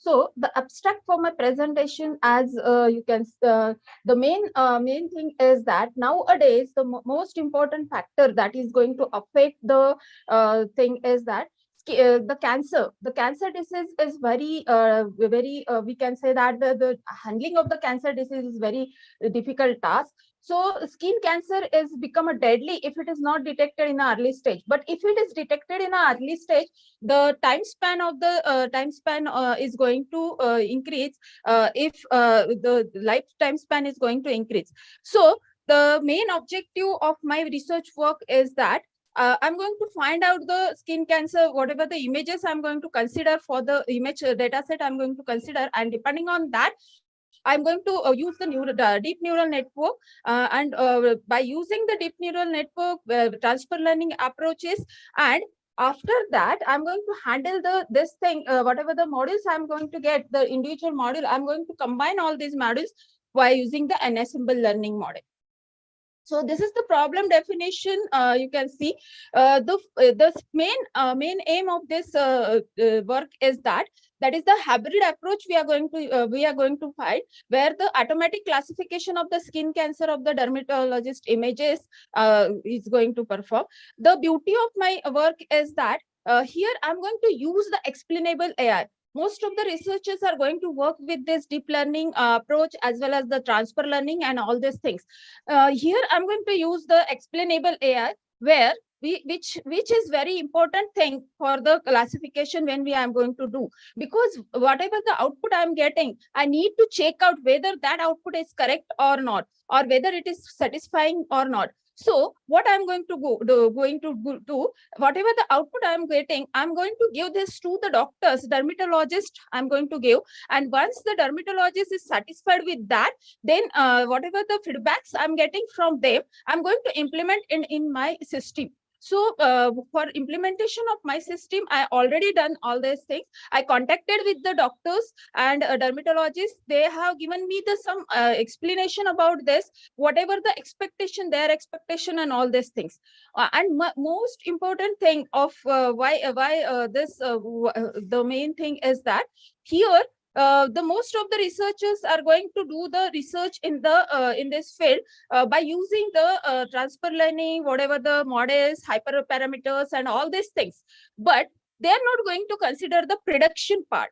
So as my system is going to take the images, whatever the images taken by the doctors, it is going to consider these images, and these images, I'm going to work on these images. I'm going to do the pre-processing on that images, and after pre-processing, I'm going to get the as per my configuration, I'm trying to get the images, and once I get that images, my system is going to give the output.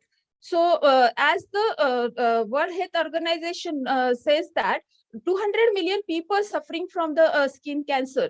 As you can see here, it is the 13th most common cancer and 15th most common cancer in women.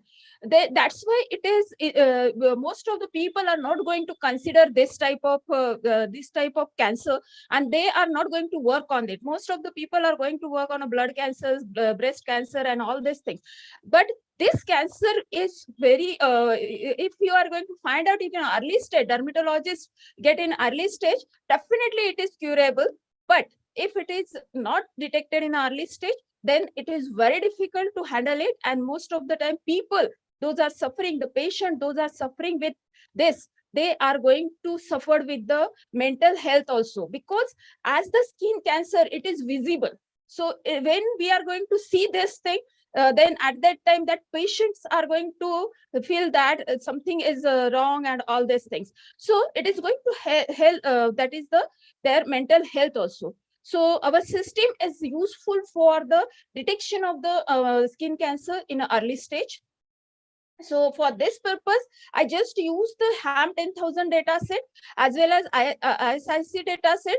So this I'm showing here this HAM 10,000 data set, and my aim is that not only to select the melanoma skin cancer, which is the mostly deadly cancer, but there are 8 different types of cancers are there. So skin cancers are there. So these are the description of the data set which I'm going to use, which consists of the number of images and all these things. So there are these 7 different types of cancers I'm going to perform. So AK, BCC, BKL, DF, melanoma, VL, ML, VL, and MN. So these are the images. Those are present in HAM 10,000 data set.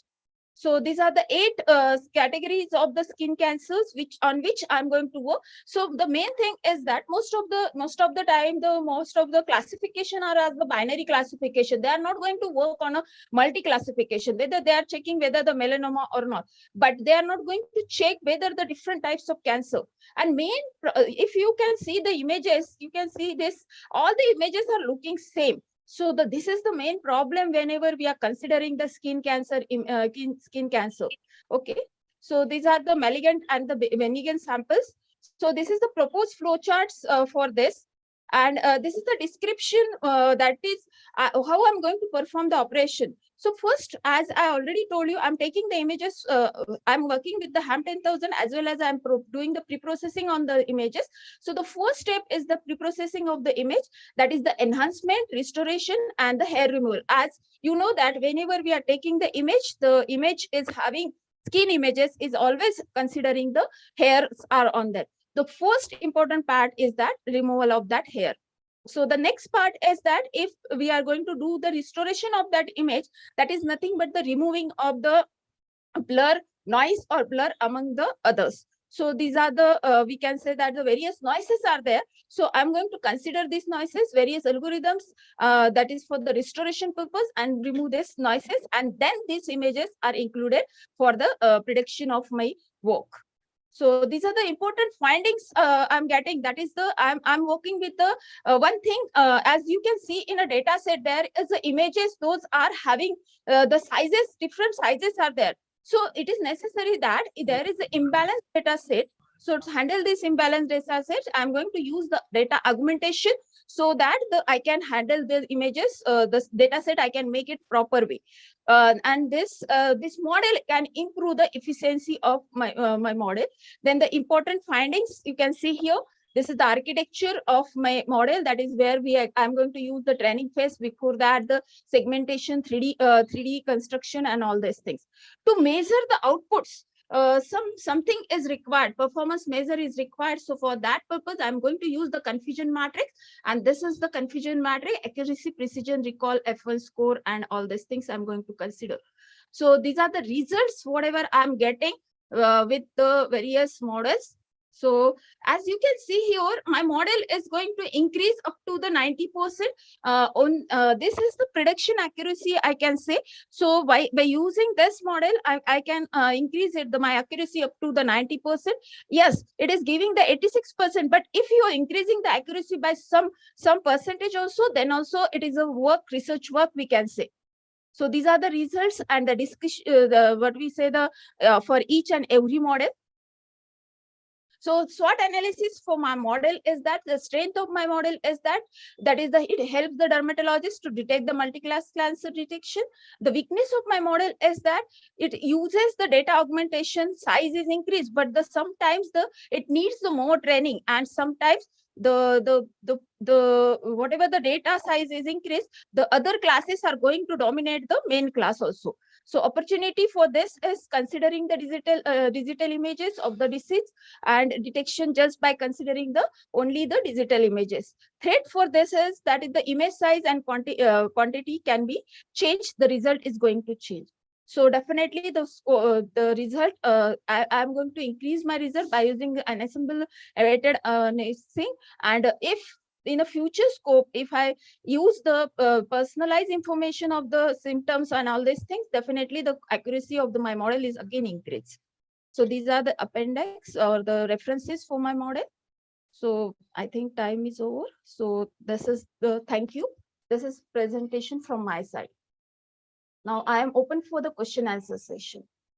Thank you, ma'am. Hello.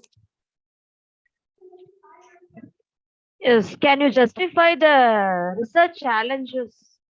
Yeah, as I already explained that part, that is the main research challenge is that we need to take the images, and when we are taking the image, dermatologist is taking the images. The thing is that pre-processing of that image, that is the hair removal, then blur images are there to remove that noise and all these things. And this is very important too. And the another thing is that informative AI, that is the need to take the feedback from the dermatologist, because what happened, we are having the data set, we are working on the data set, and we are thinking that whatever the output we are getting, it is accuracy only. But it is not just accuracy. We need to handle the production part, get the data from and as well as the challenge is that if the area is going to change, the skin cancer images and all these things are going to change. So this is another challenge we can say. Okay, what about the data set? Only one data set you have taken and tested? Yeah, just in this, I have shown only one data set. ISIC 2019 data set is also there. DermNet data set What is is also the size of the data set? How many images were there? in this the 10,000 ham 10,000, there is a 10,015 data 15 images are there. In your ISIC 2000, there is a 25,000 images are there. DermNet also having the 20,000 images. So, but DermNet is having not only the cancer related data set, it is having the cancer as well as the other what we say skin diseases and all these things. So first I work with the DermNet for the skin lesions detection, then I switch to the cancer detection. Then in your slide, you briefed about imbalanced data. Can you brief it? Yeah. So as I already shown this thing, so as I already given, just taken this data set size. So in this data set, you can see here the some of the that is the VL, that is vascular lesions. It is having the very less amount of data. Images are there. So sometimes what happens, if the less amount of data, the training is not possible. So we need to increase the data set by using the abstract image and all these things. Sometimes we are going to use the GAN network for that. And by using the GAN, we can increase the your data set. That is the imbalanced data set. So to handle the imbalanced data set, we can use this method. Okay, ma. Nice presentation. Yeah, thank you. Thank you. Thank you, Sonali, for the presentation. The next presentation by Ayakannu Selvaraj. The topic is selection of regressions models for engine energy prediction and application of machine learning for industry 4.0. Over to you, Ayakannu Selvaraj. You can start your presentation now.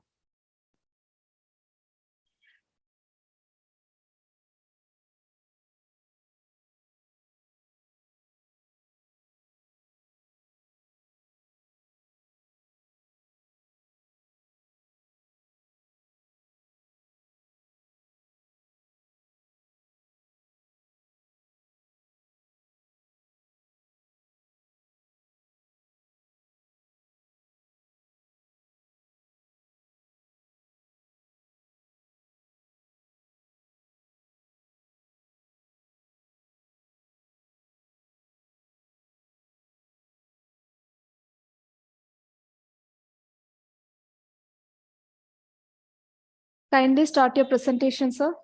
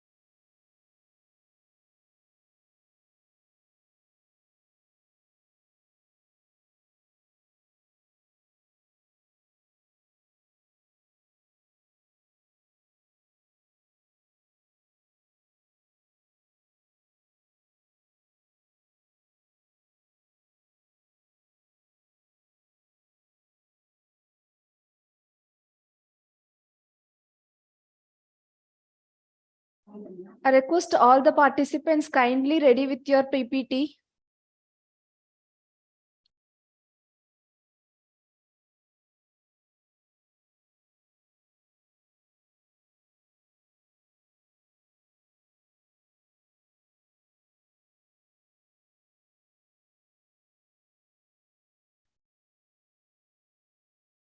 Let me know who is presenting.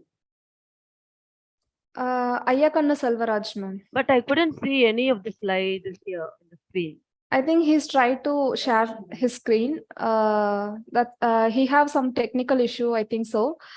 So shall we move on to the next presentation? Yes, don't waste ma'am? the time. Don't waste the time. Okay. Yeah, Mr. Ayakannu, you just ready with your presentation. Meanwhile, we just move on to the next presentation by Harsh Thakur. The topic is disease and pest detection in cross using computer vision, a comprehensive study. Yeah, good afternoon. I'll share my presentation. Sure.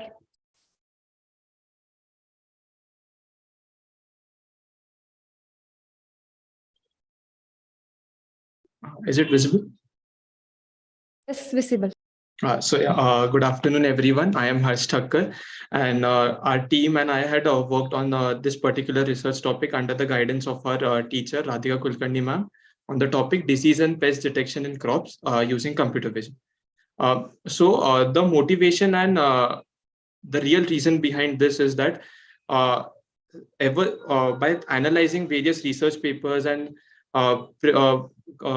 preparing a comprehensive study, we identified that identifying the disease and pests is a very difficult challenge which the farmers face.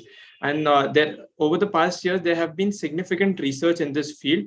And one of the important areas is that it is quite important to identify the diseases and pests at an early stage, because by identifying them at an early stage, it helps to prevent losses and it improves the yield significantly. So the main purpose of our study was to provide a comprehensive study of the existing methods which are being used and simultaneously propose two of our own methods to tackle this issue. So this was the related work which we had referred to. So in our research, we have used transfer learning models. So the first paper helped us to identify what all transfer learning models are being used and how they are being utilized. And the second two helped us in a way how to curate our own data set, because in our research also we have curated our own custom data set. So the next two related works, they helped us to identify and curate a process through which this can be achieved and what are the challenges which a particular custom data set faces. So in our research methodology, what we have done is that we had analyzed around 20 to 25 research papers related to diseases and pests. We had prepared a comprehensive study and we have done an thorough analysis identifying the what all data sets have been used, what all systems have been used, what all methodologies have been used, and what are the drawbacks of these methodologies. Then we had curated our own custom data set for cotton diseases, which was around 875 images, identifying the diseases and identifying into two classes as disease and fresh. Then and as we all know that deep learning models perform quite well when huge amount of data is being present. But this was one of the challenges also which we are facing, particularly in this domain, is that there is not much of images related to diseases, particularly of particular crops, available. So to tackle these issues, what we do is that we used various data augmentation and pre-processing techniques like flipping, normalization, rotation, in order to increase the size of our data set. Then on the custom data set, we had done a comparative analysis of 3 transfer learning model, ResNet 50, VGG 16, and Inception V3. And for the pest detection part, we had taken a data set which was available on Kaggle, which had around 3,150 images. We had performed the same augmentation techniques on it as well. And we had done a comparative analysis using 2 models, VGG 16 and Inception V3. So this was our proposed system and methodology. So as you can see, we had identified in our custom data set, these were the 2 classes which were available. The figure A over here shows that it is a fresh cotton leaf, and image B shows that it is a diseased cotton leaf. And on the other hand, the data set which for the pest, this is how the pests were being identified on the data set. Now, these are the experimentation results. So we had done a comparative analysis based on loss and accuracy for diseases as well as pests. And through our comparative analysis, we observed that VGG 16 had performed better in both cases. Now, this is a part of a 2-stage research process which we are doing. Obviously, this is not enough, and this research, a particular farmer will not be able to make significant use of our research, because at the end of the day, what he requires is that it should be able, a particular system or what we develop, it should able to identify whether it is disease or fresh, and if it is disease or fresh, what kind of disease is there, what kind of pest is there. So for our future work, we have started working on a new, this was a first stage process, and on the second stage, we are collecting data by going through various cotton fields or visiting various agriculture centers to identify particular diseases and pests which are quite prominent, particularly in India. And then we are curating our own data set for that. And then we'll be creating different modules which will ultimately benefit the farmers to help to able to easily identify and detect the diseases and pests, and at the end of the day, prevent their losses and improve the yield significantly. So this is what we are planning to do, and this was the research which we had done, which is helping us in our future work. So thank you for your time, and these were the references, and I'm open to any questions. Okay, what is the size of your data set? Ma'am, so the custom data set was around 875 images, which was divided into 2 classes: diseases, diseased cotton leaf and fresh cotton leaf. And on the other hand, the one which we had referred from the internet, it had around 3,150 images, which were divided into 9 classes of pests, different pests.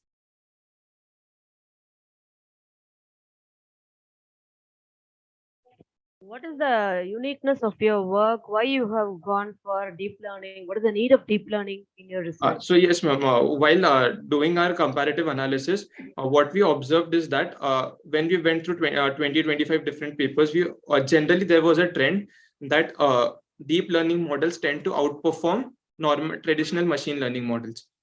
And for that basis, what we had done is that for our research, we had worked on deep learning models. But as we all know that deep learning models tend to perform better on more images.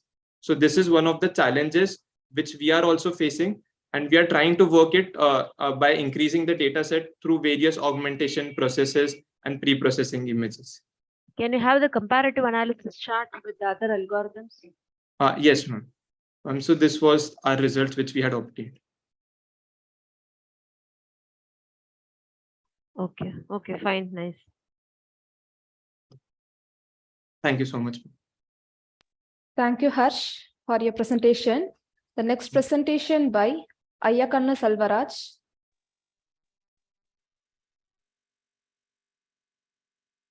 Mr. Selvaraj? Yes, madam. Yeah. Yes. I will share the screen. Okay.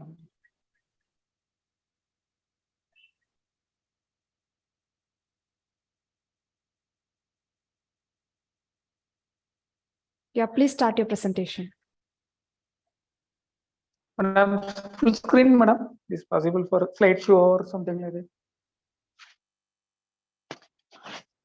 Okay, thank you. So I'm Selvaraj, currently working as associate professor in MG University of Aurangabad. So I'm going to present my small work, which related to the some forum, I mean like international conference, in which my topic is selection of regression models for engine energy predictions. It is application of machine learning for industry 4.0. So why I'm putting this kind of title is basically, we are going to implement, right? That is IoT, Internet of Things, and machine learning for industries. So, so when we talk about the sensor, it is going to be a very vital role for involving in the machine. So thousands of sensors are going to implement in the sensors, I mean industry, and we are going to make like centralized the industry. So all the data access is possible throughout the all industry. So that is what here I'm going for the scientific questions. Basically, when we talk about the machine learning, right? Normally the data collection is very much important, and unless data is not good quality, so it will be reflected in the output also. So when we talk about the machine learning, we should have some good quality data. So based on this only, we'll be getting the result. So this is a very important concern in the scientific questions. Please, ma'am, next slide, ma'am.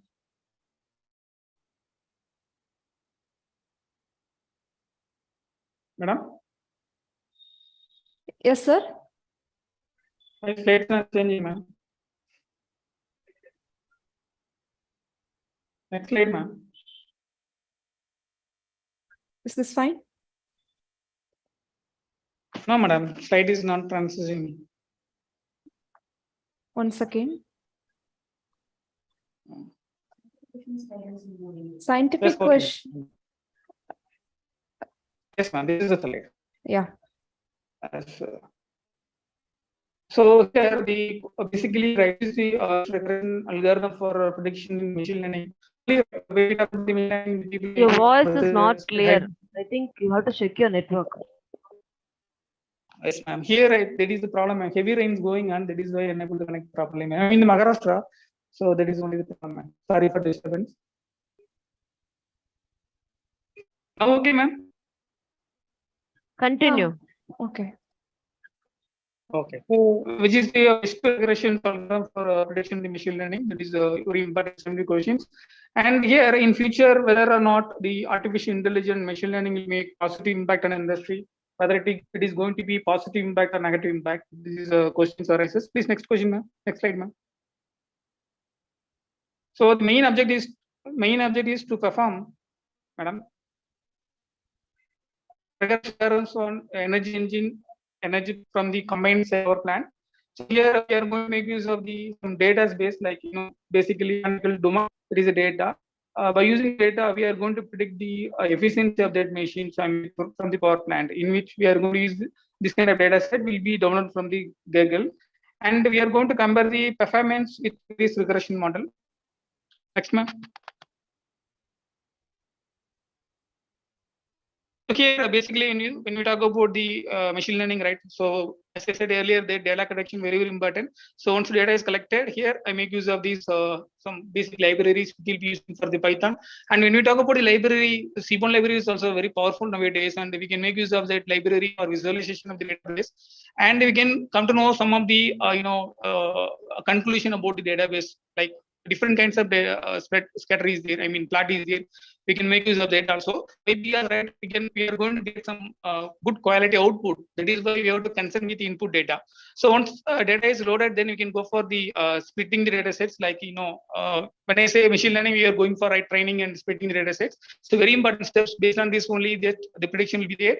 And once it is done, we can go for that importing all the machine learning library. That is here in this case, right? I'm going to make use of the linear regression and random forest and decision tree and support vector regression. On the support vector machine, we will be using the classification. It will be involving for the classific regression also. And once it is importing all the machine learning algorithm, we have to go for the initialization of the data, different regression models. Very important because Normally, when we talk about the data, we are having a lot of, n number of database. For example, when we talk about these, more than 5,000, 6,000 data may be there, in which all these data are like numerical value. So here statistics very, very important. Why? Because suppose there is a variation in the input side. For example, for some data maybe in very small number and some data is very larger number. So very difficult to handle these with kind of soft computing. So to in order to soft computing method, we are going to make use of some standardized data, normalized data. So in which you having like in transform is there. So basically, when you talk about this library, so Kalan library will be using for the training the model. So make use of the model, by make use of this Kalan library, we are going to make this fit transform. So that it's simply nothing but standard normalization or standard normalization, or we can go for that standardization. That is also very important term in which involved in the statistically. And once it is done, we can go for that training the data with respect to the testing.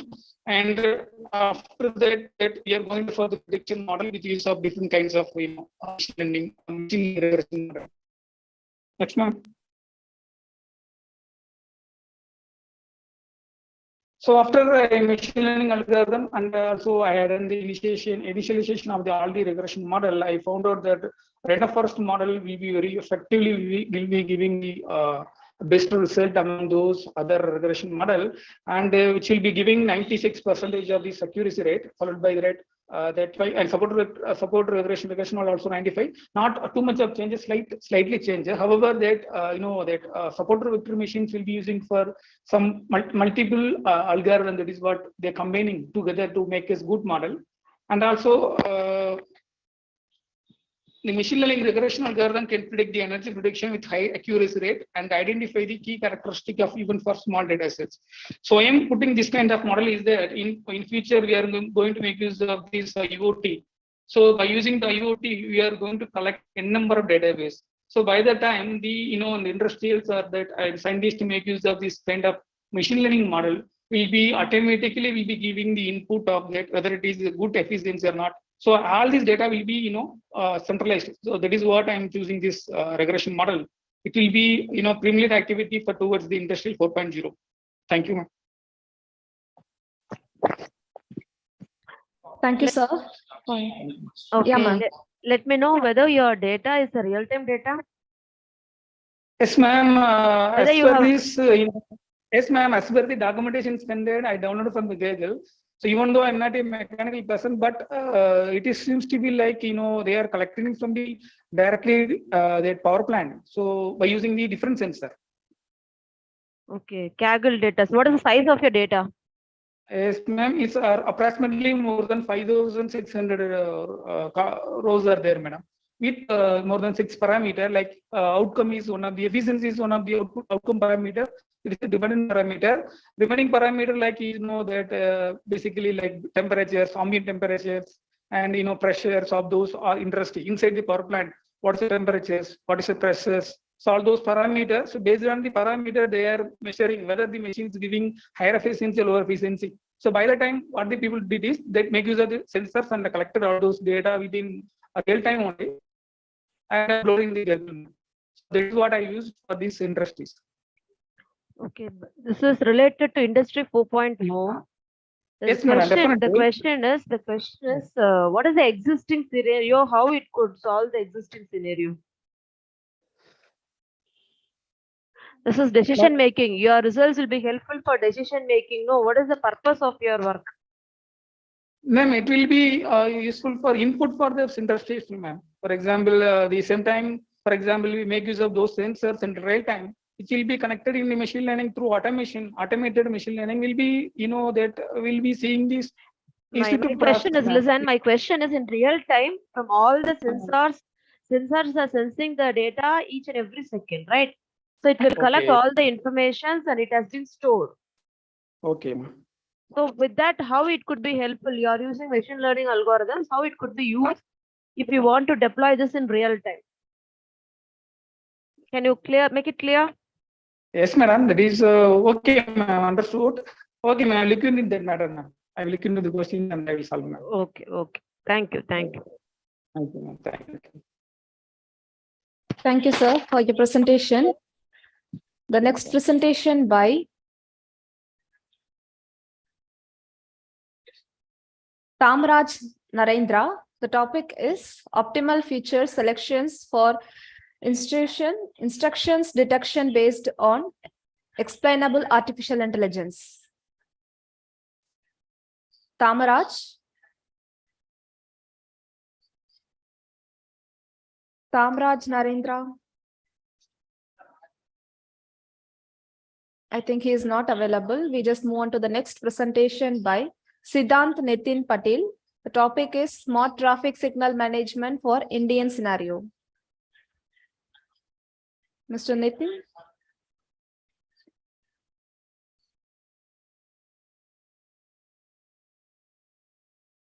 Siddhant Nitin Patel. Okay, we move on to the next presentation. Nitin Thakur. The topic is blockchain-based pharmaceutical drug and device auditing system. Nitin Thakur.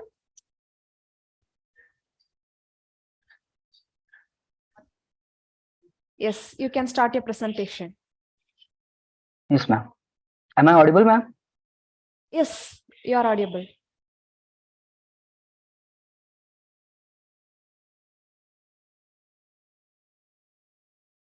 Ma'am, is the screen visible? Yes, visible.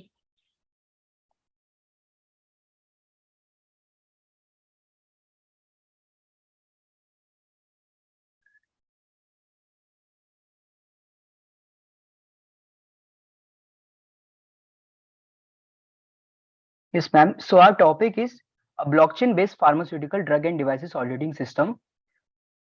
So in this article, we have three authors, me, myself. My name is Nitin Thakur. I am a student of School and Engineering Technology from Sharda University. My partner is Matrishi.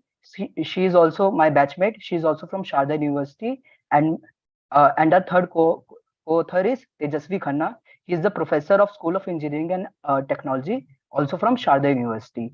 So me and Matrishi both are students, and we are currently pursuing BTech Computer Science from Sharda University in 4th year.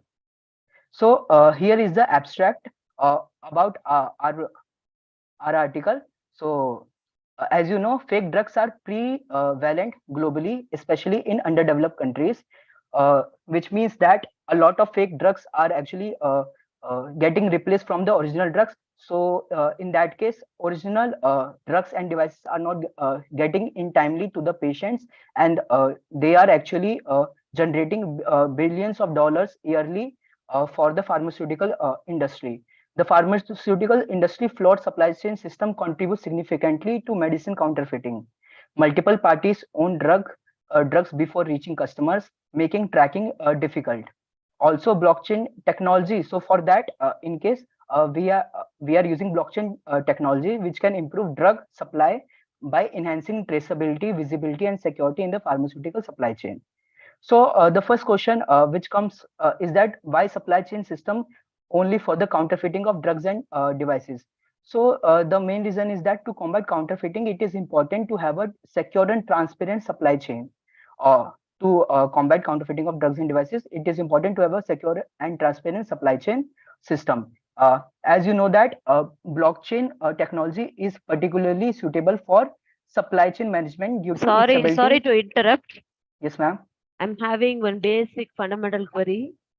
Yes, ma'am. Go to the first slide. Previous. Stop. Listen. Yes, ma'am. Fake drugs. Yes, ma'am. So drug supply, is it applicable? Sorry, ma'am. Drug supply, is it applicable? Drug supply, yes, ma'am. Okay, what is the objective of your work? So, ma'am, the objective of our work is basically to combat the counterfeiting of drugs in the pharmaceutical supply chain system. Continue. At the end, I'll ask a question. You continue. Okay, ma'am. Thank you. Sorry, ma'am. Yeah. So why we are only focusing on the supply chain system for combating counterfeiting of drugs, basically. So in order to combat counterfeiting, it is important to have a secure and transparent supply chain system. And that is actually because there are multiple stakeholders in the supply chain the pharmacy. As we know, there are retailers, there are manufacturers, there are distributors also. So anyone can be the reason for the combating of for the counterfeiting of the drugs. Therefore, we have to ensure that we have a very secure and a transparent system in the supply chain system. Now, why we are using only the blockchain for doing so? Because a secure and transparent supply chain system is, as you know, crucial for the patient safety. By tracking the movement of drugs and devices from raw material supplied to the end user, a blockchain-based supply chain system can help to prevent counterfeit drugs from entering the market. As you know that blockchain provides us an immutable record system of the all stakeholders in the system. So due to which no one will be able to access no one will be able to change the records of the system, or will be able to change the batch of any drugs which are going through the supply chain system. Now here's the description of our proposed method which we are going to use. So our proposed method is to improve this integration and coordination of supply chain capabilities by making it simpler for all parties involved in the production, assembly, distribution, and maintenance of items to share records. This increased visibility and compliance of products to global standards allow for real-time monitoring of shipments of orders and fosters trust between manufacturers and clients. With blockchain technology, supply chain becomes more reliable and transparent. So we are suggesting two different technologies for this, which are based upon Hyperledger Fabric and Hyperledger Besu. So here we have also included an article which have reviewed the comparative analysis between various technologies like Ethereum, Hyperledger, and Corda, and Solana, and Ripple also. For parameters of this comparative analysis, we have taken two main parameters, which are scalability and transaction throughput, which is basically the transaction per second of the blockchain. Now, what is actually Hyperledger? So Hyperledger is basically a framework which actually provides us provide us an architecture in order to deploy our smart contract over the Ethereum. So in Hyperledger, we have studied and described two technologies based on Hyperledger, which is Hyperledger Fabric and Hyperledger Besu. So this is the architecture. This is an image of the architecture of the Hyperledger Fabric, and what it provides is that three main key points. Number one is modular architecture. So Hyperledger Fabric has a modular architecture that allows for flexibility in terms of conscious algorithms, smart contract languages, and data privacy. Number second is private and permissions. So Hyperledger Fabric is designed to be used in private or permission blockchain networks, which means that access to the network is restricted to authorized participants. And third, which is last but not the least, is smart contracts. So Hyperledger Fabric support smart contracts, which are self-executing contracts that are coded on the blockchain. Number second is the Hyperledger Besu, which is also based upon the Hyperledger, but the difference between it is that it also provides some more things like Ethereum compatibility. So Hyperledger Besu is compatible with the Ethereum virtual machine, which means that it can execute smart contracts written in Solidity, which is the most popular smart contract language in the Ethereum network. And it also provides us the privacy, which actually provides granular control over network permissions and privacy, which allows for the creator to provide permissions Ethereum networks. And third, which is last but not the least, is interoperability. So Hyperledger Besu supports interoperability with other blockchain networks and enterprise systems. It is capable for connecting to public Ethereum networks, other Hyperledger frameworks, and legacy system through standard APIs, making it easier for enterprises to integrate their existing systems with blockchain technology. So the methodology which we have used for creating our implementations, our implementation is that first we have defined the requirements in this stage, the requirements for the pharmaceutical supply chain systems were identified, including the stakeholders involved, the data to be tracked, and the business logic to be implemented. The second step of our methodology was to design the architecture, which was based upon the Hyperledger Besu, including the choice of blockchain platform, the smart contract structure, and the user interface design. The third step was about develop smart contracts using, we have used Solidity. So in Solidity, we have developed our smart contract, which defines the business logic of the system, including the tracking of the pharmaceutical products throughout the supply chain. And last but not the least was to develop the user interface using React.js, which we have done. The user interface is very minimalist, so that user can easily interact through the application. And after that, it was test and debug using Truffle and Ganache.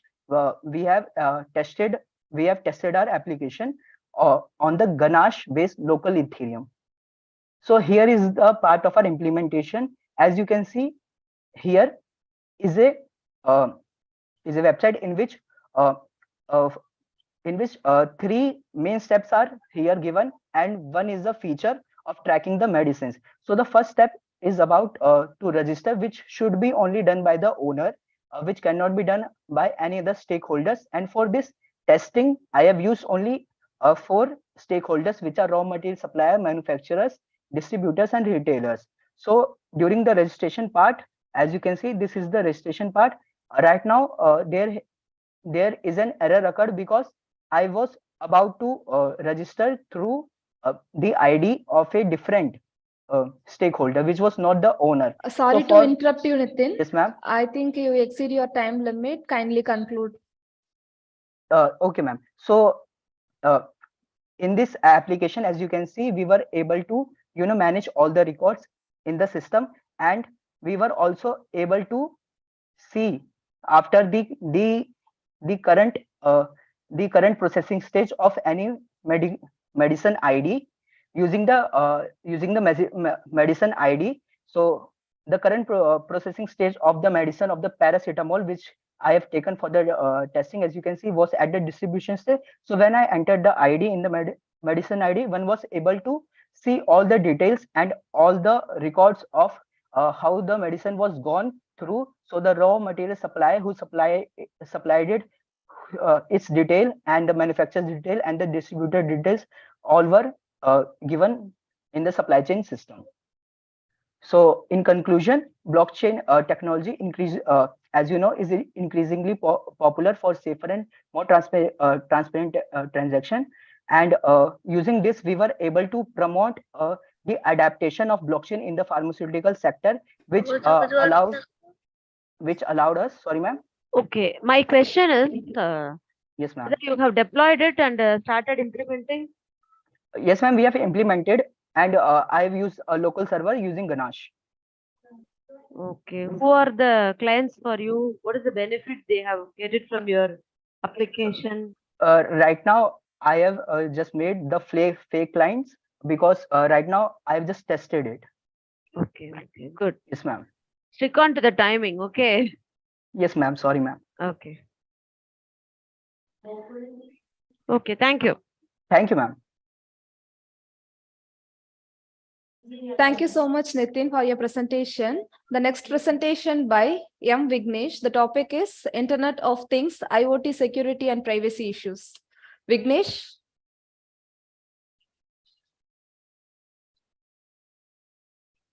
Vignesh, are you ready with your presentation?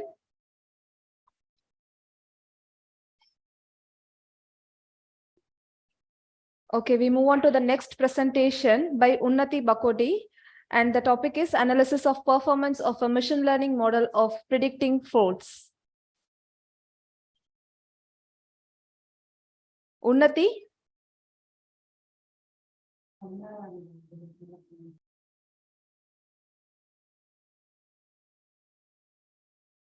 Yes, ma'am. Yes, please start your presentation. Yes, just 1 minute. Okay, I request the participants kindly ready with your presentation.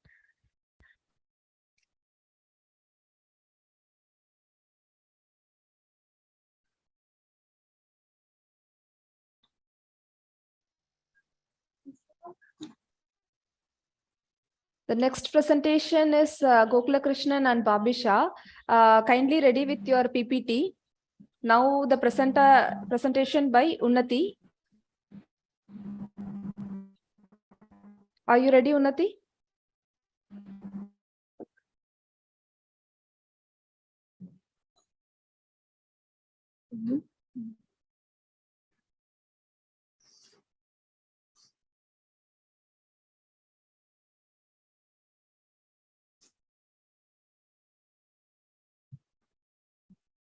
Hello, ma'am. Hello, please start your presentation. Who is presenting now? Unnati. Okay.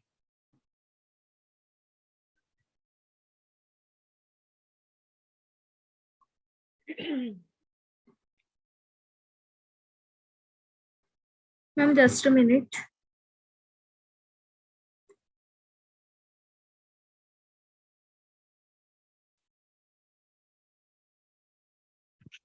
Your screen is visible only. You can start. Yeah, your screen is visible only, Unnati. You just start presentation by using the screen. No problem.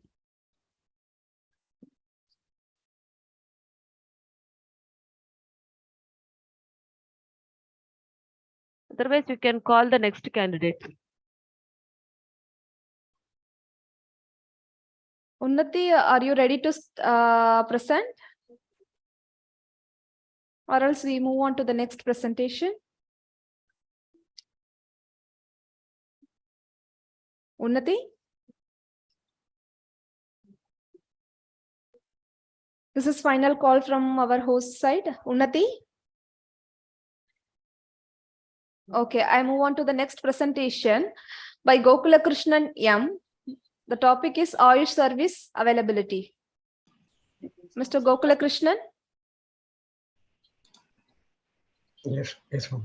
Yeah, please start your presentation.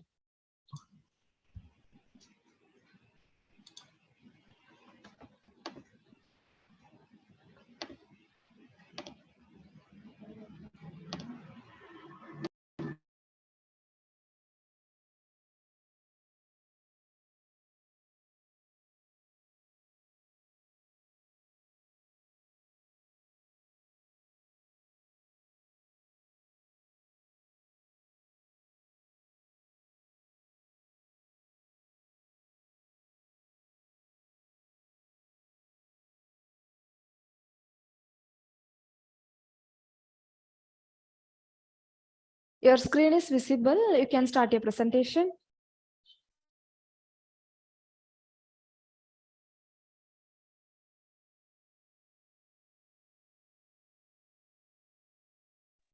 Meanwhile, I request Babish Dekha, your presentation. So be ready with your PPT.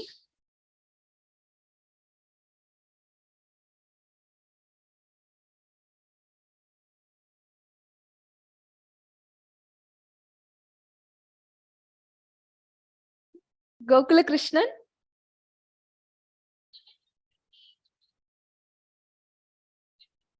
Am I audible to you, Gokula Krishnan?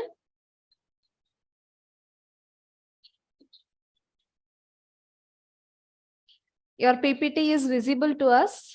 Kindly start the presentation.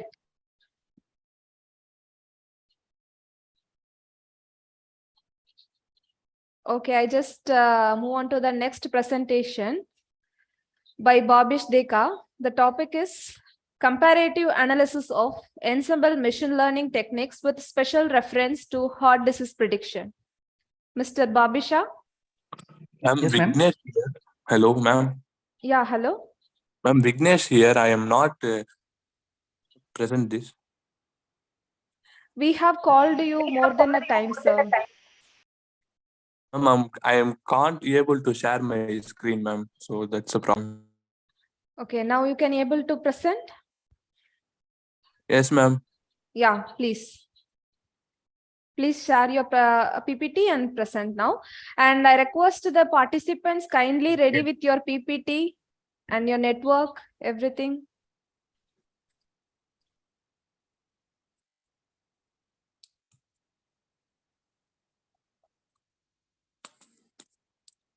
Ma'am, I'm not able to share my PPT, ma'am. Okay, you just send the PPT to our coordinator WhatsApp number. We will be Okay. sharing you. Okay, ma'am. Meanwhile, we move on to the next presentation. Babish Dekka. Yes, ma'am. Yeah, you can able to present now. Oh, okay, ma'am. No issue. Yeah, please share your screen and present. Okay, ma'am.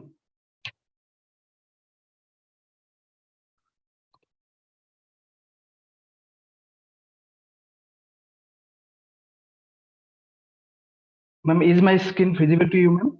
Yes, visible. Okay.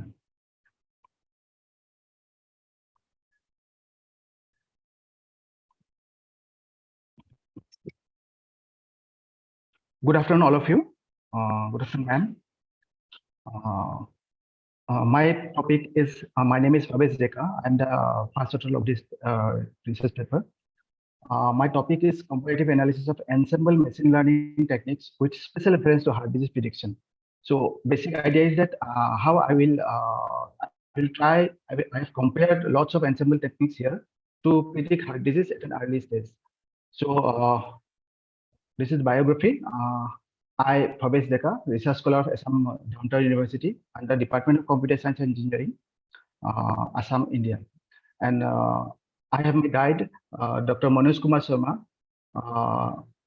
Associate Professor, Department of Computer Science and Engineering, Assam Downtown University of India.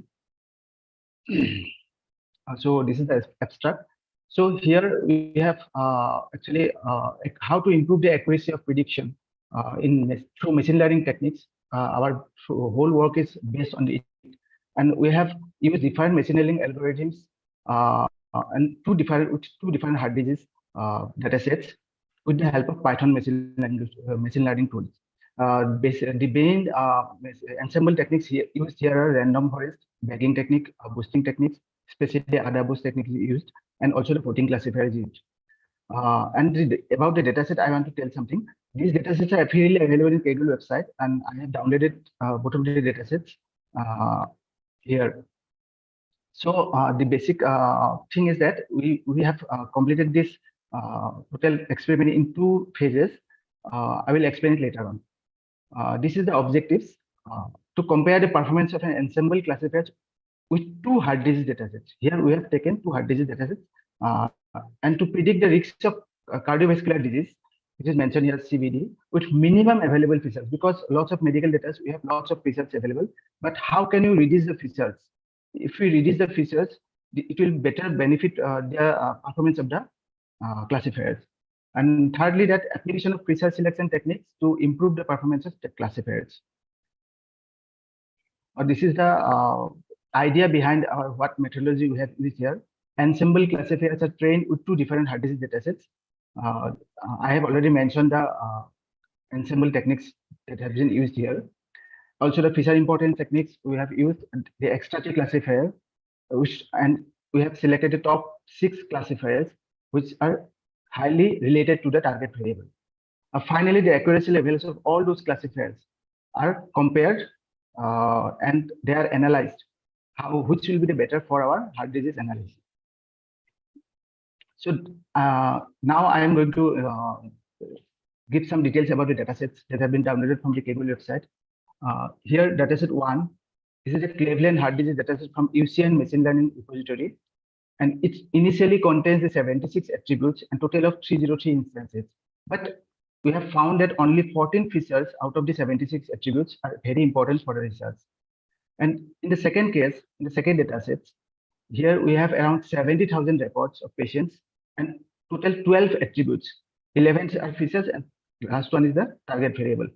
And it is also downloaded from the Kaggle website. This is the description of the dataset 1. You can see we have 14 attributes. The names are age, sex of the patient, cyst pain available is not, cholesterol level of the patient, fasting blood sugar. These are the attributes, and you can see their values. Their values also ranging from some are binary variables, some are like you can see the age variable is age of the patients in years. And the target variable you can see it is a binary variable. If the patient is having heart disease, it is marked as 1, and if it is not having the heart disease, the patient, it will be marked as 0. In the second case also, here you can see the correlation among the attributes of dataset 1. It is actually created through the Python machine language tool, and I have given the screenshot here. You can see some values are given in negative way and some values are given the positive numbers, because some attributes are related to each other in a negative way. Suppose if chest pain is increasing and some value like here exchange, it is decreasing, at that time they are negatively correlated. If we have some positive values, it means that both of the variables are, if one value is increasing, other value will also increase. Here you can see the colors. This is the description with dataset 2. We have here the 12 features. I have already mentioned it. There are age, height of the patient, weight, gender, high blood pressure, low blood pressure. It is mentioned as systolic blood pressure, diastolic blood pressure, cholesterol level of the patient. And finally, you can see whether the patient is having smoking activity or not, alcohol intake capacity. These features are also considered in these datasets. This is the patient related to the male and female, the sex attribute, how the dataset 1 is distributed actually. You can see 0 is indicated here with female and 1 is indicated here as male. So the red color, all the red colors in female portion are having the heart disease, and the green color indicates that patients having the not having heart disease. In the same way, we can see the male case portion also. We can see that in the bar diagram that the red color indicates the patients having that much of portion having the heart disease, and green color indicates that person having not having the heart disease. Similarly, you can see in the dataset 2 also. This dataset consists around 70,000 records, and we have around more than 50,000 records having male patients, and around you can see 20 to 25,000 patients are having female patients. So here also we have marked as color dose portion. Red color indicates the patients having heart disease, and green color patients having the not having the heart disease. This is the main model that we have done the experiment. You can see first phase is the data pre-processing. As we have already mentioned here that we have downloaded the dataset from Kaggle website. This dataset is already noise-free dataset. It is totally clean. We have already checked it. And in the second phase, datasets are divided in 2 portions: testing data and training data. And those datasets are initially we will provide a training dataset to the models. Here we have mentioned the model names. The random forest classifiers we have used, bagging techniques, and the boosting techniques, and finally voting classifier. The training dataset we have individually fitted to all models. We have trained the models, and finally we'll test those models with the testing datasets. And every model individually will provide us the prediction accuracy. And here you can see with blue colors, the model will provide the prediction accuracy. We'll analyze those, we'll compare those results in the final section. So this is here I have mentioned the training sample and the testing sample. Now you can see when we have done the experiment in model 1, that is random forest classifier, you can see dataset 1, which is having 303 instances. Just below you can see this is the confusion matrix. We have false negative, true positive, true negative, true positive, and false negative, false positive. Similarly, in case of dataset 2 also, this is confusion matrix is given here. Now it is in case of data model 2 bagging ensemble technique. You can see the confusion matrix we have given here, both for the database, dataset 1 and dataset 2. This is for boosting ensemble technique. The database technique is used. And finally, in our model 4, we have used the voting classifier, which is having we have used the 5 weak learners: logistic regression, support vector maximum, decision tree, k nearest neighbor, and naive bayes. And finally, the voting classifier is providing us this kind of confusion matrix. This is the result analysis. What we have got, this is the first phase, and what we have received that result. So in case random forest, you can see from the diagram, if you look at the x-axis, that means the vertical horizontally, random forest, we have mentioned dataset 1 and dataset 2, how much accuracy we have obtained. For dataset 1, we have got 82.52%, and for dataset 2, we have received around 71.22%. Similarly, in bagging technique also, in dataset 1, we have got the highest accuracy level, 90.16%, and in dataset 2, we have received around 71.32%. For boosting technique, you can see we have got for dataset 1 78.68%, and for dataset 2 66.85%. Finally, the voting classifier also shows us that dataset 1 we got around 88.52%, and for dataset 2 it is 68.42%. Now let's move on to the second phase, where we have used the feature importance techniques to find out those features which are highly related to the target variable.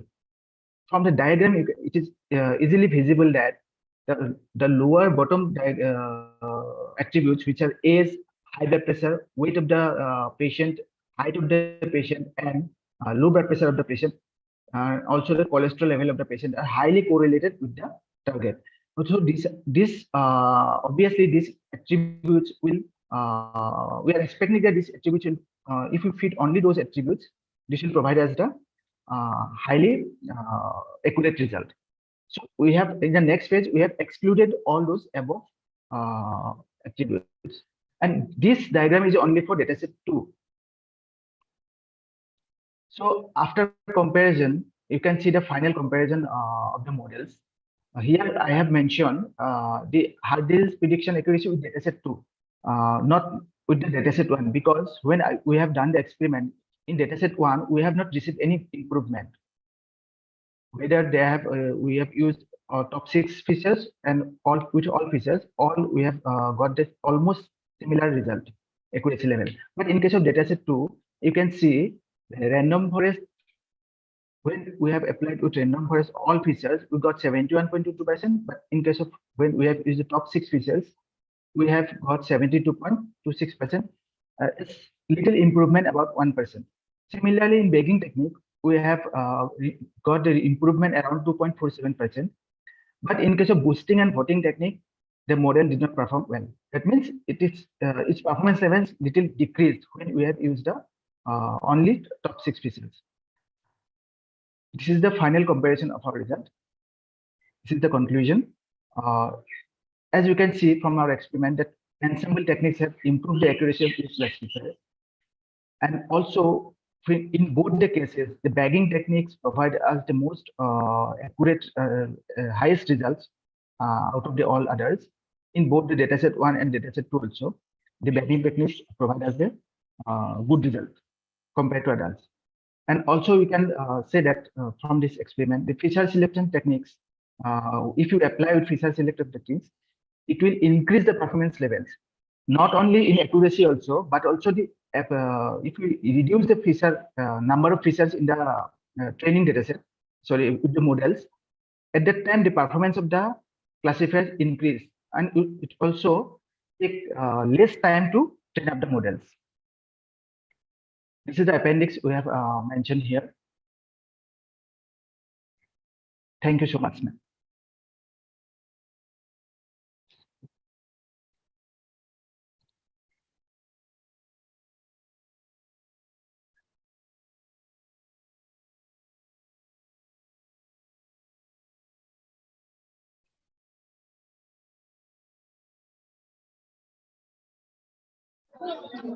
Hello, ma'am. Very good presentation. But try to deploy that you have done the comparison, right? Yes, ma'am. Try to implement in real-time data and try to bring it to the society. Definitely, ma'am. I will try my best. Okay. Thank you. Thank you so much, ma'am.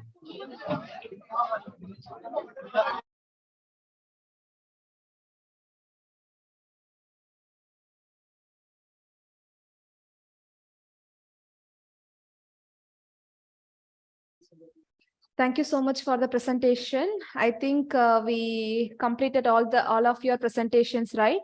Is there anyone to present now? Yes, ma'am. I want to present now. Okay, Unnati. You just start, share your screen and start your presentation. Yes. And complete soon, Unnati. Yes. Visible screen? Yes. Good afternoon, everyone. My topic name is Analysis of the Performance of Machine Learning Models for Predicting of Flood.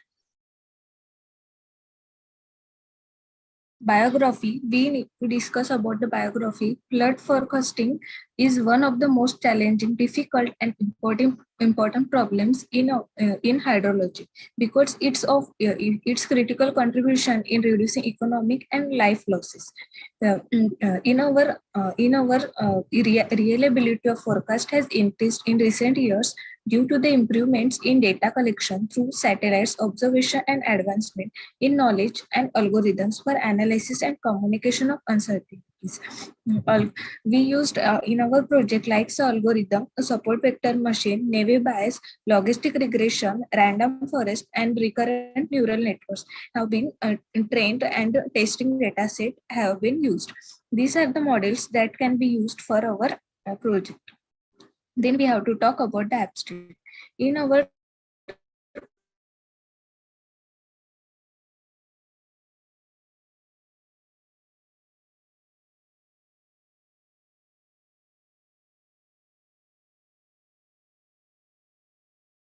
Unnati, your voice is not audible.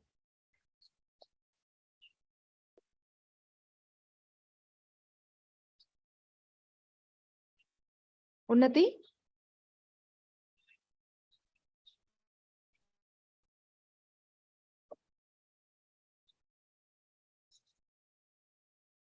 Unnati?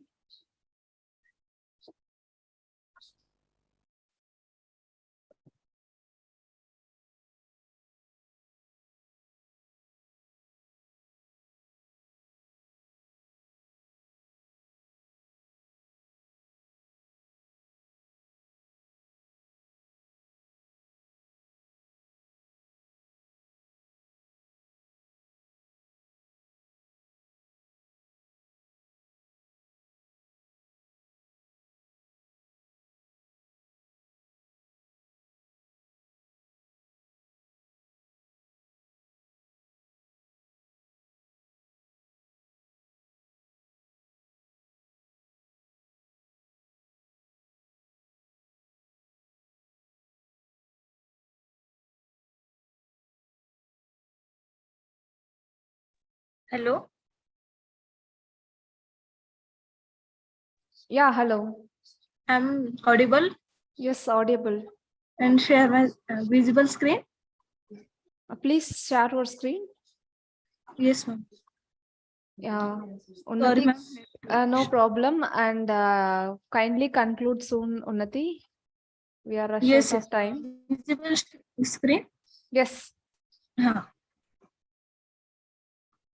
I want to talk about the description that is in our project. We concluded the following steps. So that our first step is in proposed work. We collect data set based on Kerala data. Collect data set from Kaggle.in website or Git website. In next step is step 2. We apply pre-processing method, labeling and labeling of the data. In step 3, then we apply training and testing method. In step 4, then we apply SVM algorithm for classification of a model. Step 5, then we fetch live data of rainfall ranges and testing method is applied on this and accuracy is compared. Step 6, then we predict the chances of flood for the designated area using the RF algorithm that may be flood may occur or not. These are the flowchart of our project. In flowchart, first we collect the data set based on Kerala.in website, and then we apply the pre-processing technique. Then we have to split data in two data set, that is a training data set and testing data set. In training data set, we classify the algorithm, that means the SVM algorithm used. In testing data set, MLP model is used for predicting the result. Then predicting the results that the flood may happen or flood may not happen. Next is the conclusion. It concluded that the systematic way in our project, a conclusion that is the systematic process will be initiated by the process of data, that means cleaning, processing the missing values, exploratory analysis, and in the end, building the model for evolution. The performance and accuracy on test data will taken into consideration, and the model with highest performance and accuracy will implement in the machine learning model. The value can be predicted in the factors like precision, recall, FN score, sensitivity, and specificity in the form of confusion matrix with TPT and FV and FN will be calculated. These are the references we are used in our project.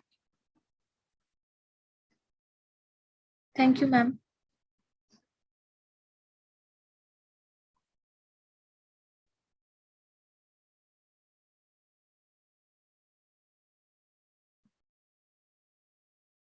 Hello.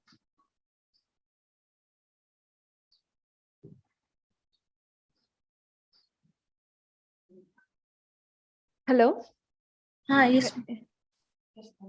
Yes, thank you so much for your presentation. Is there any questions to ask to her, ma'am? Okay. Thank you so much, Unnati. Welcome, ma'am.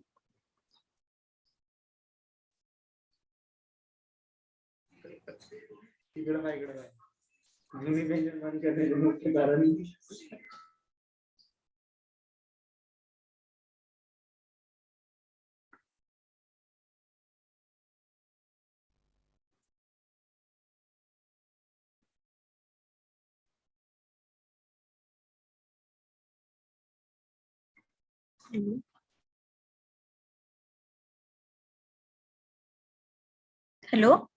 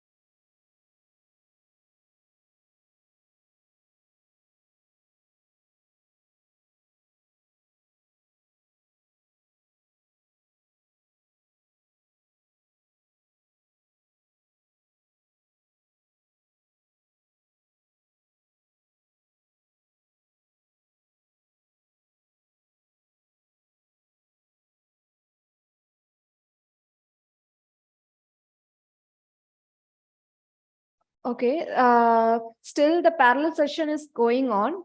So once it gets over, I will be announcing the price validatory function. So kindly wait for the next 5 minutes.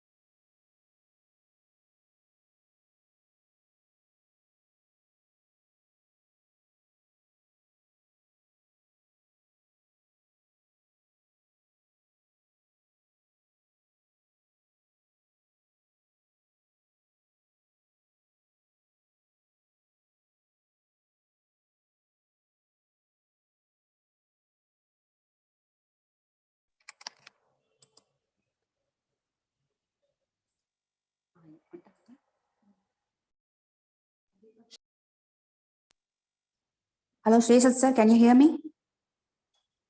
Yes, ma'am, I can hear you. Okay, sir. Can I ask him to start the presentation, sir? Yes, please. Dipanshu, you can start your presentation. Yes, sir. Good afternoon, everyone. This is Dipanshu Sanjay Levarkar. I am a student of MTech Structural Engineering. I am pursuing my MTech from YCC College, One College of Engineering, Nagpur. So today's my topic is optimization of shear wall damper bracing system under seismic loading in a multi-story irregular building. So here is a little bit about my. I'm an author.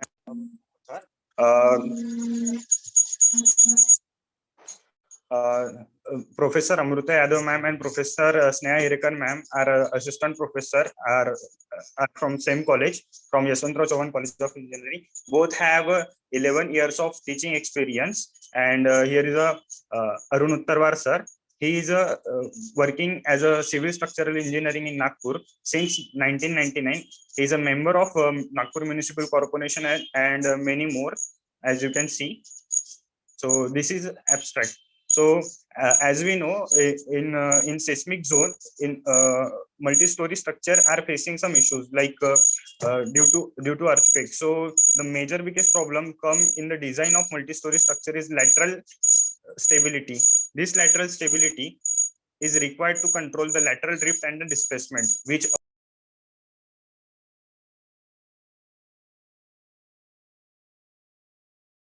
We lost your voice, Dipanshu. Dipanshuji, you are not audible. Dipanshu, can you unmute yourself? yes, yes, ma'am. Am I audible now? Yes, you are audible. Please continue. Okay. And Dipanshuji, I would request you to please focus on your outcomes. Yes, sir. Sir,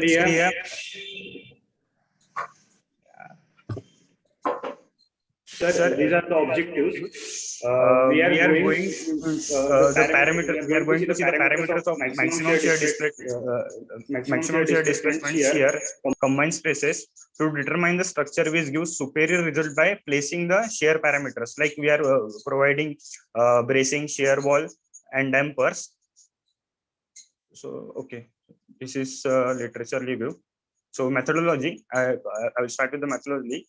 The analysis was conducted by utilizing the software ETAP 2017 to order to discover the fundamental elements like displacements, drift, story shear, and story stiffness for the analysis of response spectrum. Method is adopted. We are using the response spectrum method for this.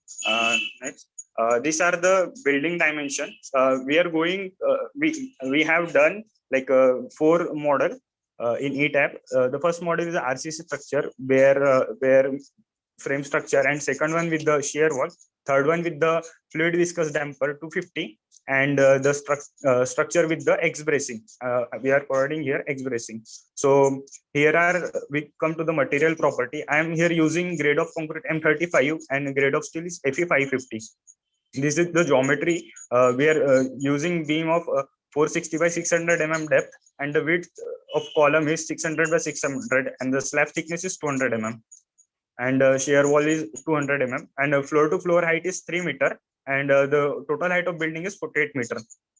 As per IS 1893 part 1 2016, we are taking I am taking zone 3 here, and as per that I am taking the importance factor 1.5 and response reduction factor for this model is 5. I'm taking the SMRF building, special moment resisting frame building, and the condition of soil is medium, and the damping ratio percentage is 5%. So this one is my first model, is a bare frame model. Here we didn't use anything like shear wall or bracing or like fluid viscous damper. In this second model, we use the shear wall at the corners, and in third one is the same. We used damper, and in fourth one we used bracing. So after applying this, we come to the result and the comparison. Here is a we took 4 parameters: maximum story displacement, maximum story stiffness, maximum story drift, and maximum story shear. So if it look in the maximum story displacement in X direction and Y direction.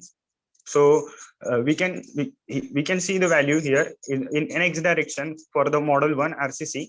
X direction is 19.984 and in Y direction 21.703. So likewise for the shear wall, fluid viscous damper and X bracing we have done. If we come to the second parameter like maximum story stiffness, here is X and Y direction. We are taking both direction in consideration. So for the first model, we are getting the value of 1161,478.1, and for the Y direction 111,129.1.3 for the model 1, and the rest of the for the model 2, 3, and 4. So if we come to the story drift, here is for the RCC for the model 1, we are getting 0.000167 for the X direction. Likewise in Y direction 0.000186. Rest of them are there for the shear wall, fluid viscous damper, and for the base bracing. And then for the maximum story shear, here we are getting for the RCC for model 1 in X direction 563.05 and for Y direction 559.58. So, and for the rest of you can see for shear wall 122.3.48, for the Y direction 115.28. So, and fluid viscous damper and X bracing is also there. So here I come to the conclusion.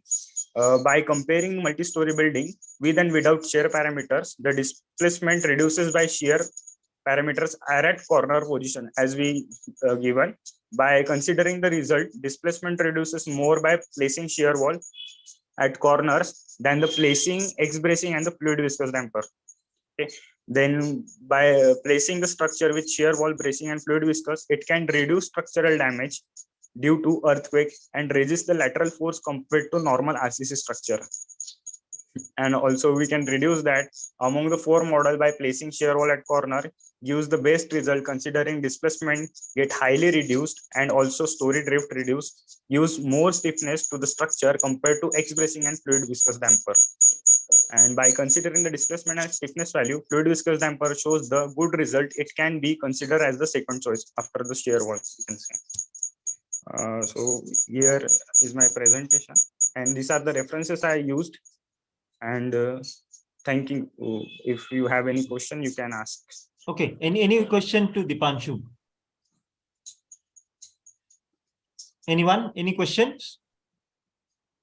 I believe there are none, Dipanshu. So thank you very much for your presentation.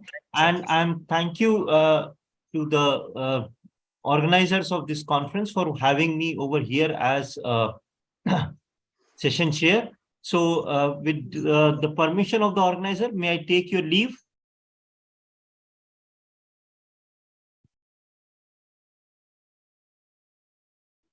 Yes, sir. Thank you so much for your presence today. Thank you, ma'am. Yes, thank sir. you very much. We move on to the validatory function. First, I would like to thank each and everyone who has joined today in the conference, and the session chair for handling the session wisely and questioning the participant to enhancing their knowledge in their own way. And I hope everyone has gained a great knowledge from 4th ICMIAR conference. Now I would like to announce the best research paper and the best presentation for all the session. From the day 1, morning session, that is CSE and IT department.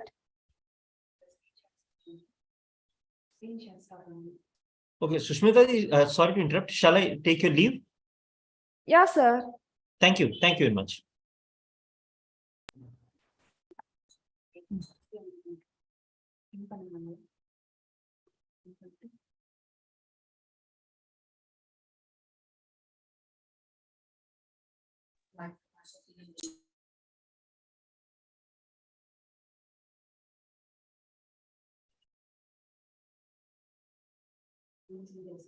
Now I'm going to announcing the results.